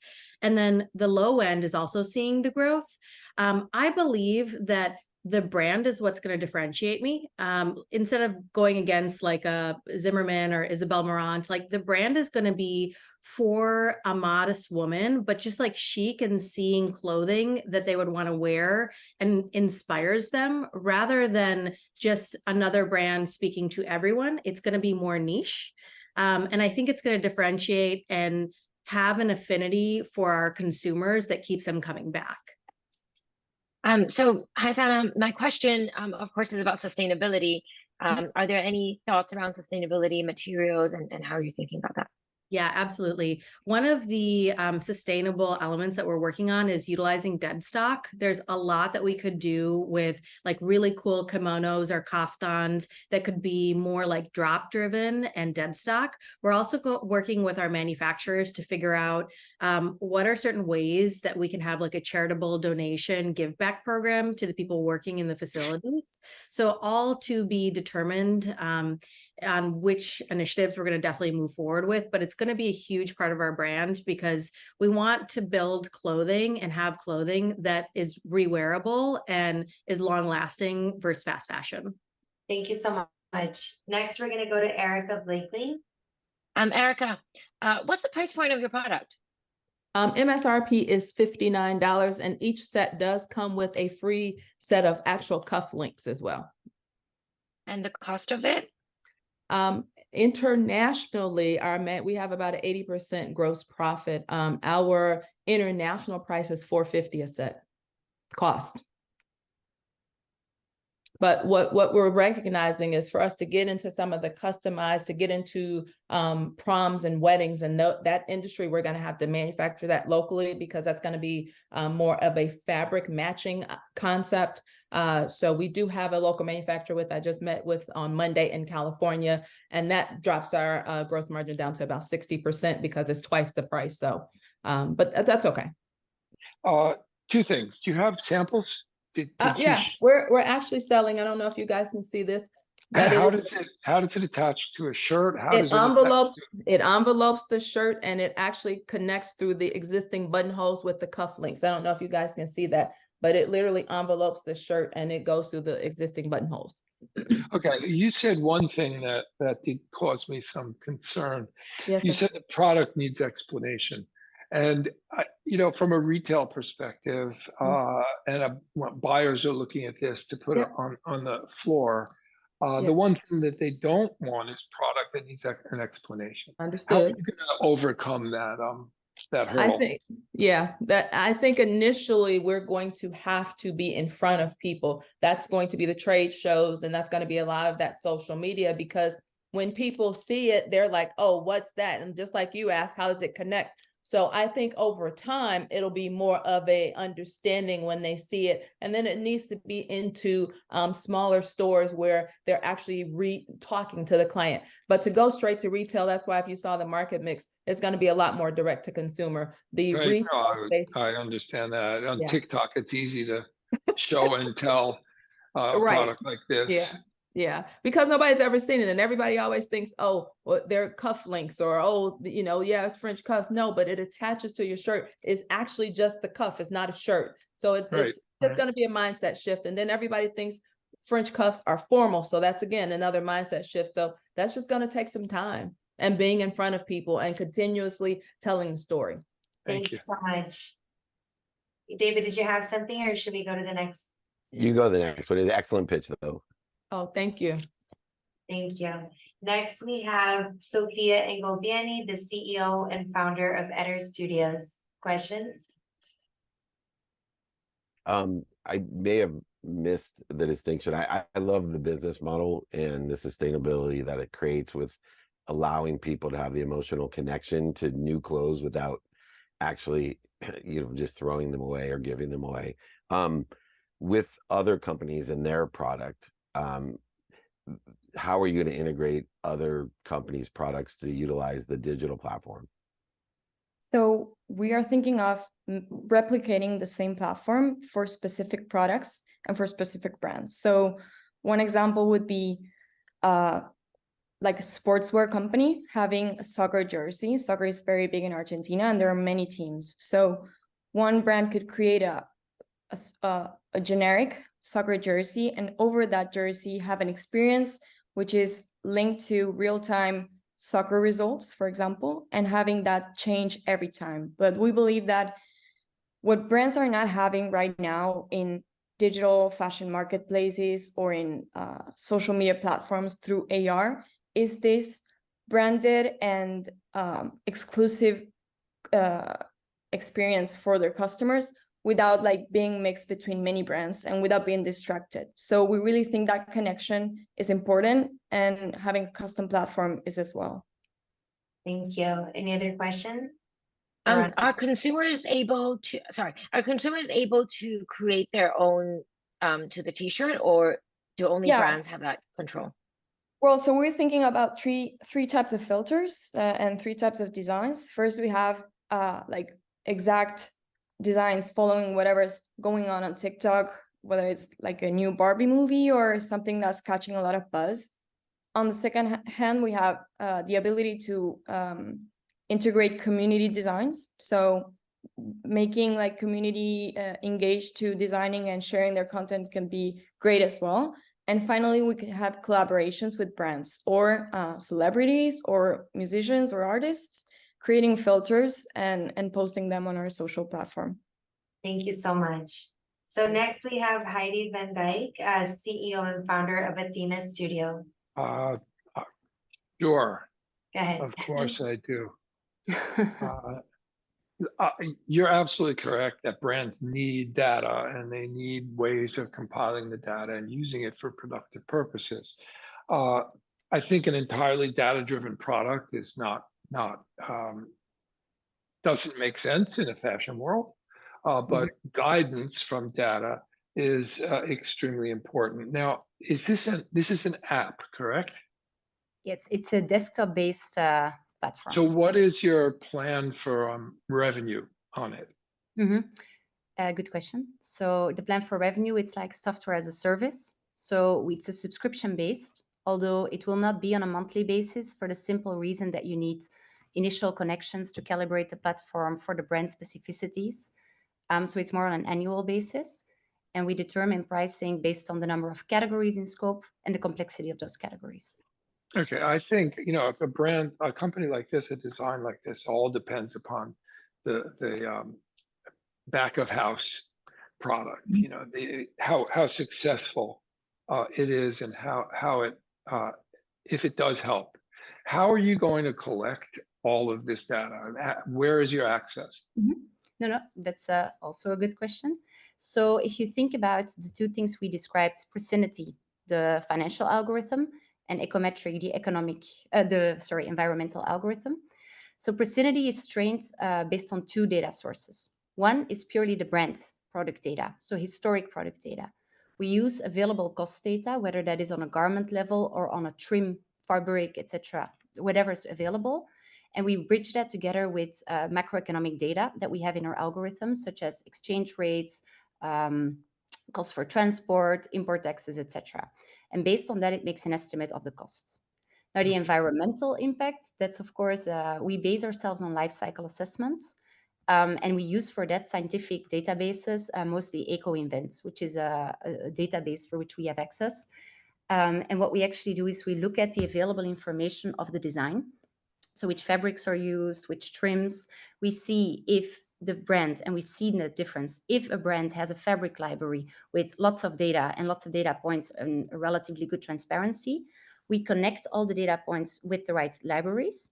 If there's data gaps, we use heuristics to fill the gaps to actually come up with a relatively good estimate of the impact. Are you incorporating any AI into the development of this? Because the intuitive aspect here is going to be very important. So I think for that one, it's not on the ones that I just described. It's mostly on the recommendation engine, because you actually are going to look for, if the product developer, for example, used a silky fabric, we are only going to test other silky fabrics. So not necessarily if it's viscose, only viscose. We will look at other materials, but we will look at the same similar styles. And for that, we use AI, because you cannot, there's just... I also think the product would benefit from learning itself. Yeah. And without AI, it doesn't learn. Yes, because in our features, you can actually, the product developer can heart or dislike recommendations, and that is taken into account to further train the algorithm. Thank you. So far, what's the process of onboarding designers and product developers to get them knowledgeable on how to use it and to keep them using it? Yes, good question. So first thing I just want to highlight, so because also the fact Gary mentioned it earlier, like not everything should be data driven. We make a clear distinction between designers and product developers. So the starting point is still, I'm gonna say, human, whether or not helped with generative AI, that we don't do, but that's the starting point. And we really help with executing a sketch. Like, how do you get from the sketch to the best version of it? How do we work with product developers? So first of all, we built a solution that is now together with product developers in focus groups to make sure it's something they want to use. And how do we onboard? It goes in small steps. So currently with our proof of concepts, we don't have fully fledged integrations with our systems yet. We work through weekly uploads. And that is actually something we, that's the way that it works. So they just using the template that they currently have. So we didn't ask them to change. We adapted us, they can upload, and then they get the results, and we do feedback sessions with them. And so far, the results have been really good because there is actually quite a few, like a lot of young people, especially product developers, are really, they care a lot also about sustainability, but they just don't have the tools to do it. Okay, so now we have Atalia Monet, founder of Pouches by Alata. Go ahead. Thank you, Jordana. So Pouches by Alata was launched, well, I recently launched Pouches by Alata using my turnkey product, which is a hairbrush pouch I created and designed out of a need. In the past, I used to wrap my hairbrush or comb in a paper towel to prevent hair products or stray hairs from transferring from the hairbrush onto the interior of my purse. And that paper towel wasn't cute or effective at all. One day it unraveled, causing the hair product to transfer onto an envelope, which was inside my purse. So I started searching for a hairbrush pouch or a case, and I couldn't find one. Locally, I did an internet search, a thorough internet search, and I couldn't find one. So around 2 or 3 a.m. in the morning, I got excited because I felt like maybe this would be a business opportunity. If I can't find this product, then I'll design and create my own. And that's what I did. This product serves a purpose. It serves a couple of purposes. One of them, like I said, it protects the interior of travel luggage from hair products, stray hairs transferring onto the inside of your travel luggage, your purses, your gym bags. But it also protects your brush from dirt and debris, which will be unhealthy for your hair. The business, sorry, Jordana. The business, the beauty business industry is extremely large. So far, in the year of 2023, there's been a 10% growth. And overall, globally, the beauty industry currently is worth over $500 billion. I would like for Pouches by Alata to have longevity in the beauty market. I would like to continue to provide sustainable products for my target audience. And my plan to do that is to add more selections for my hairbrush pouch, more colors, more prints, but also I would like to add more and different products for traveling needs. When I started this journey, I limited myself initially to women only. And then after a while, I had to make a pivot because I felt like not enough people knew about this really great product. And I wanted to get this product in the hands of people who needed this product, but wasn't aware that they needed it. So I started like sitting, thinking by myself, just trying to figure out what can I do differently? What can I do better to market this product and to get this product out there? And what I found was this product goes beyond just women who carry a hairbrush or pouch within, a hairbrush or comb within their purse. There's pregnant women. When we go to the hospital to give birth, we take up our pre-packed hospital bag. In that pre-packed hospital bag, we carry our grooming products, which includes either a hairbrush or a comb. military staff, barbers, beauticians, pilots, flight attendants, college students who live away on the dorm. They have their grooming products. So as I started to broaden my target audience, that's when the sales started to increase. Not drastically, but there was an increase, a difference. Children also as well. Children have found our product helpful, and so has men. And when men started to show interest in my product, that encouraged me to add a unisex print, which is this black print with the white accent. This red with the houndstooth print is for women. It's feminine. It's actually for anyone, but I had women in mind. What I would like to do is add more prints, add more colors, add different products for traveling needs. I would like to grow the Alata brand and get this product into the hands of more of my target audience. My name is Athalia, and I'm the founder of Pouches by Alata. Thank you all so much. So this has been incredible. I want to thank everybody for participating, the judges, the pitch founders. We're going to be announcing at the end of the day today, the end of this event, the winner, but I don't like that word. I always say this, I don't like it because you're all winners for having started a company, but really who the judges feel is most ready to scale at this time based on industry needs globally. So thank you all so much again for being here. It's been a pleasure, and I cannot wait to continue the conversation with all of you. Thank you, everybody. Thank you all. Have a great one. Thanks. Thank you. So I hope all of you here can understand how difficult this decision was for the judges. These are 5 very different companies, different entrepreneurs, different products, and we really had a hard time. But we had to make a decision, and the winner of the pitch competition is Sana.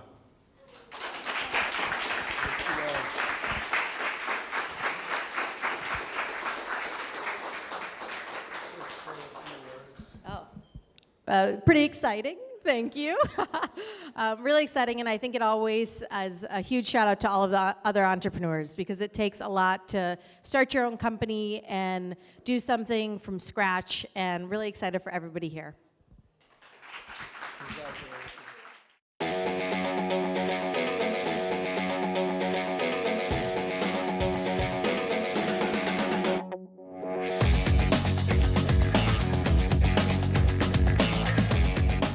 Thank you, Jordana and Fashinnovation. It is great to be part of such a wonderful event. I'm the marketing director at Lectra, and I want to welcome you to our Lectra Innovation Center. For those of you that do not know Lectra, Lectra is behind the label, serving about 90% of the labels many of you're probably wearing today. We offer a unique combination of software, connected equipment, and services. The fashion market today has 3 main requirements: to accelerate digital transformation of the supply chain, to create the best products while minimizing risk, and to respond to new environmental expectations. Lectra supports all 3 of these by producing fully connected solutions to make you more sustainable, profitable, and efficient, which aligned with what Kenneth Cole had mentioned this morning. To be a brand that is more sustainable, agile, and profitable makes you more relevant and is super important. Lectra is committed to innovation and being socially responsible. All of our solutions have this as our core value. We are constantly adding new features to our PLM, 2D, and 3D CAD to aid in seamless development where data stays in one system and can transfer to anyone in your supply chain. We're also adding new technology like our automated benchmarking powered by AI. This allows you to better manage your assortment, inventory, and pricing. We recently acquired Textile Genesis, which is a traceability platform that even further aligned with our mission for a more sustainable and responsible fashion industry. We continually add to our connected equipment as well to contribute to a more agile, on-demand approach to production, which also helps with nearshoring and reshoring, which is super important for today's supply chain. With Fashion on Demand by Lectra, a complete solution from ordering to cutting, you can focus on taking orders and producing them more timely. We support brands from initial startup to enterprise companies, and we don't stop there. We invest a lot in our people and R&D so we continue to produce products the industry needs. We thank you for being here with us, and if you're interested in learning more about Lectra, you're welcome back to our Innovation Center in November for our annual ideation event. I strongly encourage you to do so. Thank you. Fashinnovation is a global platform that connects voices from the fashion and innovation ecosystems.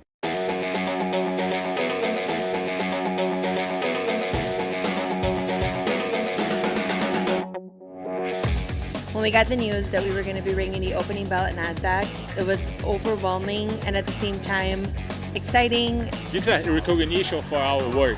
Please direct your attention toward the video wall for a brief introduction to some of the innovative companies who call NASDAQ home. Since its founding, Fashinnovation has hosted over 650 of fashion's leading innovators to audiences representing 180 countries. Fashinnovation is community.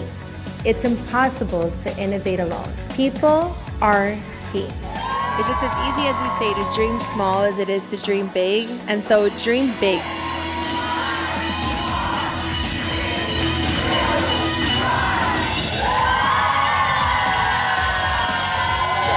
Fashinnovation, a platform connecting fashion and entrepreneurs.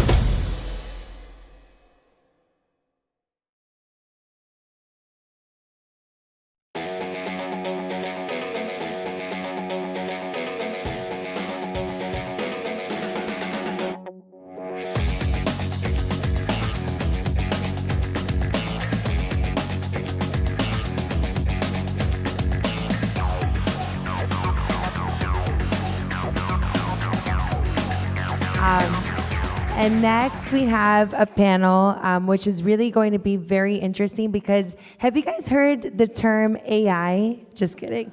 We've all heard it like 1,000 times. This has been like the talk of the industry in so many different ways and in so many different facets. And so now we're bringing an incredible panel that's going to tell you all about AI. So the title is Fashion is Retail, Generative, and Internal AI, and it's being led by Marie Driscoll, founder of Driscoll Advisors and professor for Parsons The New School. Welcome, Marie.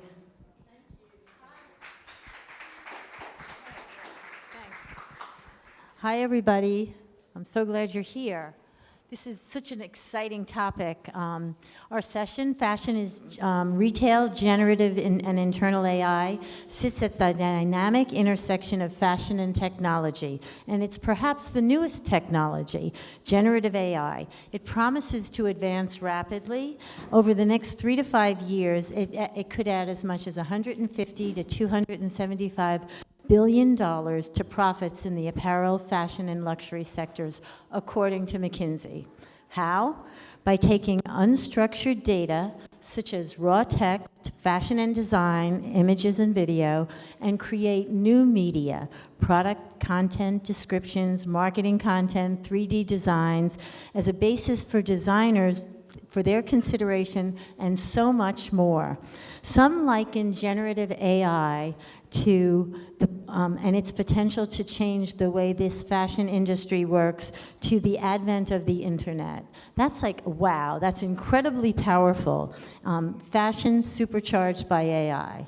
So here today, joining me to discuss this really exciting topic are Lori Schaefer, CEO, Digital Wave Technology, Chandra Subramanian, CEO, ORS Group, and Sean Snyder, President, Engagement Agents. We're here to take the mystery out of AI, right? We want to provide insights into how AI can be used to enhance the fashion industry. So let's start with brief intros, okay? Lori, you first. Hi, my name is Lori Schaefer. I'm CEO of Digital Wave Technology. And what we focus on is really, Marie said it best, we make marketing easier for brands. And specifically, what we focus on is everything about the product experience. It's bringing the product to life through digital content, omni-channel. So we work with retailers and we work with brands, fashion brands, companies, big companies like Tapestry and Neiman Marcus are our clients, and then we have a lot of smaller companies too that we work with. Modelux is a great example of a wholesaler, fashion, trend marketing, a number of others. And specifically, we focus on using AI to really help the designers and the content copywriters be able to use their brains to be more creative, and that let the generative AI piece help them along the way. And that's what we'll talk about today. Great. Chandra? Thanks, Lori. Chandra. Yeah, hi, hello everybody. Thank you for having me here. Appreciate your attention. My name is Chandra Subramanian, and I run a firm called Operational Research Systems. You all have heard about AI. I think it's in the news every single minute of the day. There's a lot of math behind it, and the mathematical models that actually drive those AI engines are built by my firm. So that's what we do for a living. We have delivered a few hundred use cases over the last couple of decades using different kinds of techniques for large global institutions like Luxottica, Bulgari, Geox, Benetton Group, in the fashion industry, but because we are a math and research shop, we do this cross-industry vertical, so we do a lot of work in the financial services industry, we do a lot of work in energy, we deal with use cases such as forecasting, optimization of inventory, sourcing, and production, scheduling, and so forth. We also do a lot of what I call front customer-facing AI, things like large language models for chatbots and pattern recognition, image recognition systems, and so forth. So that's the background of the firm. We are owned by a firm called Data Group. We got acquired last year. It's a global technology firm based out of Italy. I'm looking forward to the conversation today. Sean? Thank you. Yep. Hi, everyone. My name is Sean Snyder. I'm actually a former retailer turned retail tech solutions provider. So I have a company called Engagement Agents, and what our tech does in the simplest form is we make it super easy for retailers to engage their shopping centers, digital and physical retail media networks that they all pay significantly for daily as part of their lease agreements. Thanks, everyone. So AI, we're in the early stages. We're playing in a sandbox. This is a tool. We shouldn't get afraid by it. But I do want to point out, before I ask any questions, that Lori's ensemble is AI created, and it's very smart, and there's lots of different textures happening here, and I want one. Okay. On with the questions. All right. Lori, can you put AI, generative AI, in perspective for us? You've been deeply involved in retail tech for 20 or more years. How is AI different than all the technologies you've worked with before? Okay, loaded question. Can you hear me okay? Okay, so first of all, let me put it into plain English and not tech talk. So artificial intelligence has been around a very long time. and it mostly worked on what's called structured data. So think of an Excel spreadsheet. It was really good at figuring out the optimal price point of pricing for products or forecasts for demand. And now what's come out recently and what all the hype is about is what's called generative AI. And what generative AI does is it creates new content. And that content can be text, so it can create ad copy, it can write blogs, it can create product content on a website. That's text. It can create new images, new designs. So for example, the designer is going to create the initial design, but then you can decide what fabrics you want. You want to make sure it's sustainable, and you put in a prompt, and what's going to come out the other end is using your brain power, the generative AI is going to create a new design. And that could be an image, or it could be a sketch. Also, it can create videos.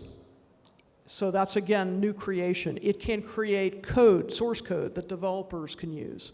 So generative AI is all about creating content, whereas the traditional AI is more for, using it to solve more mathematical, they're all mathematical, but it solves more traditional math problems.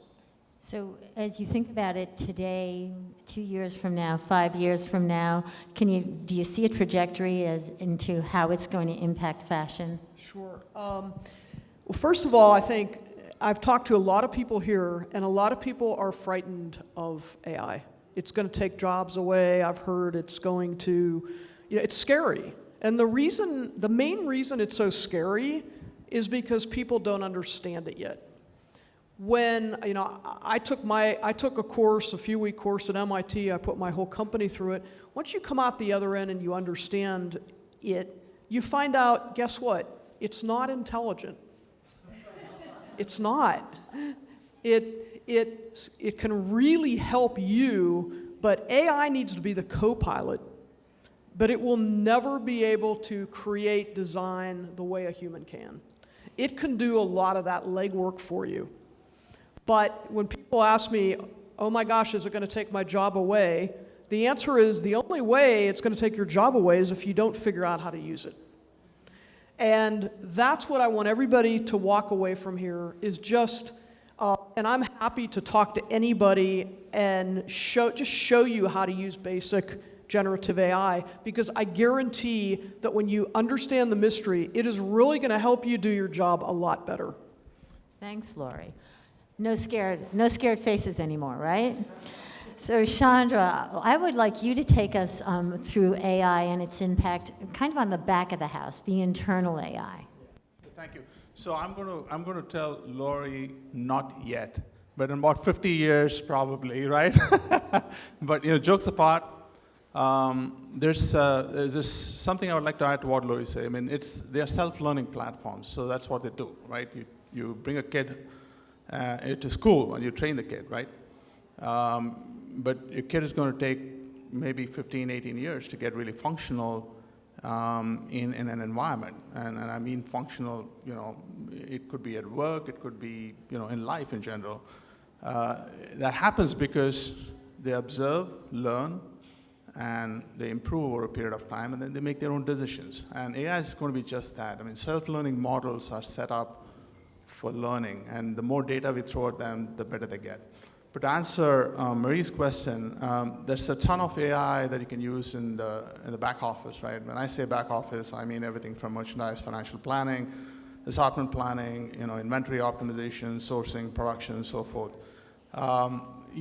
Most of you may have heard of decision bias. It's a real thing. If you get a merchandiser sitting in front of a screen making merchandising decisions, and they've done that for maybe 20, 25 years, there's a certain behavior they pick up, and there's a certain decision process they pick up, which becomes almost automatic. That's how our brains work. I mean, we're designed like that, unfortunately, right? So the problem with that is it worked maybe a decade back, but now it doesn't. It doesn't work because everything around you is changing at a really fast pace.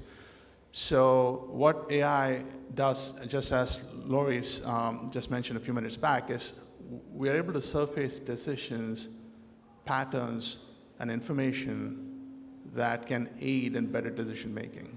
Take, for example, lead time forecasting. And we all knew this is an issue, right? I mean, going back 2 years, lead times went up 90 days, maybe even 120 days.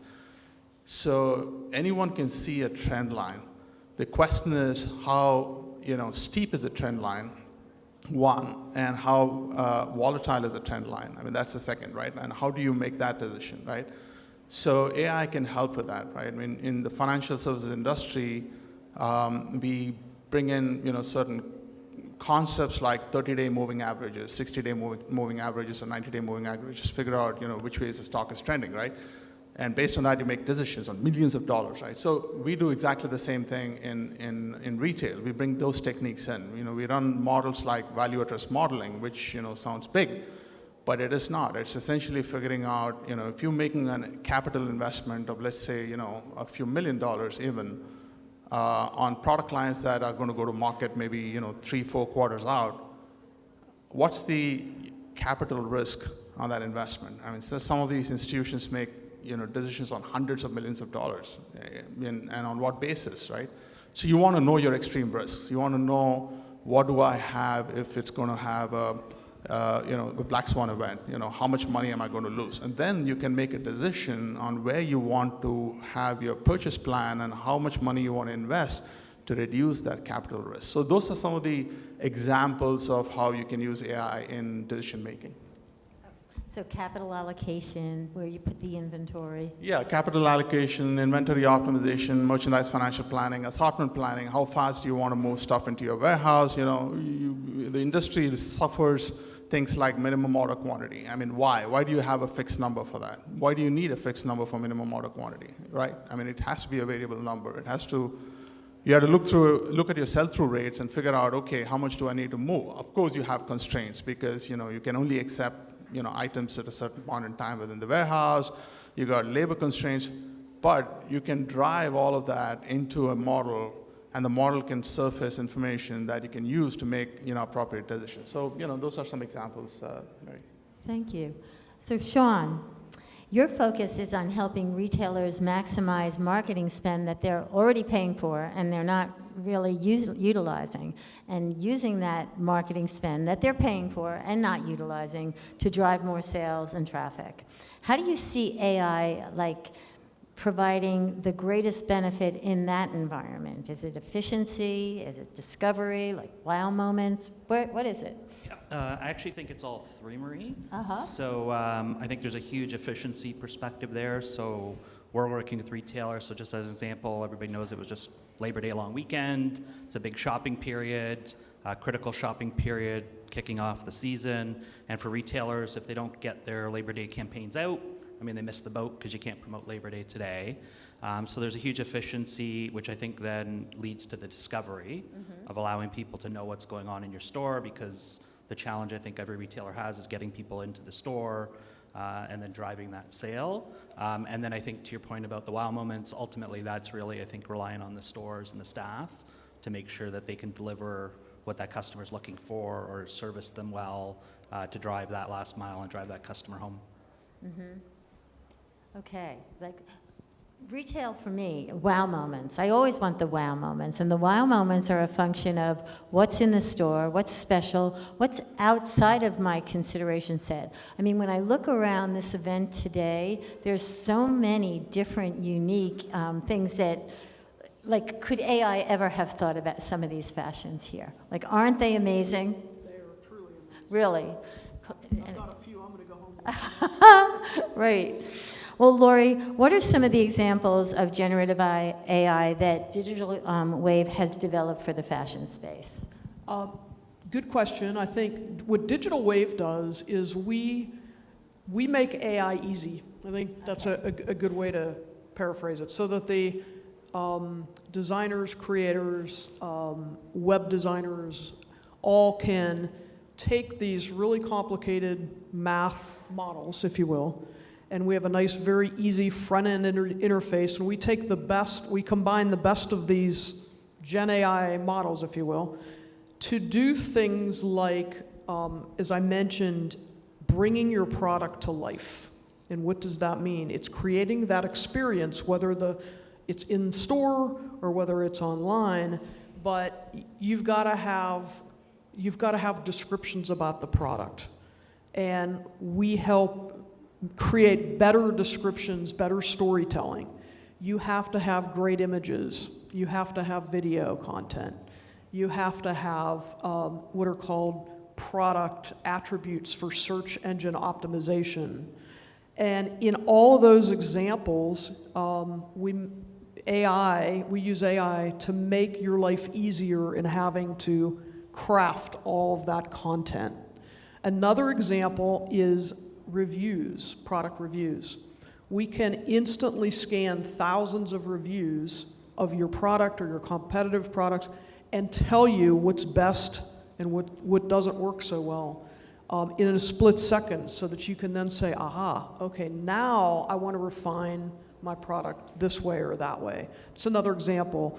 Another example we're doing for a large brand is so that they don't have to go out to as many photo studios as often.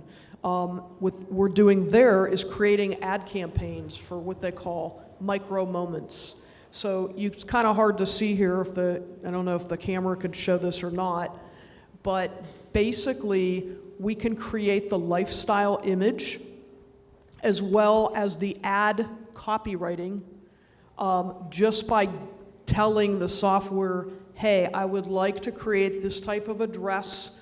Perhaps I would like to, petals are in fashion, and I would like to create this type of theme, and it will create any kind of ad copy. That's one. Here's for designing shoes. And all different things like that, again, we just help by bringing these things to life in an easy way where you just put in a few input values and it helps your human mind do better and use your imagination better by coming up with suggestions. And then, Chandra, based on some of the works that you're doing, can you look at that design and then say, this design is going to work for this brand in this location? Like, is AI doing that, like helping in terms of demand forecasting once you have that? Yeah, for sure we can. I mean, forecasting is a really hard topic, guys. So, we tend to kind of trivialize forecasting, in general, right? It's a really complicated topic. There's literally, millions of variables and data points that you need to take into account for forecasting.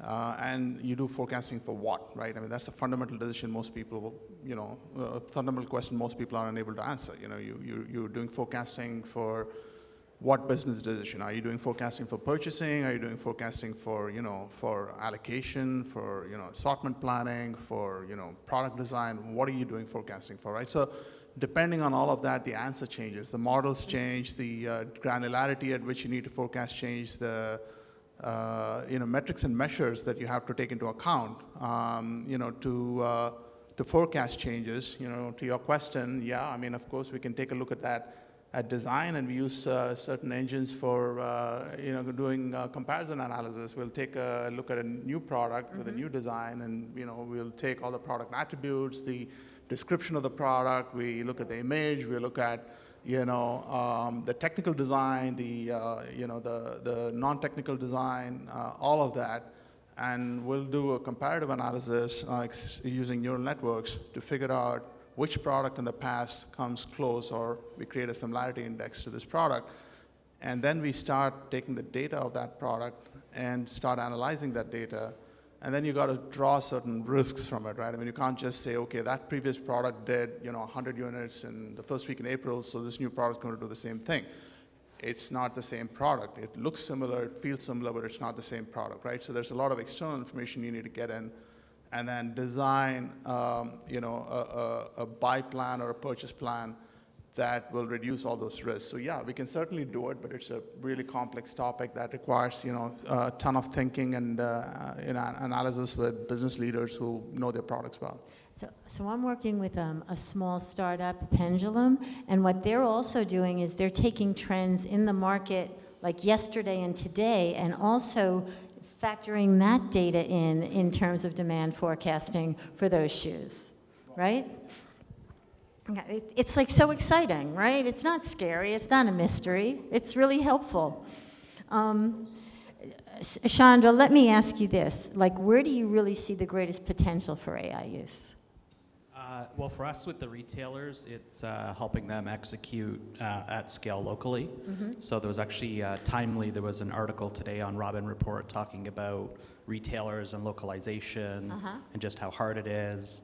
And it's part art, part science, or tech, if you will. Also, I think it's obviously 100% execution or engagement, because if you can't get that right, you're done. It's personalization, to your point. That's where it's heading.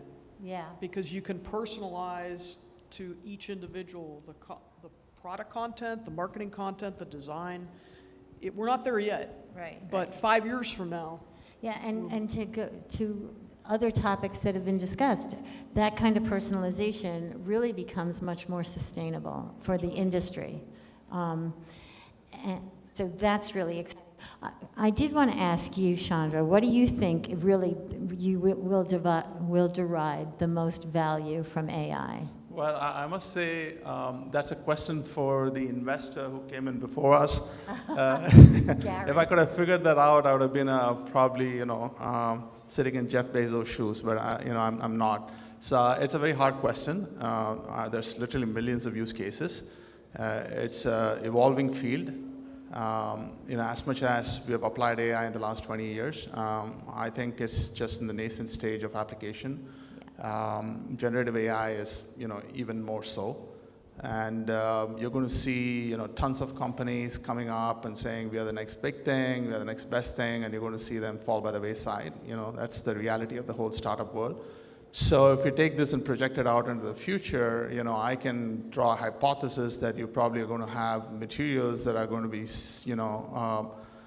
designed for an individual, for their skin type and their, personality and so forth, right? And then you can design clothes and, design, colors and shapes for a single individual and manufacture that for a single individual and deliver it to that single individual. I mean, I don't know how long in the future that's going to be, but certainly a startup founders, like Steve Jobs said, right?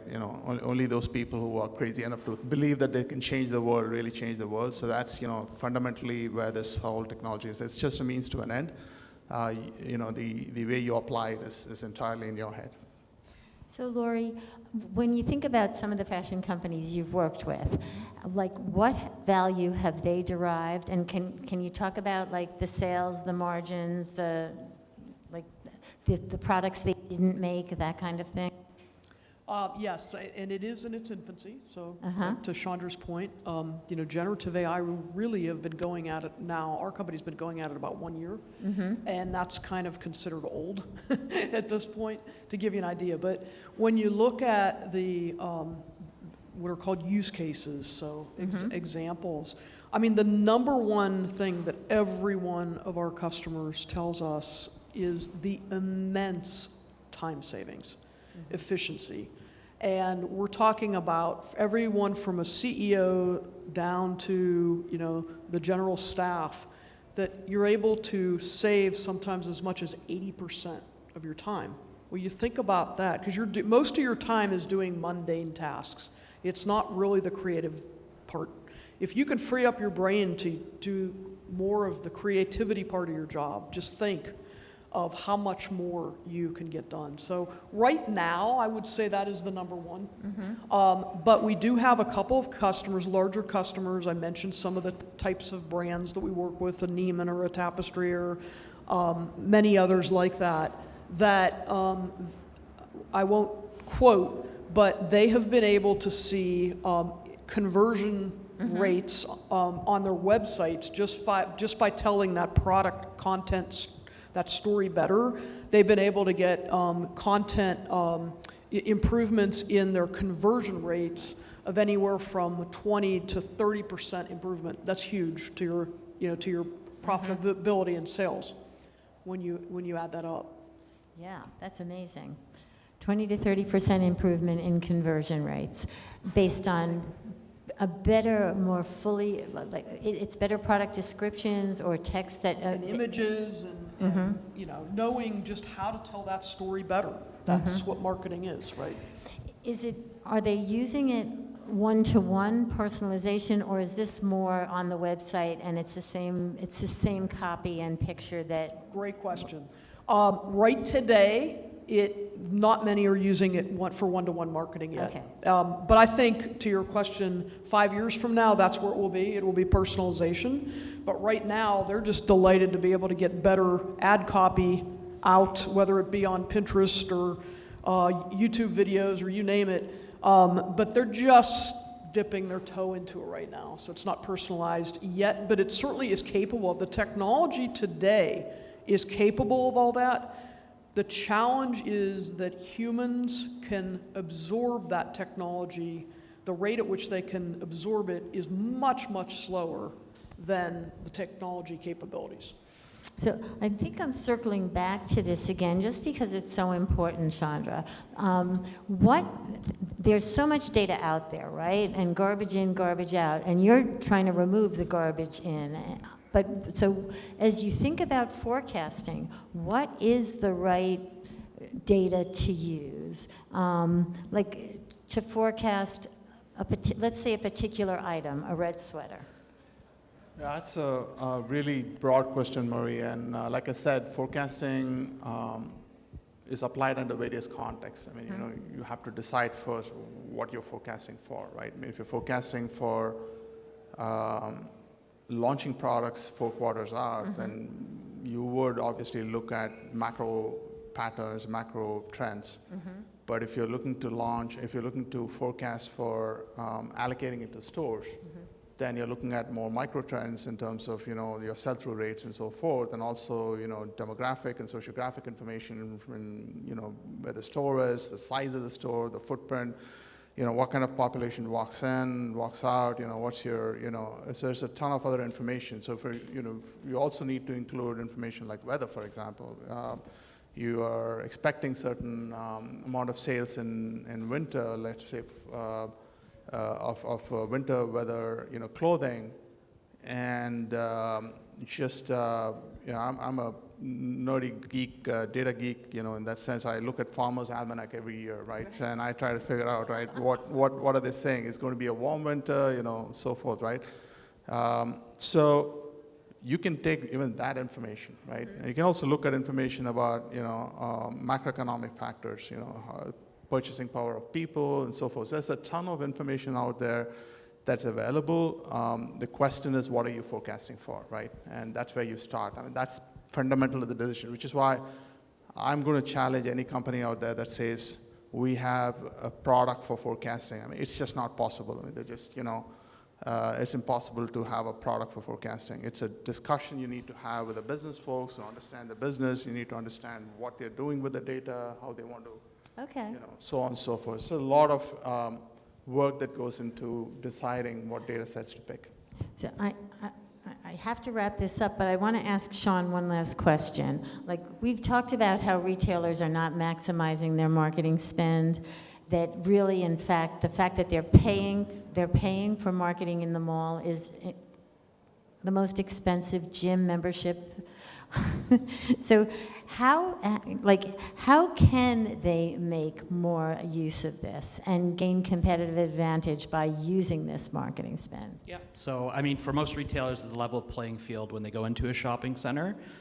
So to this point, the retailers have coined it the world's most expensive gym membership, because if you're like, myself, I've got a gym membership, I don't go all the time, I can't go back to the gym and ask them for money back. Same is true with the shopping centers. The retailers don't use it, they lose it. So for the retailers, I think really having that competitive edge, as we said, to get that efficiency, to ultimately drive those wow moments and drive more traffic and sales, is what every retailer needs right now, especially leaving no stone unturned, if you will.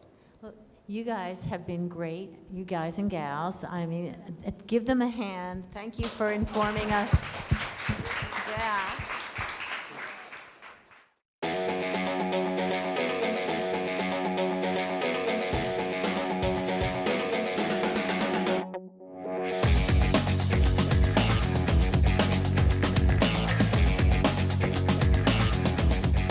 So for those of you who joined us in the last maybe like half an hour or so, again, we're here at Fashinnovation Worldwide Talks. I'm really, really happy. I feel like I'm meeting so many incredible people. At the end of the day, this is what we do, right? We're a community and we're relationship builders, and this is what we love to do, because with all coming together, gathering this information, adapting it into your own business, but also seeing how you can collaborate with others and allowing each other to grow through your connecting. It just really is how kind of the world goes round, right? But in fashion, it's very needed. So with that being said, we have an incredible panel with us right now titled Fashion is Sustainability via Innovation and Technology. And it's being led by Sarah Willersdorf, the Managing Director and Partner, Global Head of Luxury for the Boston Consulting Group. Welcome, Sarah, to the stage.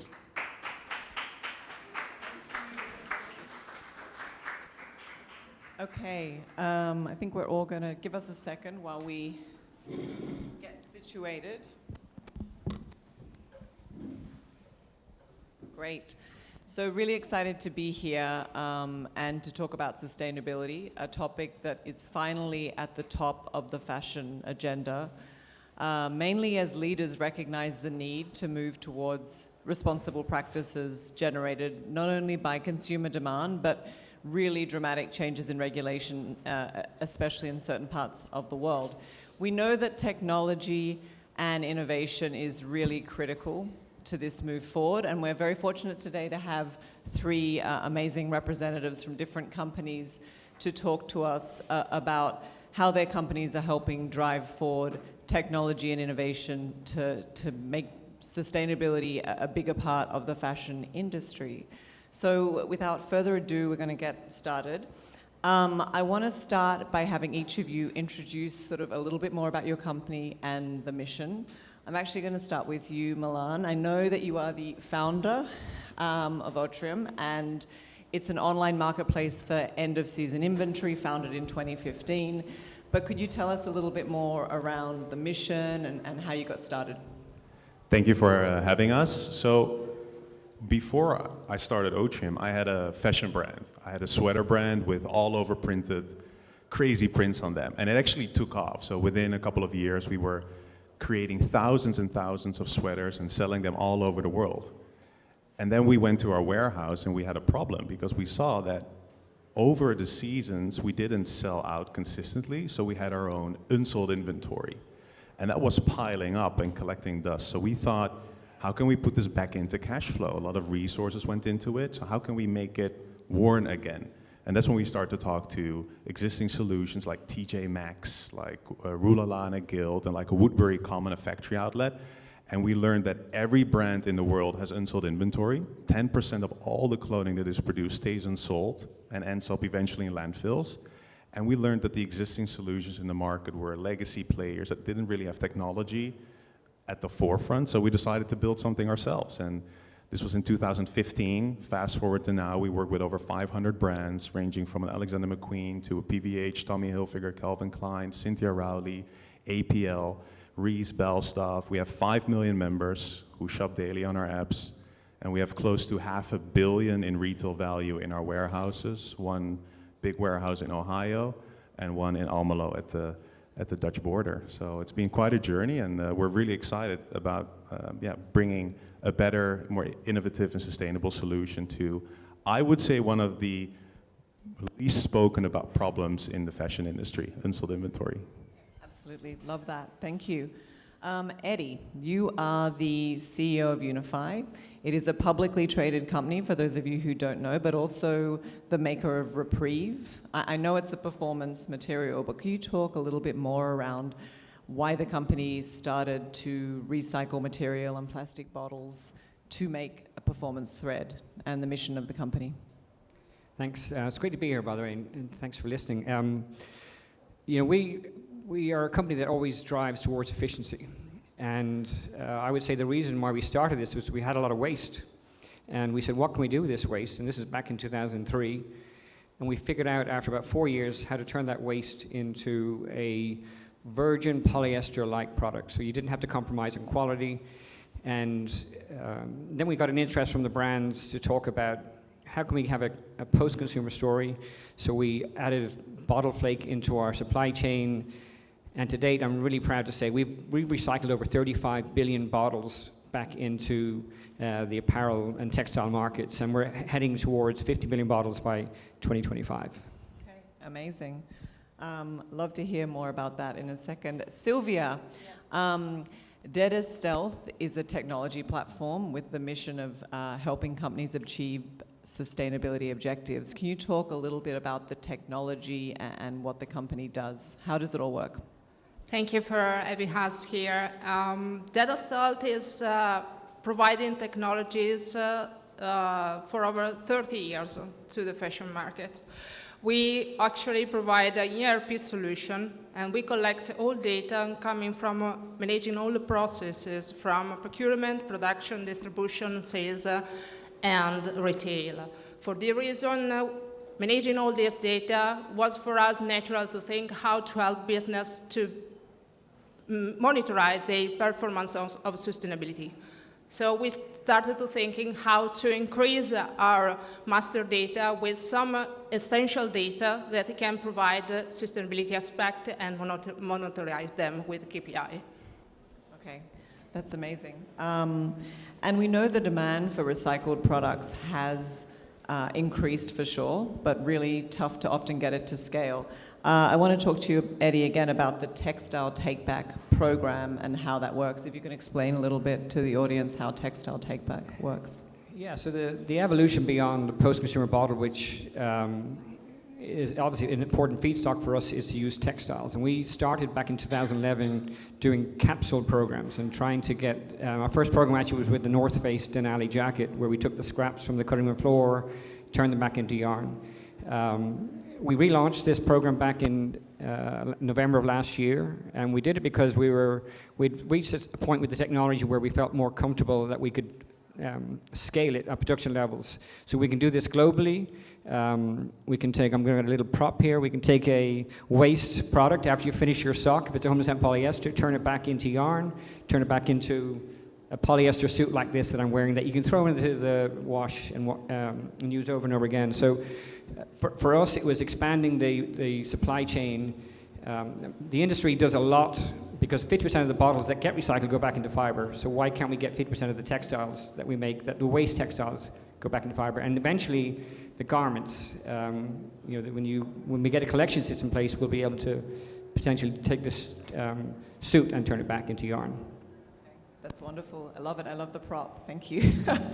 Thanks for bringing that along. So I know we're sitting in the US, in New York City today, but most of our BCG research suggests that Europe's moving a lot faster with respect to regulation than the US, and I know not all parts of the US are moving at the same rate, so don't yell at me if you're from California and sitting here today. But a lot of those legislations are really helping enforce labeling, helping consumers make different choices, and also focusing on end of life and durability. Sylvia, I know we've spoken a little bit about it in the past. Which of the legislations do you think are going to have the biggest impact? Or can you talk a little bit about what's coming out of some of the European regulation framework? Yes, the textile industrial is now in the focus for the new legislation coming, especially after pandemic that puts the sustainability aspect up on the priority list of the European Union. So France, for example, has already started applying the AGEC law. It's a law that require specific information providing from labeling on products where customer can precisely define where the product is made, how it's made, and this is compelled for every brand that trade or produce in France.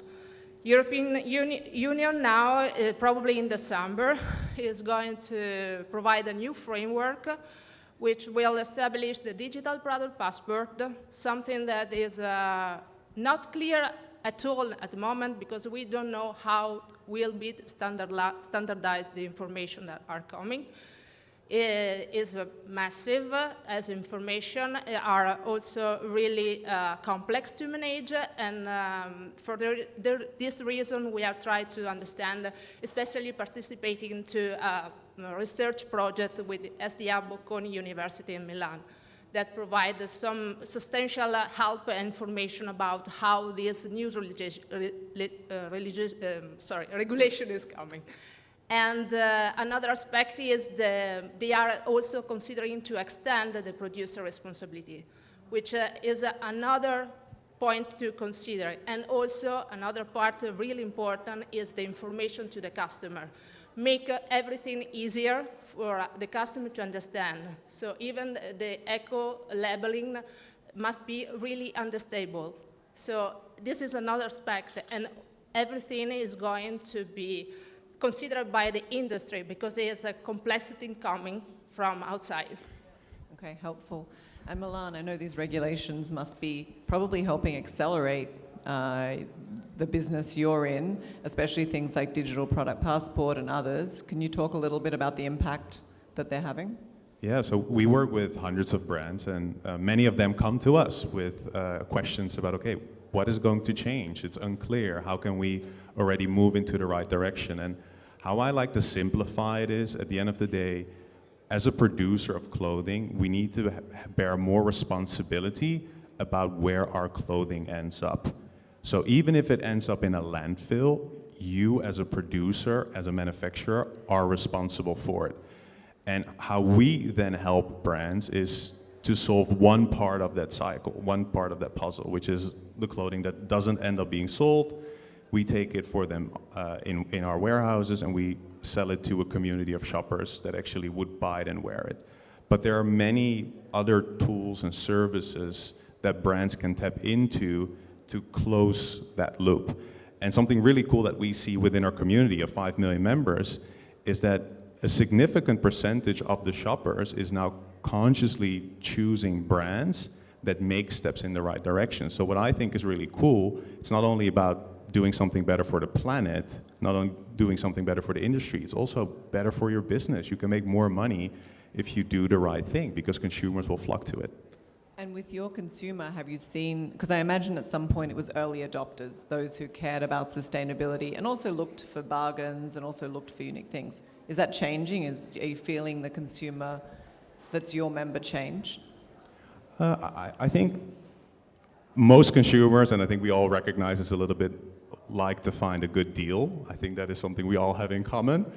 What is changing, though, is that the consumers are just becoming more conscious and more educated about what good consumerism is and what type of brands are actually doing the right thing.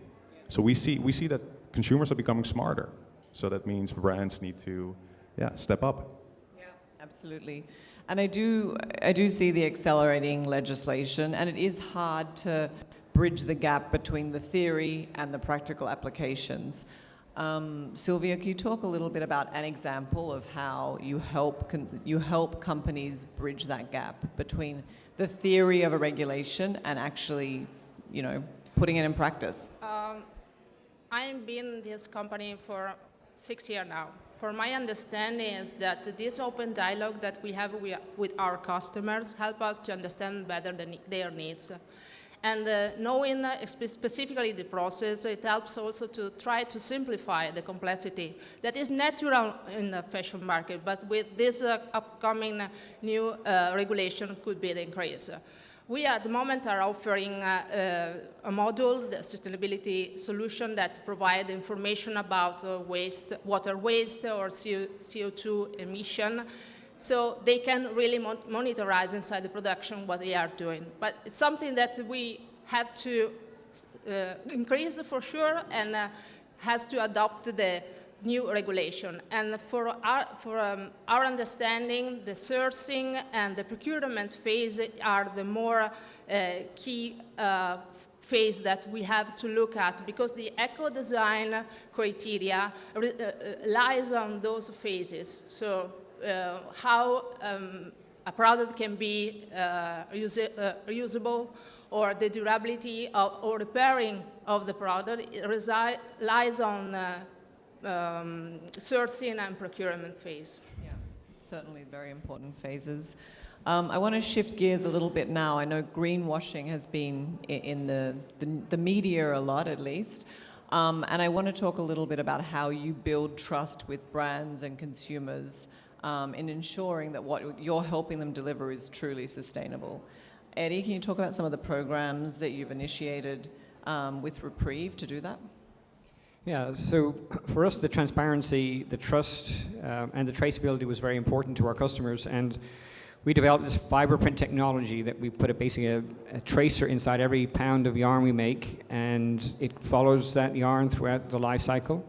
And we can verify it with our U-Trust verification system. So if a brand gives us a fabric or a bag or a t-shirt, we can verify that it actually is made from Reprieve and it is a sustainable garment. And that's very important to them, because they want to do, they're spending all this money trying to do the right thing. They need to be able to verify they're doing the right thing. And it's we're proud to be able to support those customers and those brands that can celebrate their actual sustainable story. And that's at the fiber level? That's at the fiber level. So no matter where it goes, what product gets made into a backpack or a t-shirt or a upholstery for a sofa, yeah.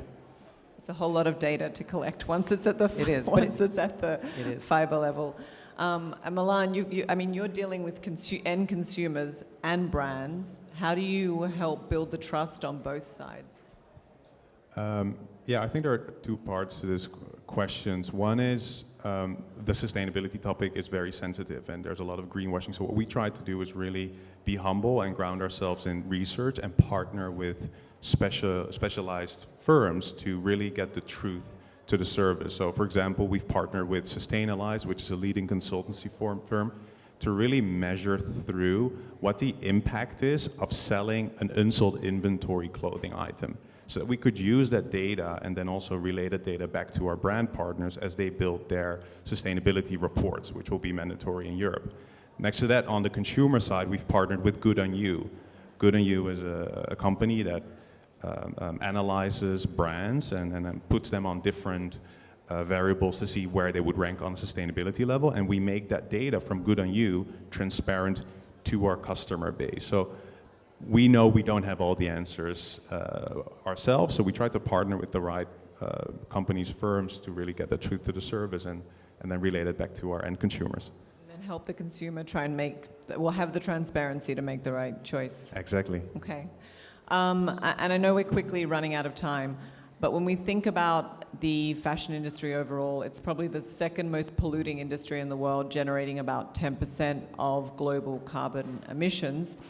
Beyond just regulation, and I'm going to ask this to each panelist, beyond just regulation, what can the industry be doing to really accelerate and propel forward when it's coming to driving sustainability in all its practices? Eddie, do you want to start? Well, big question, sorry. Yeah, I think the fashion industry brings a lot of joy to people, so I don't think we need to knock ourselves. And there's the whole movement of fewer, better things, and maybe we need to have fewer, better garments, but at the end of the day, I think it's important to celebrate the hard work that people are doing. We have this program that we call Champions of Sustainability, that we celebrate the hard work that people are doing, and I think bringing to the attention to the consumer that when they buy something, they can trust it, and that it makes them feel good because they look good, but they also feel good because they're doing the right thing. So our Champions of Sustainability program, a few of our award winners this year were American Eagle, Williams-Sonoma, Uggs, people like that. And I think celebrating the good work you're doing is really important. Agree. I love that. Sylvia, what are your thoughts? He reminds me the concept of shared value. I mean, when you are an entrepreneur, you think to run your business, get your financial figures pretty well done, but you also introduce your company in your society. So you have to take care also about the environment. Environment means people, community, and environmental aspect as well, so ecological aspect. So I think once the entrepreneurs and industries think about that, the commitment to do things better will be automatically done. And also, as he said before, the education of consumer can define the pace of this commitment. So more consumers are informed, better will be the result of the commitment. So help with education and it's the base of everything. Yeah. Okay, Milan, I'm going to give you the final, the final word on it before we wrap up. Thank you. I can fully understand, having had a brand myself, that all the change that is coming is super overwhelming, and that it's kind of an impossible task to figure out where do you start in making your business more sustainable. What we see with a lot of brands, and what our advice would always be, is talk to your customer and ask them, which sustainability aspect of our business do you care about the most? Because then they can guide you in where your investments of making your business better and greener will also yield more purchases of your end user. And through that, you can create a success loop of doing win-win, of doing better for the world and also doing something better for your customer, and eventually then doing something better for your P&L. So you were going to say something else, Sylvia? Virtuous cycle. A virtuous cycle. Yeah, absolutely. Well, I think that's a great place to pause. Really wanted to thank the three of you, Sylvia, Milan, Eddie, for joining us here today. It's certainly a big challenge ahead, but technology and innovation is going to be a huge part of the answer. And I also think what I'm hearing is a lot of collaboration and cooperation across the industry. So thanks everyone for listening today, and look forward to hearing the rest of the talks. Thank you.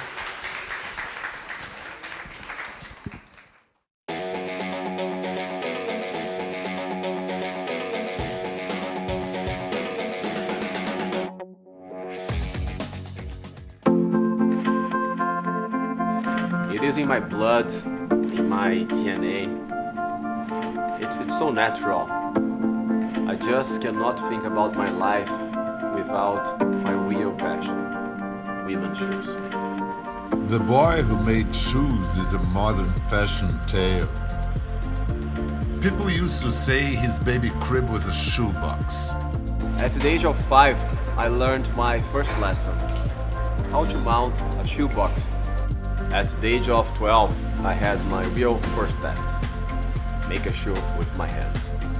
Starting with the cutting process and then stitching, then starting the mounting process with the last, the insole, the upper, attaching the sole to the shoe, and most important, having the heel well fixed. At the age of 18, I founded my first brand, Shoes. At the age of 31, I founded Alexandre, making my design dream come true. Destiny, luck, or hard work? A blend of all them together, spiced with a lot of passion. And we keep taking steps towards our dream. Now that you got to know a little bit more about me, about my history, my background as a shoemaker, a shoe designer, I'll share with you another hat that I wear as a CEO. So good afternoon. Thank you, Jordana, for the invitation. It's a pleasure to participate of Fashinnovation. I hope I can somehow contribute with our 51-year-old history on the fashion business with you. Oh, nice to see you, Zina. Pleasure.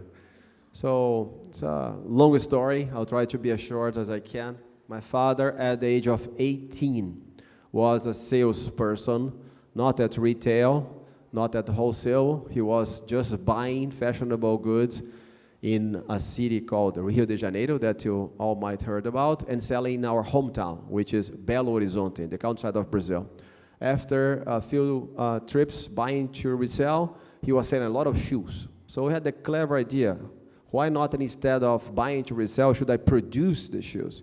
He was doing engineer at college, and my grandfather was an engineer, and was extremely hopeful that my father would follow his career.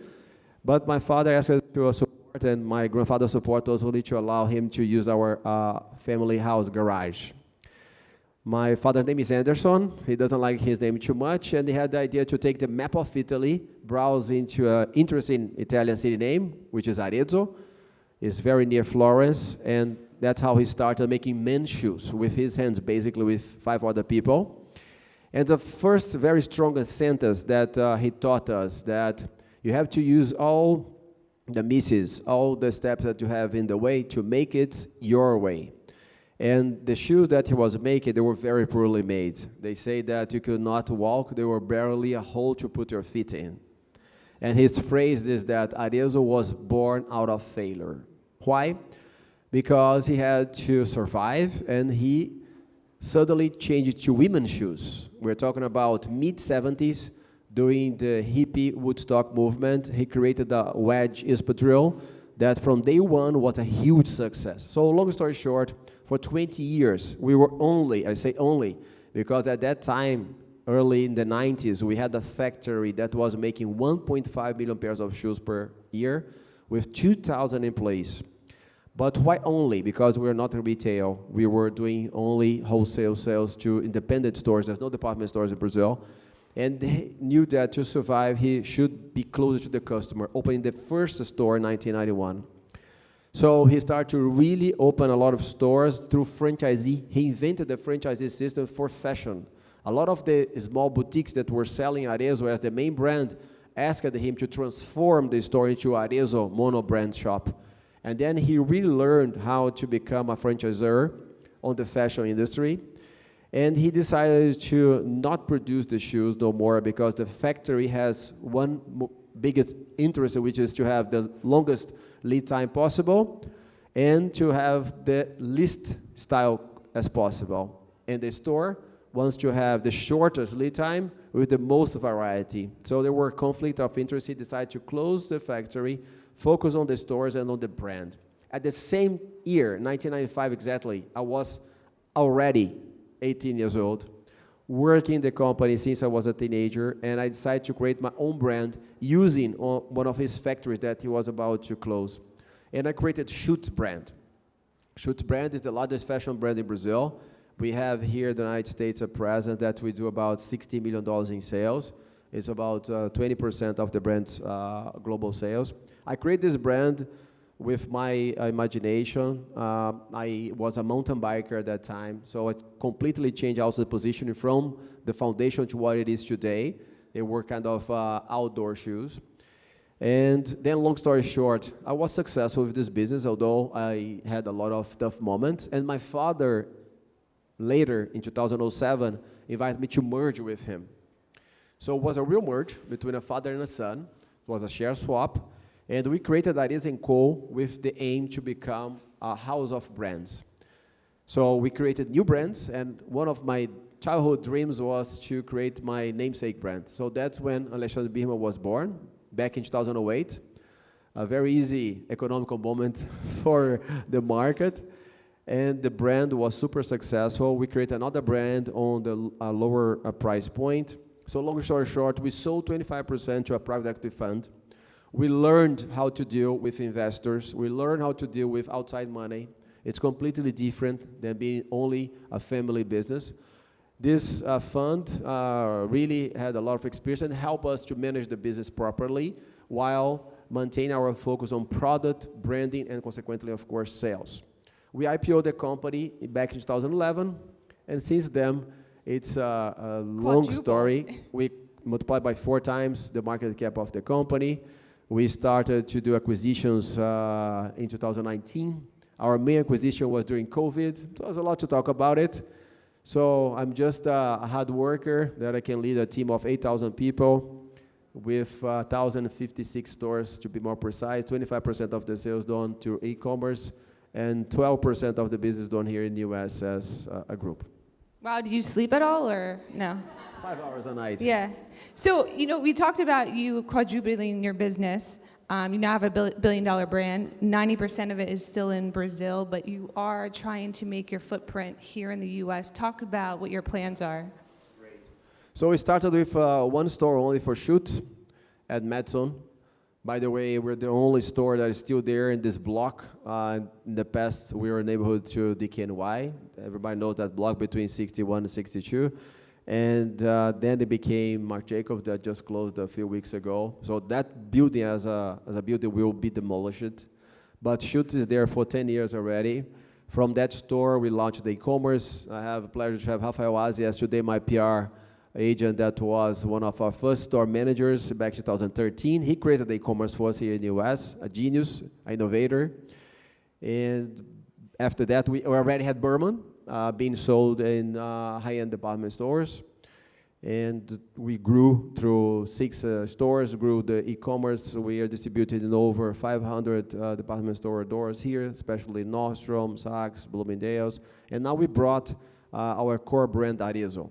So Arezzo is a very affordable brand that makes high-quality shoes, all leather, but with a very good price. We're talking about $79 retail. We just launched it today, to be more precise, a few hours ago at Macy's in over 120 doors, and also in Belk.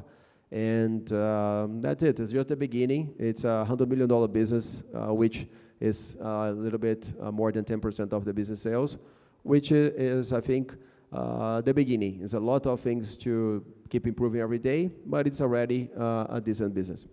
So you're kind of making it look easy, and I know we have a lot of entrepreneurs out here who may want to be getting into this shoe business.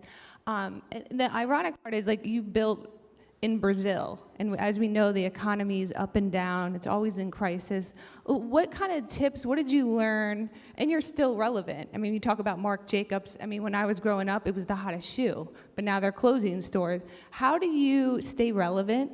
And what advice do you have, going through turbulent times? Is always think about long-term. I'll talk more about aspiration and then more practical issues, okay? So first, always to think about long-term. You have to have a long-term perspective, and you have to have really a tough skin, because it's challenging to create a 51-year-old company in the fashion business in Brazil, which in those 50 years we had 4 different currencies. We had max inflation of, now we're dealing here with inflation that north of 10% a year. We dealt with inflation on the north of 100% for decades. So it's very, very challenging economy.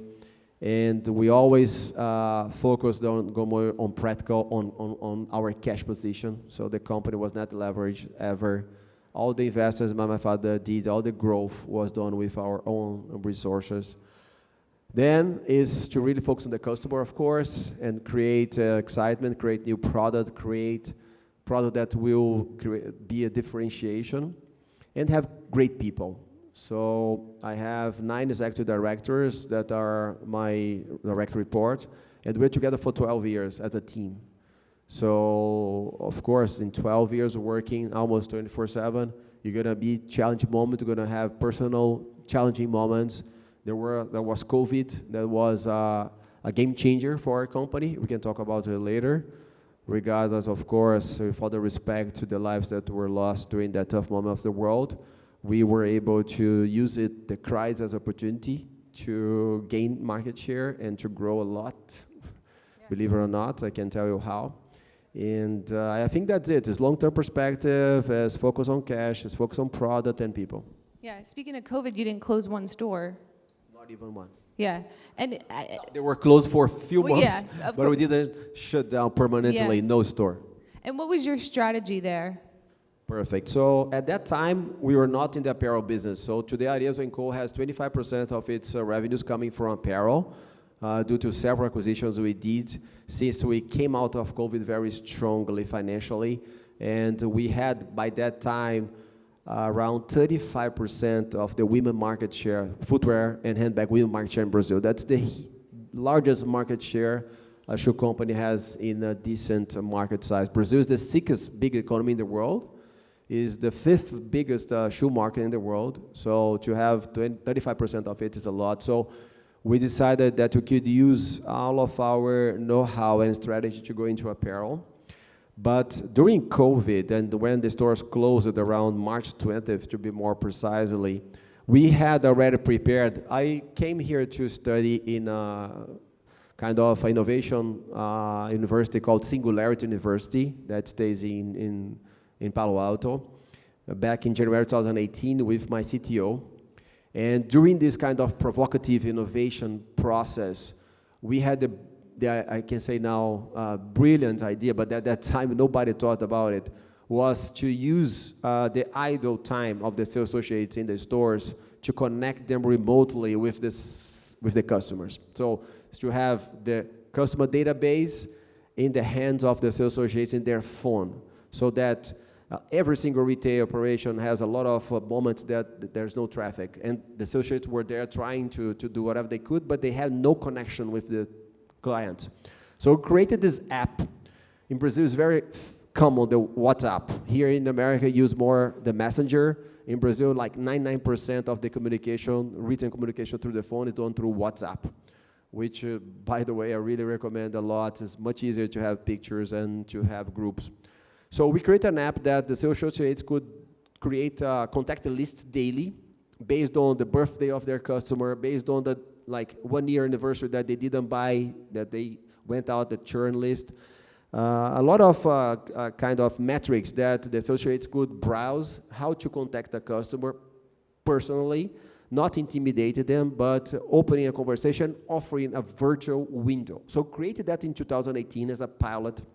We were pushing very hard, doing a lot of local trainings, and the associates were not looking at that, to be honest with you.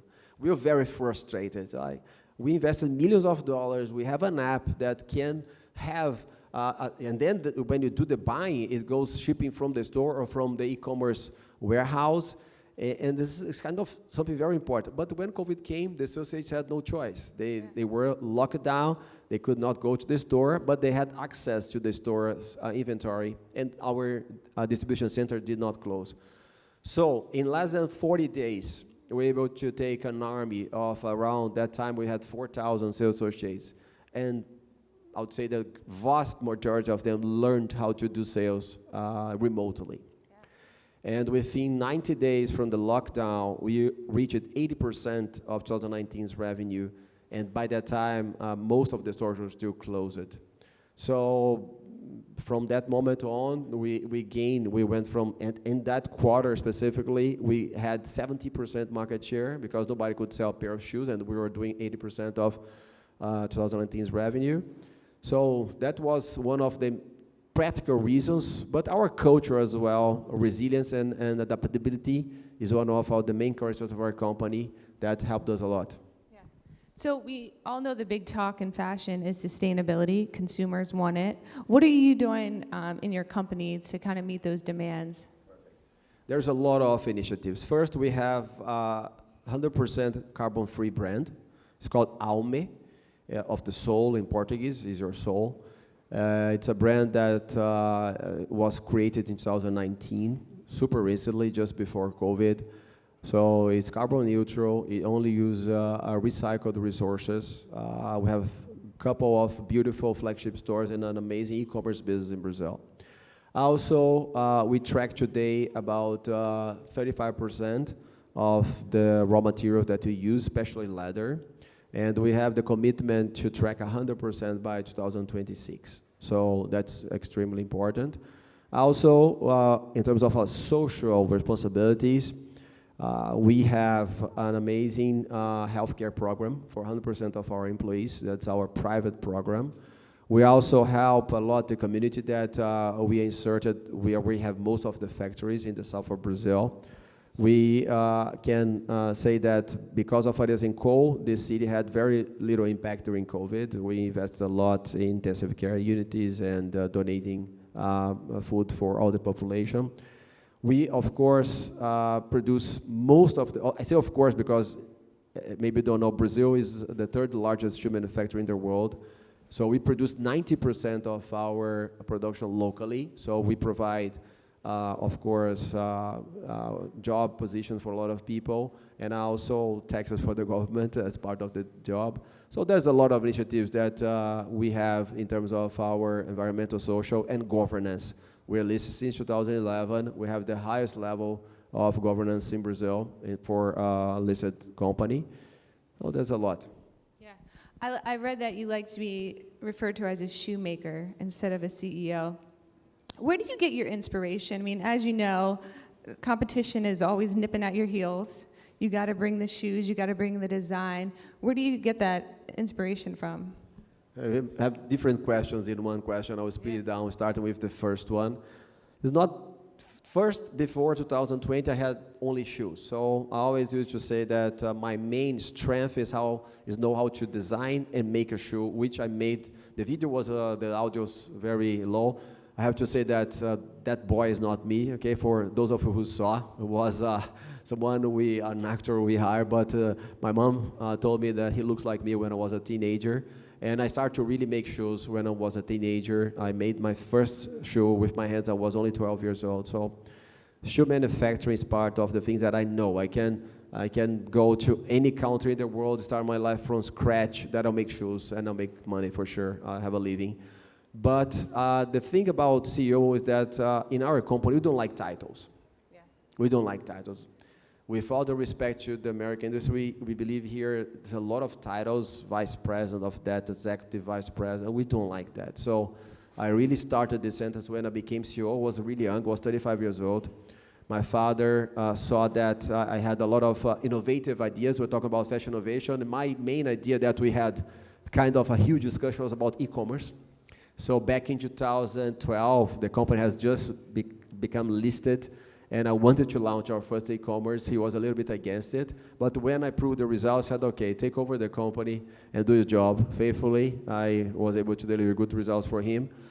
But when I took over, there was a lot of articles, the CEO of that, the president, and I really don't think that you should be referred. It's important to have a structured organization, but I used this sentence to be called as a shoemaker to really get rid of the title, because I'm just Alexander Berman, a hard worker. Yeah.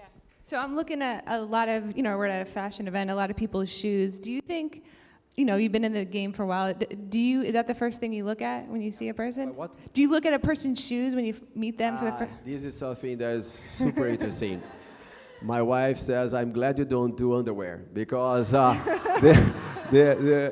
have a thing that I talk to someone, look at the shoe, like beautiful Miu ballerina here, beautiful looks like old Manolo, maybe Pipto, right? Yeah. I see. So that's a Nike for sure, but I can say. So I really look at the shoe first. And sometimes if I don't know the shoe, I get a little bit of too much of a time that the person doesn't know me. Yes, what you look in my shoes? Then when I introduce myself, things are easier. Do you think it tells you a lot about pictures in the store a lot? Wow. In the streets, in the airport, every place I am with my phone. When I see interesting shoes, I'm taking pictures. In your experience, do you think it tells you a lot about a person? Honestly, I don't. You have. I think as a person, as a style, of course, you have your own style, but you have multiple occasions. You cannot judge a person for what you are based on a single look. I think that we always are in a transformation. We're mutants, and I don't think that you can really tell about a person about only one single look. Of course, if you know this person, she dressed the same way for all the occasions, you can say she's more minimalist, she's more kind of bohemian, she's more glam, but also the four type of women. We always split the collection thinking about four women's: the romantic, the rock glam, the minimalist, and the bohemian. So basically the four women's in the end of the day. Everyone has its own style, but you can really have the majority of the styles based on those 4 pillars. So we split the collection in that, but I'm changing the topic here. Sorry to go over. No.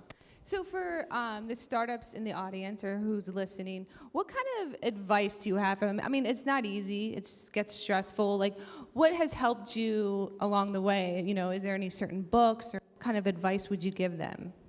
Yeah, so in terms of books and authors, there's a lot today, especially during COVID, right? There were a lot of podcasts and a lot of mentors and people making a lot of money doing speeches and webinars. But Jim Collins, for me, is the one to read. From Good to Great is my #1 book. And in terms of more your behavior, your view, like I said, you have to think long term. I can even share with you about our internal mantra, which is, I get asked a lot of times because in my Instagram account, personal one, it's Ale Birma, who wants to follow me. It's written towards 2,154. So it's a very challenging number. Why this number? And I'll tell you why. During one of the many tough economical times that we have in Brazil, early in the 90s, there was one of the currency changes. Imagine that someone comes here, there's no more dollars, there's going to be rubles. It will change completely. That's not a good example. But they change completely and they frost everyone's money up to maximum $10,000 in your bank account for 1 year. You cannot move money. So my father and everybody else had a very tough moment. My father was born in 1954.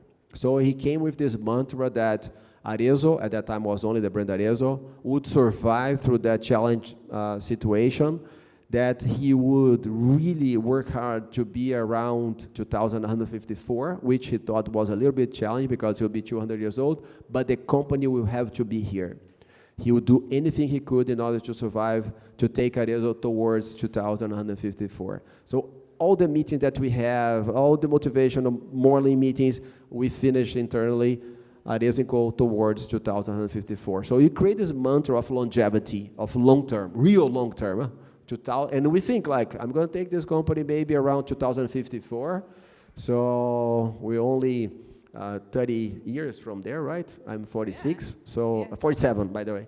So I think I can take it closer to there, not leading the company. Of course, there will be younger people doing a better job than I am, but I want to be around. So it's going to be only another 100 years. So that's how we think. If you could give us a vision of what you think the future of shoes will look like and what kind of technology, how it would play, is there any kind of thoughts that you have? I was asked this question. We were nominated the best company in retail business in Brazil by like the Financial Times from Brazil. There's going to be now September 13th, the event, and the reporter asked me how there will be the shoes in 2154. I said, honestly, I cannot guess that. I have no idea. So it's hard to say how the shoes will look like in the next 20, 30 years. But as an economy in the fashion world, I think that will change a lot. Not in the next 5 or 10, but the next 20 to 30 years. Everybody's talking, of course, and have like relatives, young children. And I have one 11-year-old that she is really, really against consumption. She has faithfully most of the things she could afford, and she doesn't like to buy too much. She likes to recycle. She worries a lot about the environment.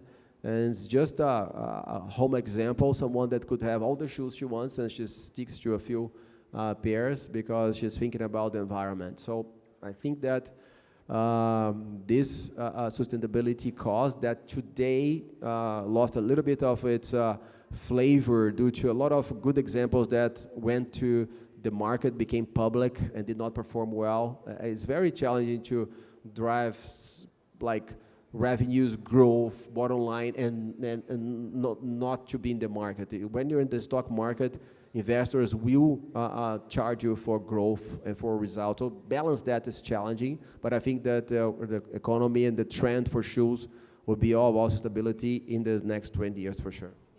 Are you hoping it stays in the family? I know you have children. Are they any of them interested in taking over? Yeah, the oldest is 11. I have 3, 9, and 1.5 years. So I think that's gonna be a little bit of a gap between me and my children. But we have, of course, a lot of great executives that will help me to do the transition. But hopefully, it will still be a family business in the long term.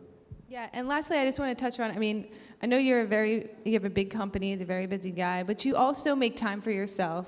And talk to us about why it's important for you to do those triathlons or Ironmans and things like that.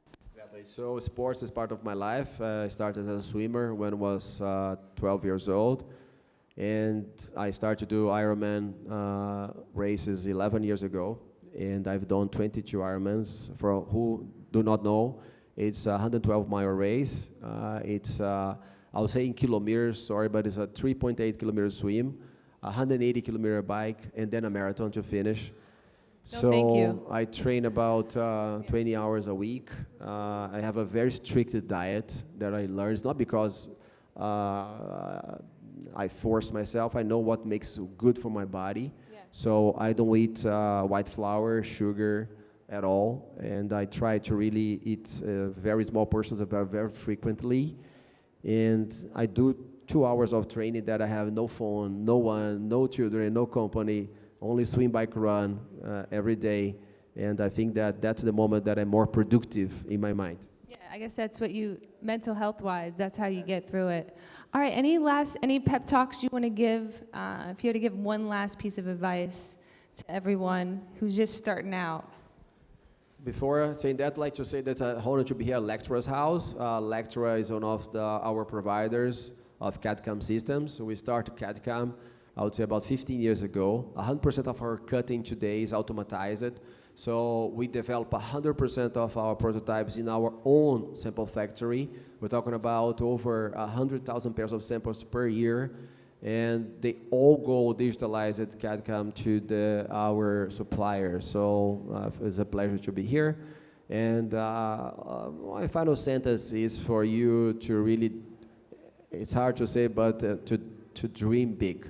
Yeah. So you don't have to have ambition of making money, it's not about it, but to have a goal that will challenge you every day. Yeah, I love that. Thank you so much. Thank you, it's a pleasure. Thank you, Jordana. Thank you.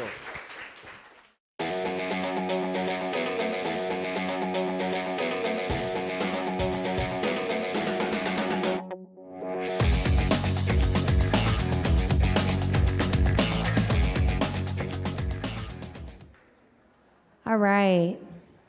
So we've had quite a day together with most of you here today. It's been incredible for me. I hope it's been the same for all of you. I hope you're getting inspiration, education, and also creating really great relationships through the networking that you're able to do here. We're going to have 2 final conversations to end us off, which are going to be really powerful. The next panel that we have is titled Fashion is Entrepreneurship Through Ethical Creation. And this is being led by Kari Simone, Creative Director of Hearst. Welcome to the stage.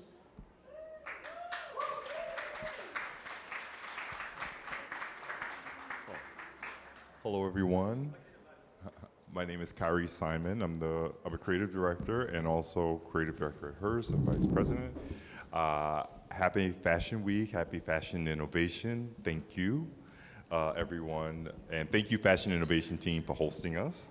So, please forgive me. I wanted to just have this conversation about people that disrupt the fashion system and try to do good. And I am honored to introduce Udav Bagrodia, my apologies. Bagrodia, founder of Wastewear, and Kimberly Carney, founder and CEO of The Wires. Please welcome. So of course, we had a chat before today, and I did my research, and then today I learned about just doing good and putting yourself in the forefront of where fashion, technology, information, and sustainability meet. And I'd like to know from both of you, what is your first fashion memory? My first fashion memory is back in middle school, and this really cool girl wore these jeans called Normandy Rose. I'm aging myself. And I remember just always watching her, the way she dressed, and I'd go home, Mom, I need to buy this. She has this. She finally figured out that I was copying her. But at the end of the day, it was really where I first knew that I loved fashion. I think for me, my oldest fashion memory would probably be at an age I can't even remember. I come from a manufacturing background in the textile industry, and I've basically grown up seeing how yarn is made, how sweaters are knit. So as far as I can remember, I just have faint memories of walking around the factory, seeing mounds of either be it yarn or be it fiber, just jumping into the piles, collecting some different colors, making balls out of the yarn or fibers lying there. So I think that would be my oldest memory with fashion. I love it. And then when was the first time kind of the dream was disillusioned or some sense, or did you see an opportunity for change?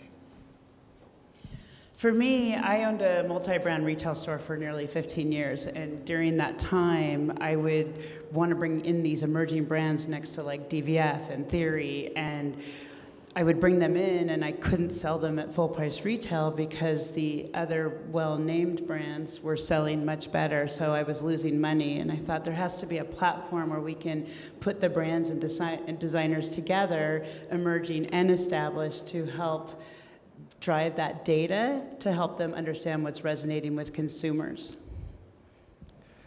I think for me, it was, as I mentioned, I've seen the textile manufacturing process growing up. Along with that, I also saw the amount of waste that we created as an industry, not just manufacturers, but also consumers.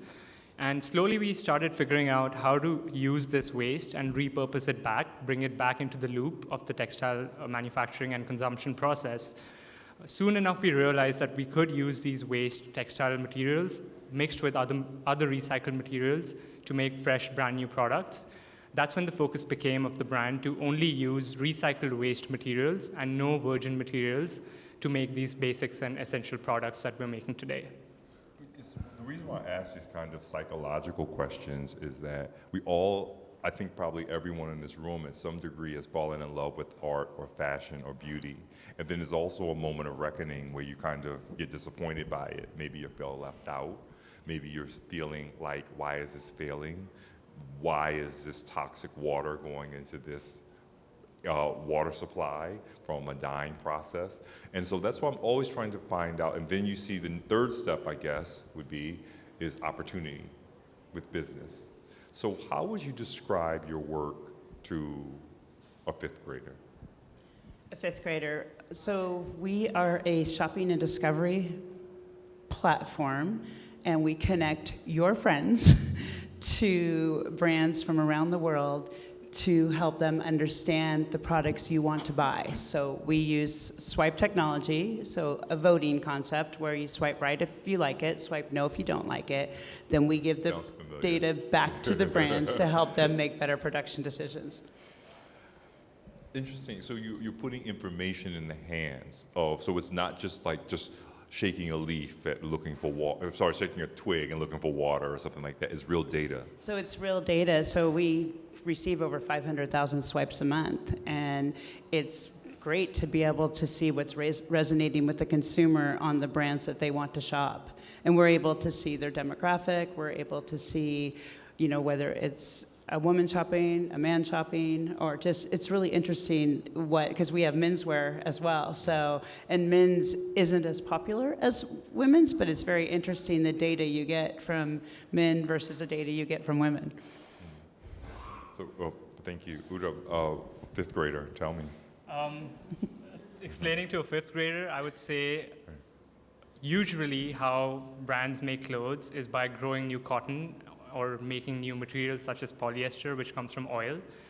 Instead of doing that, we're only using materials that have been discarded, which during the manufacturing process, as well as by consumers, and reclaiming all that material instead of having to grow new material. So we're saving lots and lots of water, lots of land and resources just by doing this simple thing itself. And instead of clothes being burned or ending up in the landfills, instead of textile waste ending up in the landfills, we're reclaiming all that and bringing it back into the loop. So to a fifth grader, I would say, instead of making new materials, we're literally picking it out of the trash and making new materials, making new products with it. I think that's fantastic, because if you don't know the dyeing fabrics, the runoff of dyeing fabric, the water that's taken for the process of it, obviously everyone here is probably more of an expert than I, and that runoff is toxic. We're talking about harnessing the scraps and making use out of it. That's really great. So with both of you, I think that one is tech and one is tangible. I don't mean to be kind of, if I make it a most simplistic thing, you're talking about tangible scraps you're pulling out of a bin. You're talking about data. When I looked at the connective tissue between the both of you is that you're finding avenues and you're finding opportunities to grow business. What do you think is the most surprising thing that you're finding in data research when you're making a brand success, giving them the tools to make their brand successful? I think my biggest surprise is how ever-changing consumer data is right now, especially in the last couple years. What someone shopped yesterday is not necessarily what they'll shop tomorrow, and there's not a lot of consistency with how consumers are shopping, because consumers want to shop products they love, and they're relying on the brands to innovate to help them discover those products that they want to buy. So I'm finding on our platform that what they're shopping for and what they like, there's an interesting correlation between the two and how it's working. But I think what we're finding is these brands need to really, really adapt to technology, or they're going to get left behind. Must adapt. I think that sometimes, I think that humans have this idea of who they are, and then what they actually spend money on might be something. I might say I like lobster thermidor or try to sound fancy around you people, but at the end of the day, I just eat peanut butter and jelly sandwiches and stuff like that. So I think that there's an idea of what sometimes brands think that their customers are these, oh, this is my customer, this is a certain type of person, stuff like that. May not be reality. So were there any discoveries, or maybe are people also more predictable in other areas? I think just the opposite. I think consumers are predictable, that they are shopping more brands that have a social impact or sustainability or have a cause to a purpose. Brands with purpose, I find, are selling far more than brands that don't have a purpose. Really? Interesting. I think that's fascinating. That's good to hear. So when thinking about purpose with your work, Ruda, and do you ever find where does education, when you have to educate the customer of how you're sourcing the material, how do you do that?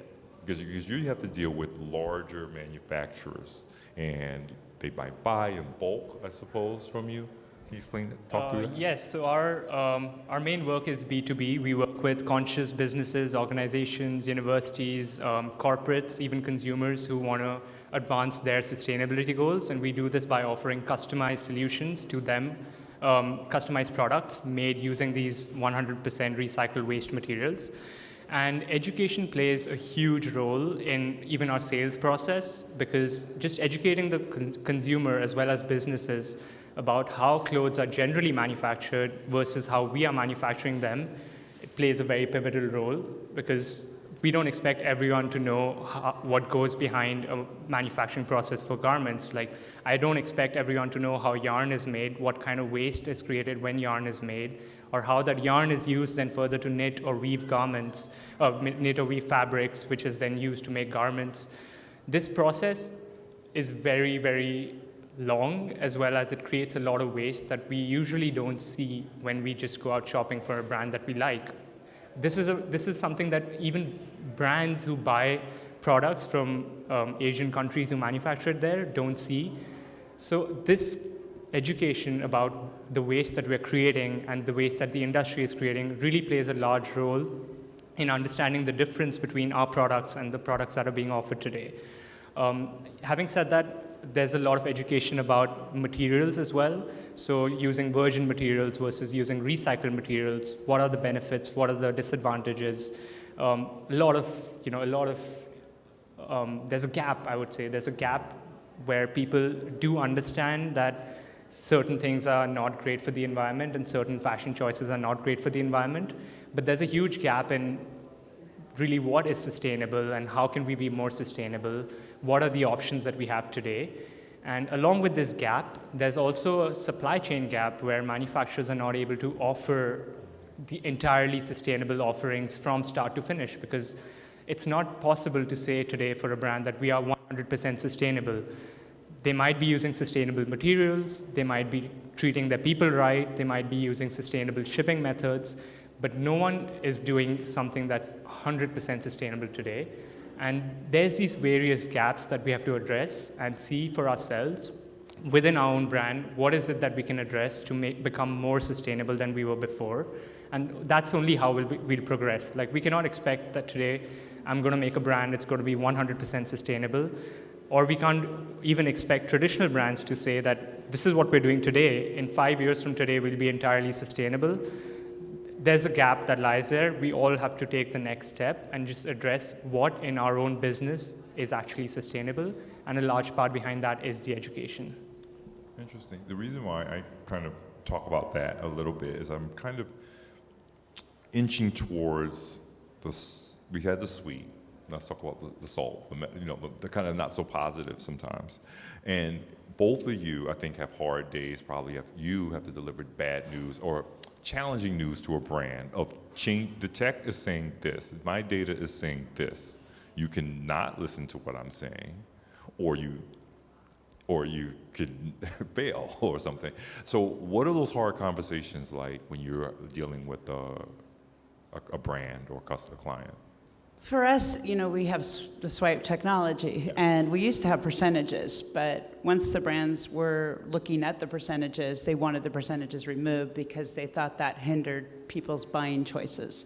So we did remove those percentages, but when I give a data report and maybe one of the whole products line is all knows, they have a tough time believing it, but our data doesn't lie. So trying to explain that, well, this is what the consumer has said here, and really trying to dive into that with them. And the way that we help overcome that is we continue to, whether it's promote them on social or through our pitch competitions or through mentors in the industry, we try to help them not only take that data and leverage it for better products, but also get expert advice. Because as an entrepreneur, the reason that I've been able to advance and get to where I am is because I did bring in the people that knew their areas better than I knew that certain particular area.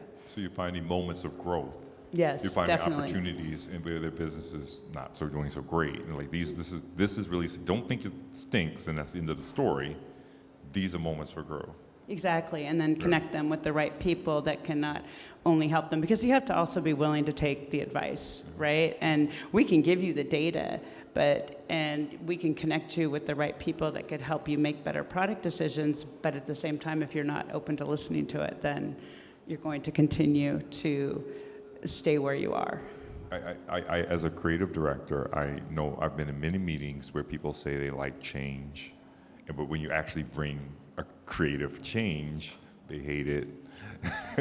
Back to the drawing board. So I know that that's very difficult for people to. Transition is hard. Transition is very hard. So, and then Udap, with your world and overcoming maybe some of the negative, and you used words like waste. Does that ever play a role in maybe a negative connotation when people need to buy in bulk? I say, wait a minute, I don't want waste in building my. How do you educate them to use it as a moment of opportunity? Yeah, that's a great question, because I think at least 3 or 4 people have told me today itself that you should find a better word for waste, not just for our brand, but as an industry term in general. Find a better term for waste. But I honestly think that it's a more powerful term than anything because it really shows what it is, right? It shows it for what it is. It is waste that's coming out of either, be it factories, be it the consumer. It is waste that's being created. Now we're using this waste as a raw material. That doesn't make it bad. It only means that we're benefiting the environment by repurposing the waste that instead of getting burnt or being sent to the landfill is now being taken back into the loop. So I would agree that there are negative connotations of using the word waste, but for me, I think it's a more powerful word than anything, and I don't think I would use a different word, at least to describe our raw materials, because that is what it is. It is waste that's being converted into brand new products. You're owning it. You're owning it. You're putting the mirror back to society. Exactly. We're owning the fact that it's created our waste, and if someone buys in bulk, for example, we calculate the impact and evaluate exactly what the impact of that bulk purchase was in terms of the amount of water saved, the amount of waste they saved from going into landfills, the number of plastic bottles, used plastic bottles that were recycled to make all these products. So we're owning the fact that this is created out of waste, and we're telling the consumers this is the amount of waste that you offset from entering the landfills, oceans, being burnt, etc. So that's where we get to kind of the next arc of this conversation. I want to talk about activism. Do both of you think of yourselves as political and social activists in your work? Wow, we're going political. I don't know how to answer that question. I could argue that any woman that, or femme-identified person that puts herself in a position of power and information and helps enable other people to do that, that's a political move. Absolutely. Okay. Yes, check. Quite right. But at the same time, it's yes. Okay. Well, you have a daughter. I don't want to get too personal. You have a daughter. How do you explain your world for your information setting to your daughter? My daughter, she just graduated college, and they one graduated, one just went, empty nester. But I have raised her to be fiercely independent and to make her own decisions. And she went to Washington State University. I'm from Seattle, and last year, the whole school went through a lot with those Idaho murders and the way that the police and everything handled it. But really watching this community of young women from her sorority and try to really resonate this world they're living in and never had lived in fear in their homes, on campus, and really just coming off of a pandemic and coming off of so much. She just really has followed like my own lead in her own independence of putting herself, in her business classes. She was putting herself into to different sales trainings and different things. So she's watched me grow and do that. And I think as leaders, as we continue to inspire and grow, whether it's our children or different people in the community, they're watching what you do. And for us, one thing that was super important for me is going back to brands that have a purpose. Like we donate our $1 per app each month to nonprofit causes each month, that whether it's political social cause or woman-owned social cause, whatever the cause is, it's super important to us to be able to continue to give back. And I think I probably went completely off track here, but I think that just raising our kids, and also these young entrepreneurs who are thriving in this world right now and watching what we do. One time, one of our brands had said, "Oh, will you be on the live today? Our brand really wants you there. She's really impressed with you." And I was like, why, really? And here I'm just working every day doing the grind, right? Because, it takes grit to do what we all do. Well, Kimberly, I think of you as, I've only met you pretty recently, and I think of you as a very powerhouse type of person. And I think that, I'm wondering from your point of view, what leadership qualities do you think it takes to have this type of business and bring it to other business leaders? Like, what advice would you give? Definitely surround yourself with an expert team who is just as passionate about what you're doing. Just as, you know, they're just as passionate. And I've been able to develop an amazing team of people that are just as passionate, but also surrounding yourself with industry leaders, like I said earlier, like our advisory board are far more brilliant in their areas of what they bring to the table than I am, and I learn every day from all of them. Okay. Right, because I mean, tech is it's a dogfight sometimes. You have to protect your tech a lot in your strategic technology and stuff like that. So, you know, that's why I asked. Thank you for telling me that. So Uda, when you think about political activism in your work, you're someone that you said you were basically raised within the working environment of your family. And I oftentimes think about fashion systems. They are the people that the world says deserves the nice clothes, the fur coats, or the Louis Vuitton luggage, and then there's the people who have to make it. And those people don't quite, then you have to think about what society says these people deserve. Certain people deserve a walk down Fifth Avenue with fancy clothes. Other people deserve toxic water, landfills, and the manufacturing side of things. And so if you're owning that and you're saying, no, I'm repurposing that and I'm taking it back, that's why I don't want to put words in your mouth, but that's how I find it so politically engaging. Yeah, I would say I never really thought about it like that, in all honesty, from a political standpoint, but just by virtue of claiming that we're doing something that's helping the environment, it aligns with our future, our collective need to become a better society in the future, just in terms of fashion as well as in terms of sustainability. And it does have environmental implications just because of that. And more than just creating a brand that's only using these recycled materials, the idea is to urge the industry as a whole to implement more of these recycled materials and reduce the virgin production that we're doing today. Many of you might know polyester is made from oil. That's something that straight up we're saying that we're not going to use any new polyester. We're using these used plastic bottles that are going to be recycled. Why not recycle them into polyester, and we can avoid using oil to make polyester altogether.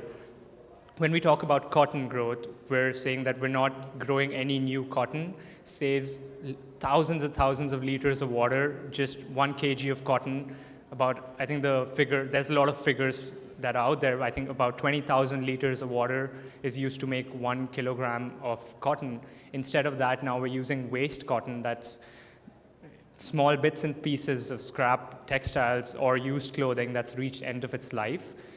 So just by doing these things, we're trying to create a model for the entire industry, showing what's possible. Today, as a brand, we're at one end of the spectrum using 100% recycled materials. Usually, brands are on the other end of the spectrum using 0% recycled materials and 100% virgin materials.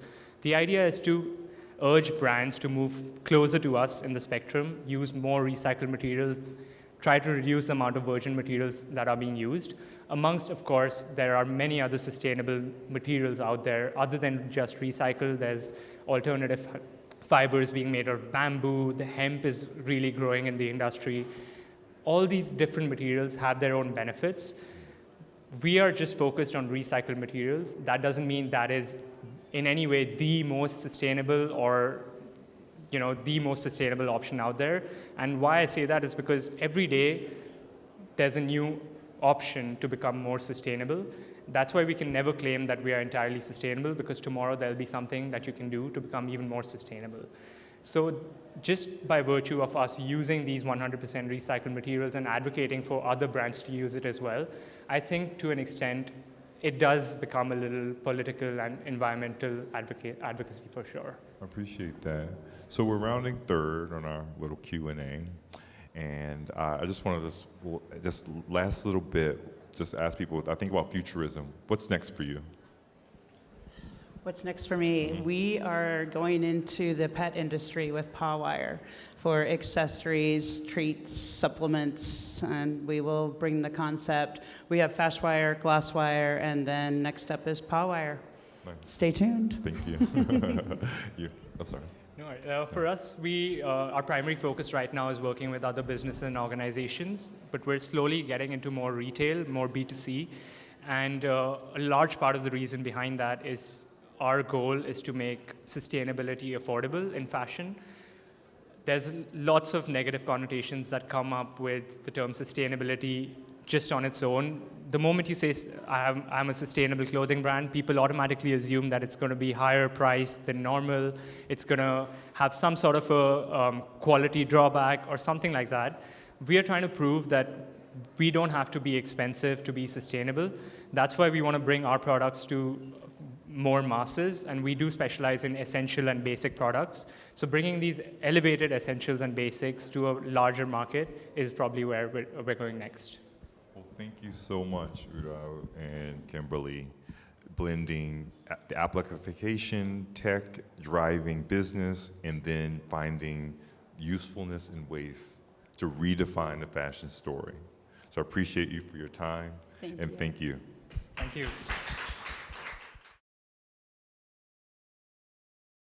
So Jordana, thank you so much. Jordana wanted me to tell you why I wrote Haute Pursuit. And it really started out as a how-to book, how to start a fashion brand.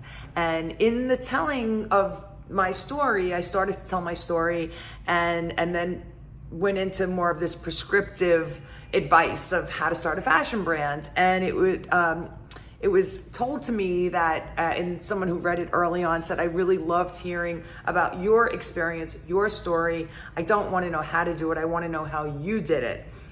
So I kind of went back and I rewrote a big portion of the book, which is the book that is now available today. And it really chronicles my journey in the fashion industry, starting back in 1976, when I was working on the retail selling floor in my town, and I was, which is outside of New York City, and I was brought to a trade show on the weekend to help the owners do the buying, and I was just brought into this whole world of fashion, and I didn't go directly into fashion. I had a couple of fits and starts, but when I was 19, I went to work in a store in New York City, and I started FIT at night, the Fashion Institute, which many of you may know, and so I'm an alum from there, and but I was doing it at night, I was working in the daytime, and I was working on the retail selling floor, and the book really chronicles my journey of working on the retail selling floor, rising up the ranks to manager and then to buyer, and on it went from there. And I ended up, after that, I started my own showroom, ×2 showroom. A lot of the fashions that you see today, there's a lot of honking outside. I live on Broome Street. I'm in Soho, New York City. A lot of the fashions that are now relevant today are from the 90s, which were launched initially in my showroom, ×2 showroom. We launched the very first baby t-shirt, the slip dresses, floral prints, the grunge look. That all came from my showroom in the 90s. Back in the day, we launched those brands. And then I started my own brand, Alice & Trixie, in 1997. And that brand I had for 22 years, designed and manufactured all in New York. We sold it globally through distributors, reps. We were doing wholesale and retail. We were doing direct to consumer as well. We had an online boutique. So the story kind of goes from then to it ends in October. It starts with my first fashion fix at the age of 10, which was a pair of hot pants. So really that's where the story actually begins. So you can see my love of fashion, my whole career, my whole life. And then it ends in October of 2022 when that's when the book kind of ends. So it basically chronicles my whole journey. It chronicles the garment district, the New York City garment district, how everything was before production went overseas. We had a very vibrant, bustling garment center here for for decades. And so I chronicled that whole journey. We're in the 70s, the 80s, the 90s, New York City popping, and then, as I said, on to 2022, where the story trails off at that point. The story trails off, but the book is alive, and the book tells the whole story. And this book is really for anybody that wants a career in fashion, is in fashion, wants to get in, wants to scale a business. A lot of lessons embedded within the story. It's an entrepreneurial journey. So a lot of lessons, a lot of, things to do, things not to do. I really got my master's degree really was on the retail selling floor. I will always say that. That was really being with the customers, being with the product, feeling it. That is really, I think, what accounted for a big part of my success. And my ability to curate and spot items and see trends coming before they actually happen and things like that. So I hope that you get the book. I encourage you to get the book. I think, like my friend Heather says, stack the cards in your favor, read Haute Pursuit. My goal is to reverse the failure rate in small businesses. A lot of designers and a lot of small businesses fail because they don't understand product market fit. They don't know who they're selling to. They don't know who their customer is. They don't know how to distribute. They don't know how to make samples. So many things, and friends and family money that goes up in smoke and things like that. And really, my book is here to help reduce the failure rate of small businesses. That is like the biggest promise. Also, become an overnight fashion insider. Do you want to know what it's like to have a fashion brand? Do you know what it's like to have do you want to know what it's like to have? I had a retail store as well in the 90s. To have a retail store, to have a showroom. So I really take you behind the scenes of all that with the book Haute Pursuit. So I encourage you to get it. I wish you all the success and whatever endeavors you choose in your life. And I'm just happy to be able to present the book to you today. And thanks, Jordana, again for having me. Thanks.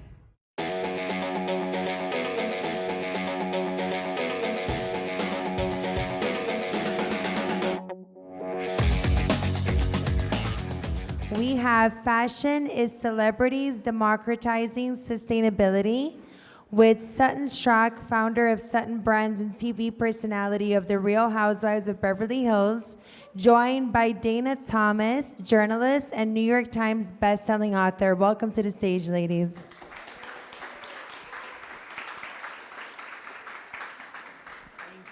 Thank you. Thank you for sticking around all day and welcoming us for our little chat here. We're just going to talk about fashion because it's Fashinnovation. And first, I just want to say how lucky we are to all be here together and learning and exploring and sharing ideas about sustainability, circularity, digitally, and in other ways. So keep up the good work in whatever way and area you're doing it. And I hope that you've picked up some good tips and pointers today and met some interesting people that'll take you forward. That's the point of all of this, which is just terrific. Now let me introduce you to my friend Sutton. Sutton and I met at the couture shows in Paris a few years ago. I live in Paris and Sutton lives on the West Coast, but she comes and shops at couture. Now that sounds very posh, right? But in fact, it's probably one of the most sustainable things you can do in fashion, because couture is the antithesis of fast fashion. It is the clothes that you buy to wear forever and then pass them on to somebody else to wear forever. Couture for women is like Savile Row suits for men that, say the middle's gotten a little, it's changed a little bit, or you can take it back to your couturier and they will fix it so you can keep wearing it. They'll add this, or they'll take it in, or whatever. They'll repair it. It lives forever, like your Birkin bag, like your Savile Row suit. You can keep getting it relined and carry on. But then more than that, you can then, if you've decided you don't want it anymore, you can resell it at such a beautiful and premium price, or you can donate it to a museum. It carries on. So Sutton shops couture, which is very cool. But also, Sutton has a really fantastic background. She comes from Augusta, Georgia, and she was a debutante, not surprising. And she was a dancer. She danced ballet and modern dance from a very young age, and came to New York to dance with Merce Cunningham, which is pretty amazing. I didn't dance. But you came to do that. I worked with Merce. But did you come for the ABT? No, I came to New York, I think I was 24. And I wanted to learn Jose Limon technique. Right. And so I studied Jose Limon technique and decided not to become a dancer. I got very scared at the idea of traveling. which is very ironic because now all I do is travel. And I didn't like being lifted because I was scared that those men were going to drop me, because they probably would have. Because that would happen. Because, men like to drop you. That does happen. Like a quick minute. So, so I then got a job. But you worked with Merce Cunningham. I worked for Merce Cunningham and also learned his technique, which was really amazing. So, and learned so much about And with the ambition that. to become a choreographer. Yes, well, I was a choreographer and went on. But that's what you went to Merce Cunningham with, this ambition. Right. And then I watched Merce Cunningham, and if you don't know who he is, please investigate him. This season, actually, on my show, Real Housewives of Beverly Hills, I had some ashes left. Sorry, it's so loud with the microphone. I had some of Merce's ashes, and I dispersed of them on the show this season, so it's kind of very special for me. But no, I got to watch Merce choreograph, and as a student of choreography and as a dancer, it took me about 2 days to realize, oh, no, I should not be a professional choreographer in New York City because I will epically fail. I could never live up to what Merce Cunningham did. That was pretty intense, right.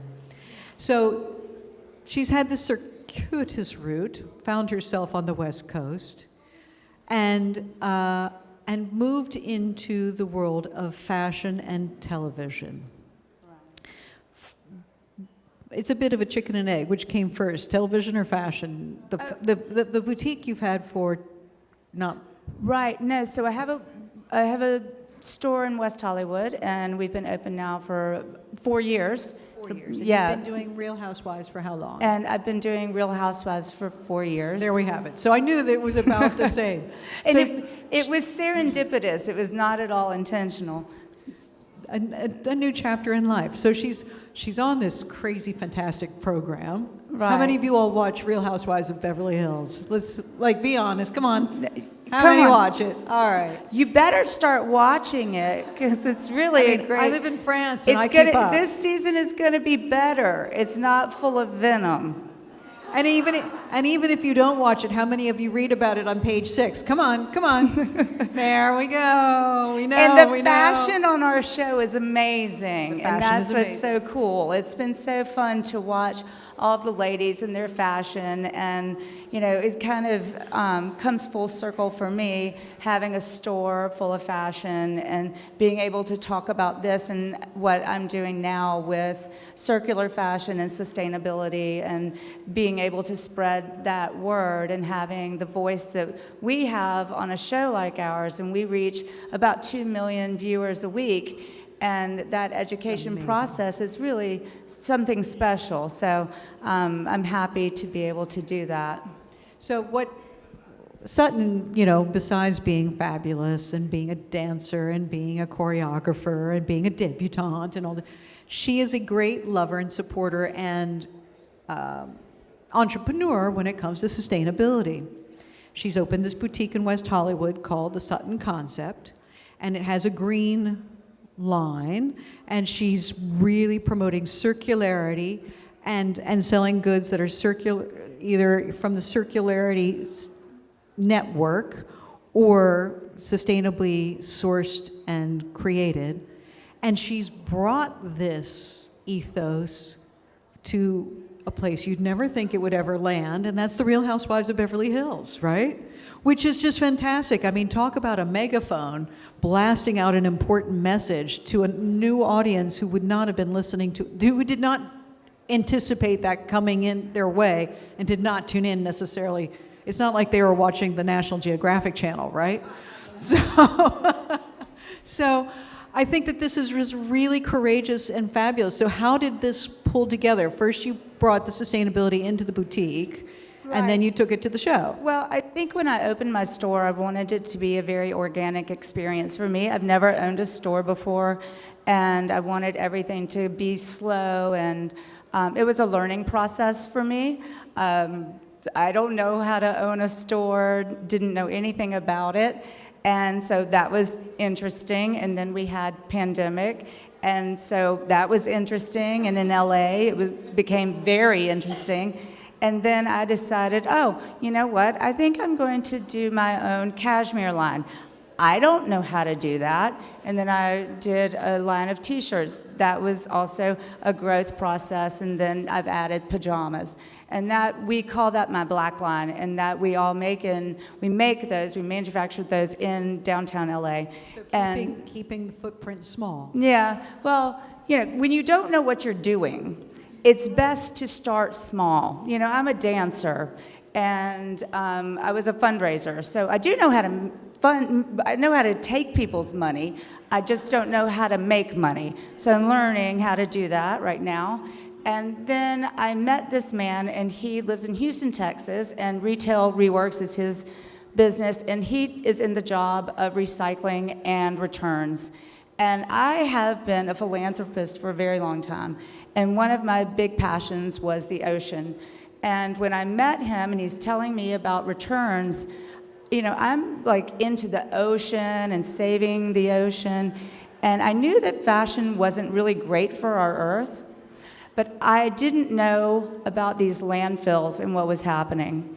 And when I'm talking to my business partner, I'm like, wait a minute, all of these returns, or a large percentage of these returns that you all buy online, they go probably to Houston. And he's in charge of destroying them, and they go to the landfills. And they're either gonna go to Chile or they're gonna go to West Africa. And I was like, this just doesn't seem right. And he was like, I know, that's why we're friends. And let's do something about it. And I said, absolutely. I love fashion, but I don't want to be a part of the problem. And I know that y'all don't either. We want to be a part of the solution, right? So that's what we're doing. So we created the first circular fashion house ever. And we're really excited about it because we are actually launching tomorrow with my friend Cynthia Bailey. She's our, you know, I do this to myself. I come up with these great names, but she is our first, and I'm gonna remember it, but I don't ever. She's our first, I don't know, I call them something. I will remember it, hang on. SFC, I can't remember. But there are, what did I say? I said it back to you in there so I could practice. But in our fashion house, we're using celebrity to give them their own labels so that they can now have their own labels that are taking these returns, we're remanufacturing them with their labels, and they're gonna sell them to you. They're brand new products with their own labels on them. And we're putting them back into circularity, into fashion. It's the only way that we can actually be sustainable. It's the only way. That's the crazy thing. Say you're shopping for a navy blue cardigan, and you're like, okay, I'm gonna try the round neck, the V-neck, a long one. You buy five things. You two different sizes. You keep one. You send 4 back. And say it's, you know, Macy's navy blue cardigans. They don't, and you maybe didn't even try them on because the first one you tried on was so perfect, the other 4 stayed in the packaging. They don't care. It gets sent to Houston to be destroyed. It doesn't go back into the system. It doesn't go back into the department store system or the brand system. It's gone into the ether. And the returns on e-tailing are enormous. I can't remember the figures now, but they're like mind-bogglingly high, like 70% or something, like mind-bogglingly high compared to store returns. And so why not take those 4 other navy blue cardigans and resell them? And if the people who made them and sold them originally don't want to sell them, then why can't somebody else sell them? So that's what Sutton's doing, and you've started out in bed linens and. Well, so I started out. I have T-shirts in my store now. Oh, these are really cute. So I have a black label and now I have a green label, and my T-shirts are $45. Everybody said, "Oh, you've got a green label and it's sustainable. It's very expensive." That's not true. They're very reasonably priced. And now Cynthia, tomorrow, You did some genius who is ones for launching, Pride. she's doing bedding, and then she's going to go on to do other things. And then I've got a whole line of celebrities that want to do this. And it's not just housewives. These are like actual it could be an actor, a singer, whatever it is. I know people. That's for So, sure. and it's turning people on to saving the earth. And it's such a win-win for so many people. It's a win-win for the original brand. They all of a sudden are part of this whole movement of sustainability. It's a win for the consumer because you feel good about what you're buying.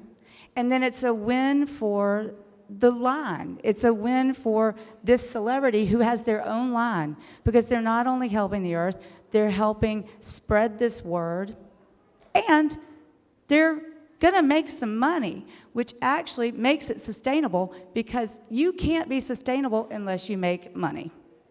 That's right. That's right. We're not in the business. I was in the business of nonprofit for a long time. And being in the business of nonprofit means I have to ask you for money.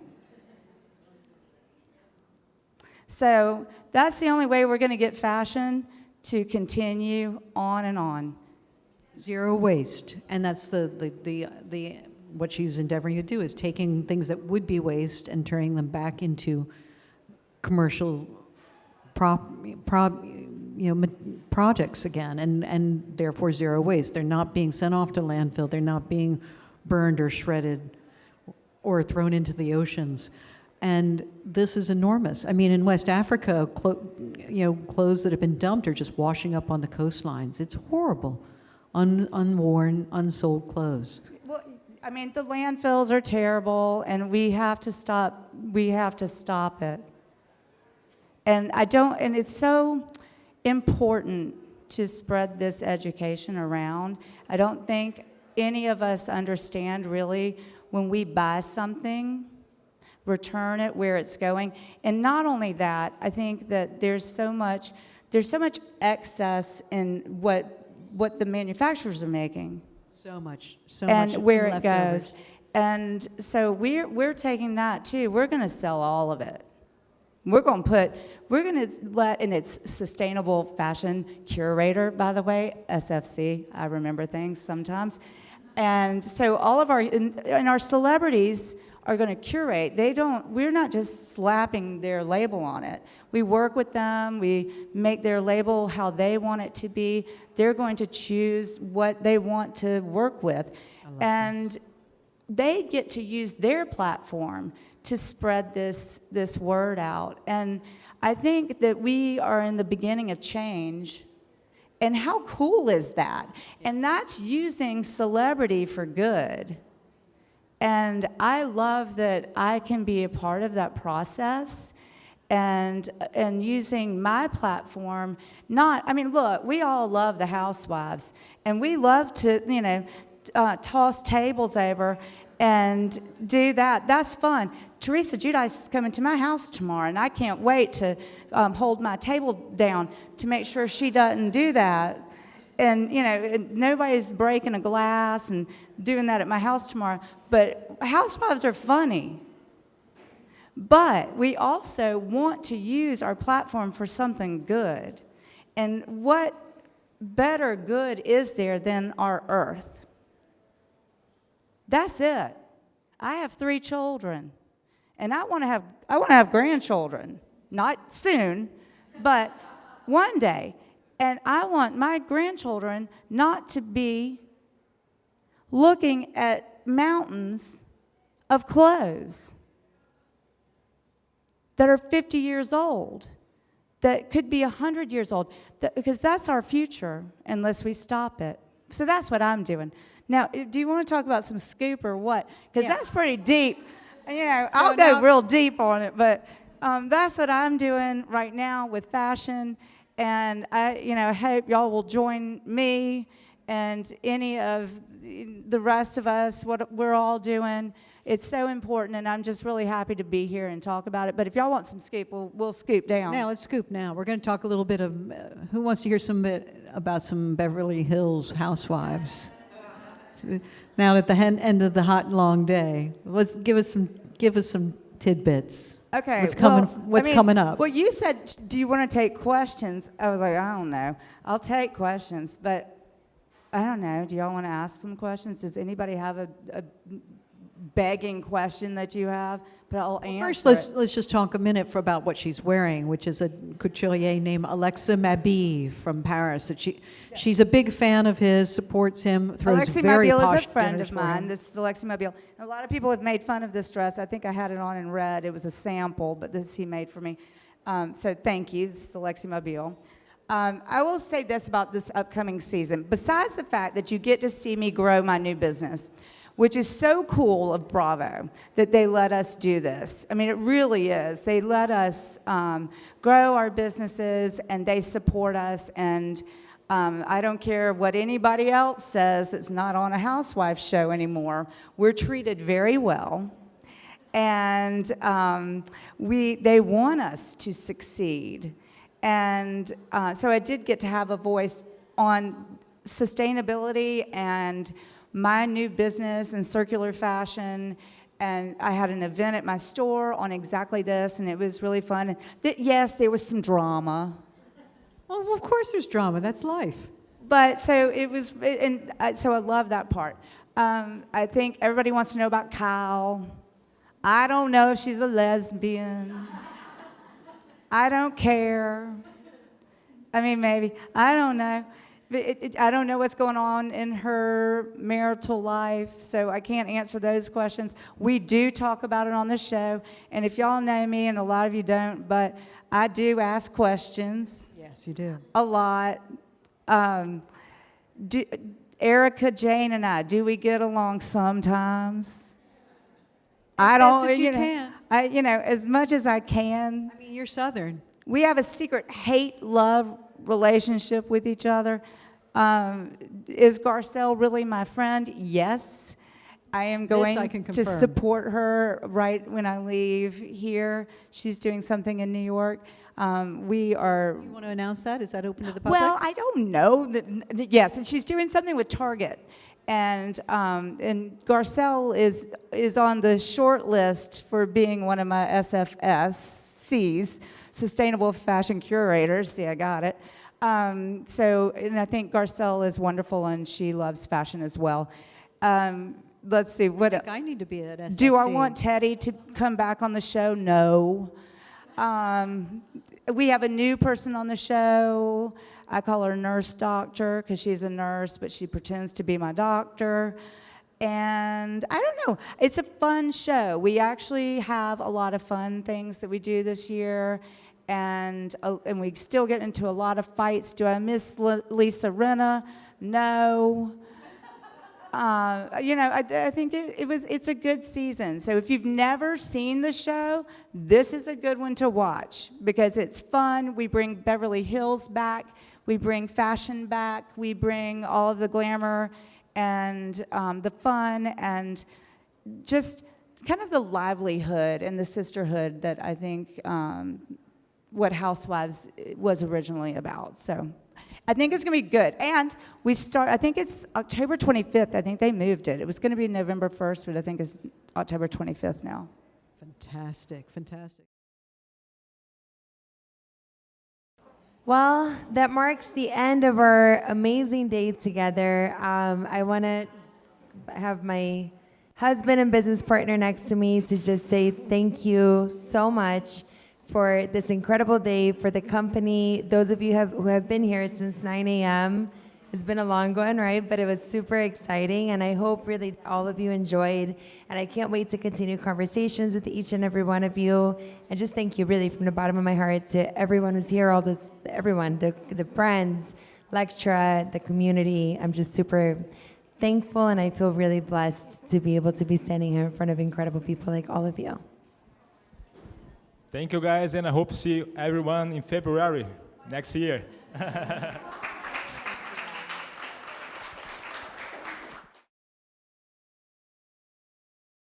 Fashinnovation is a global platform that connects voices from the fashion and innovation ecosystems.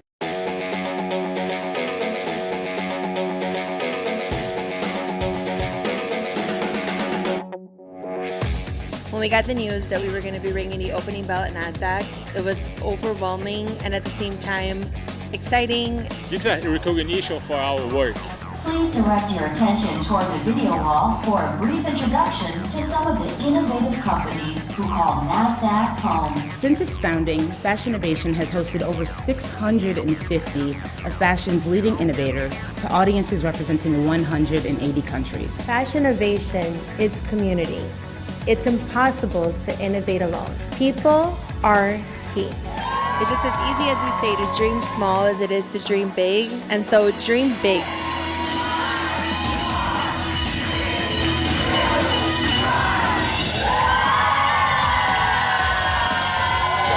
Fashinnovation, a platform connecting fashion and entrepreneurs.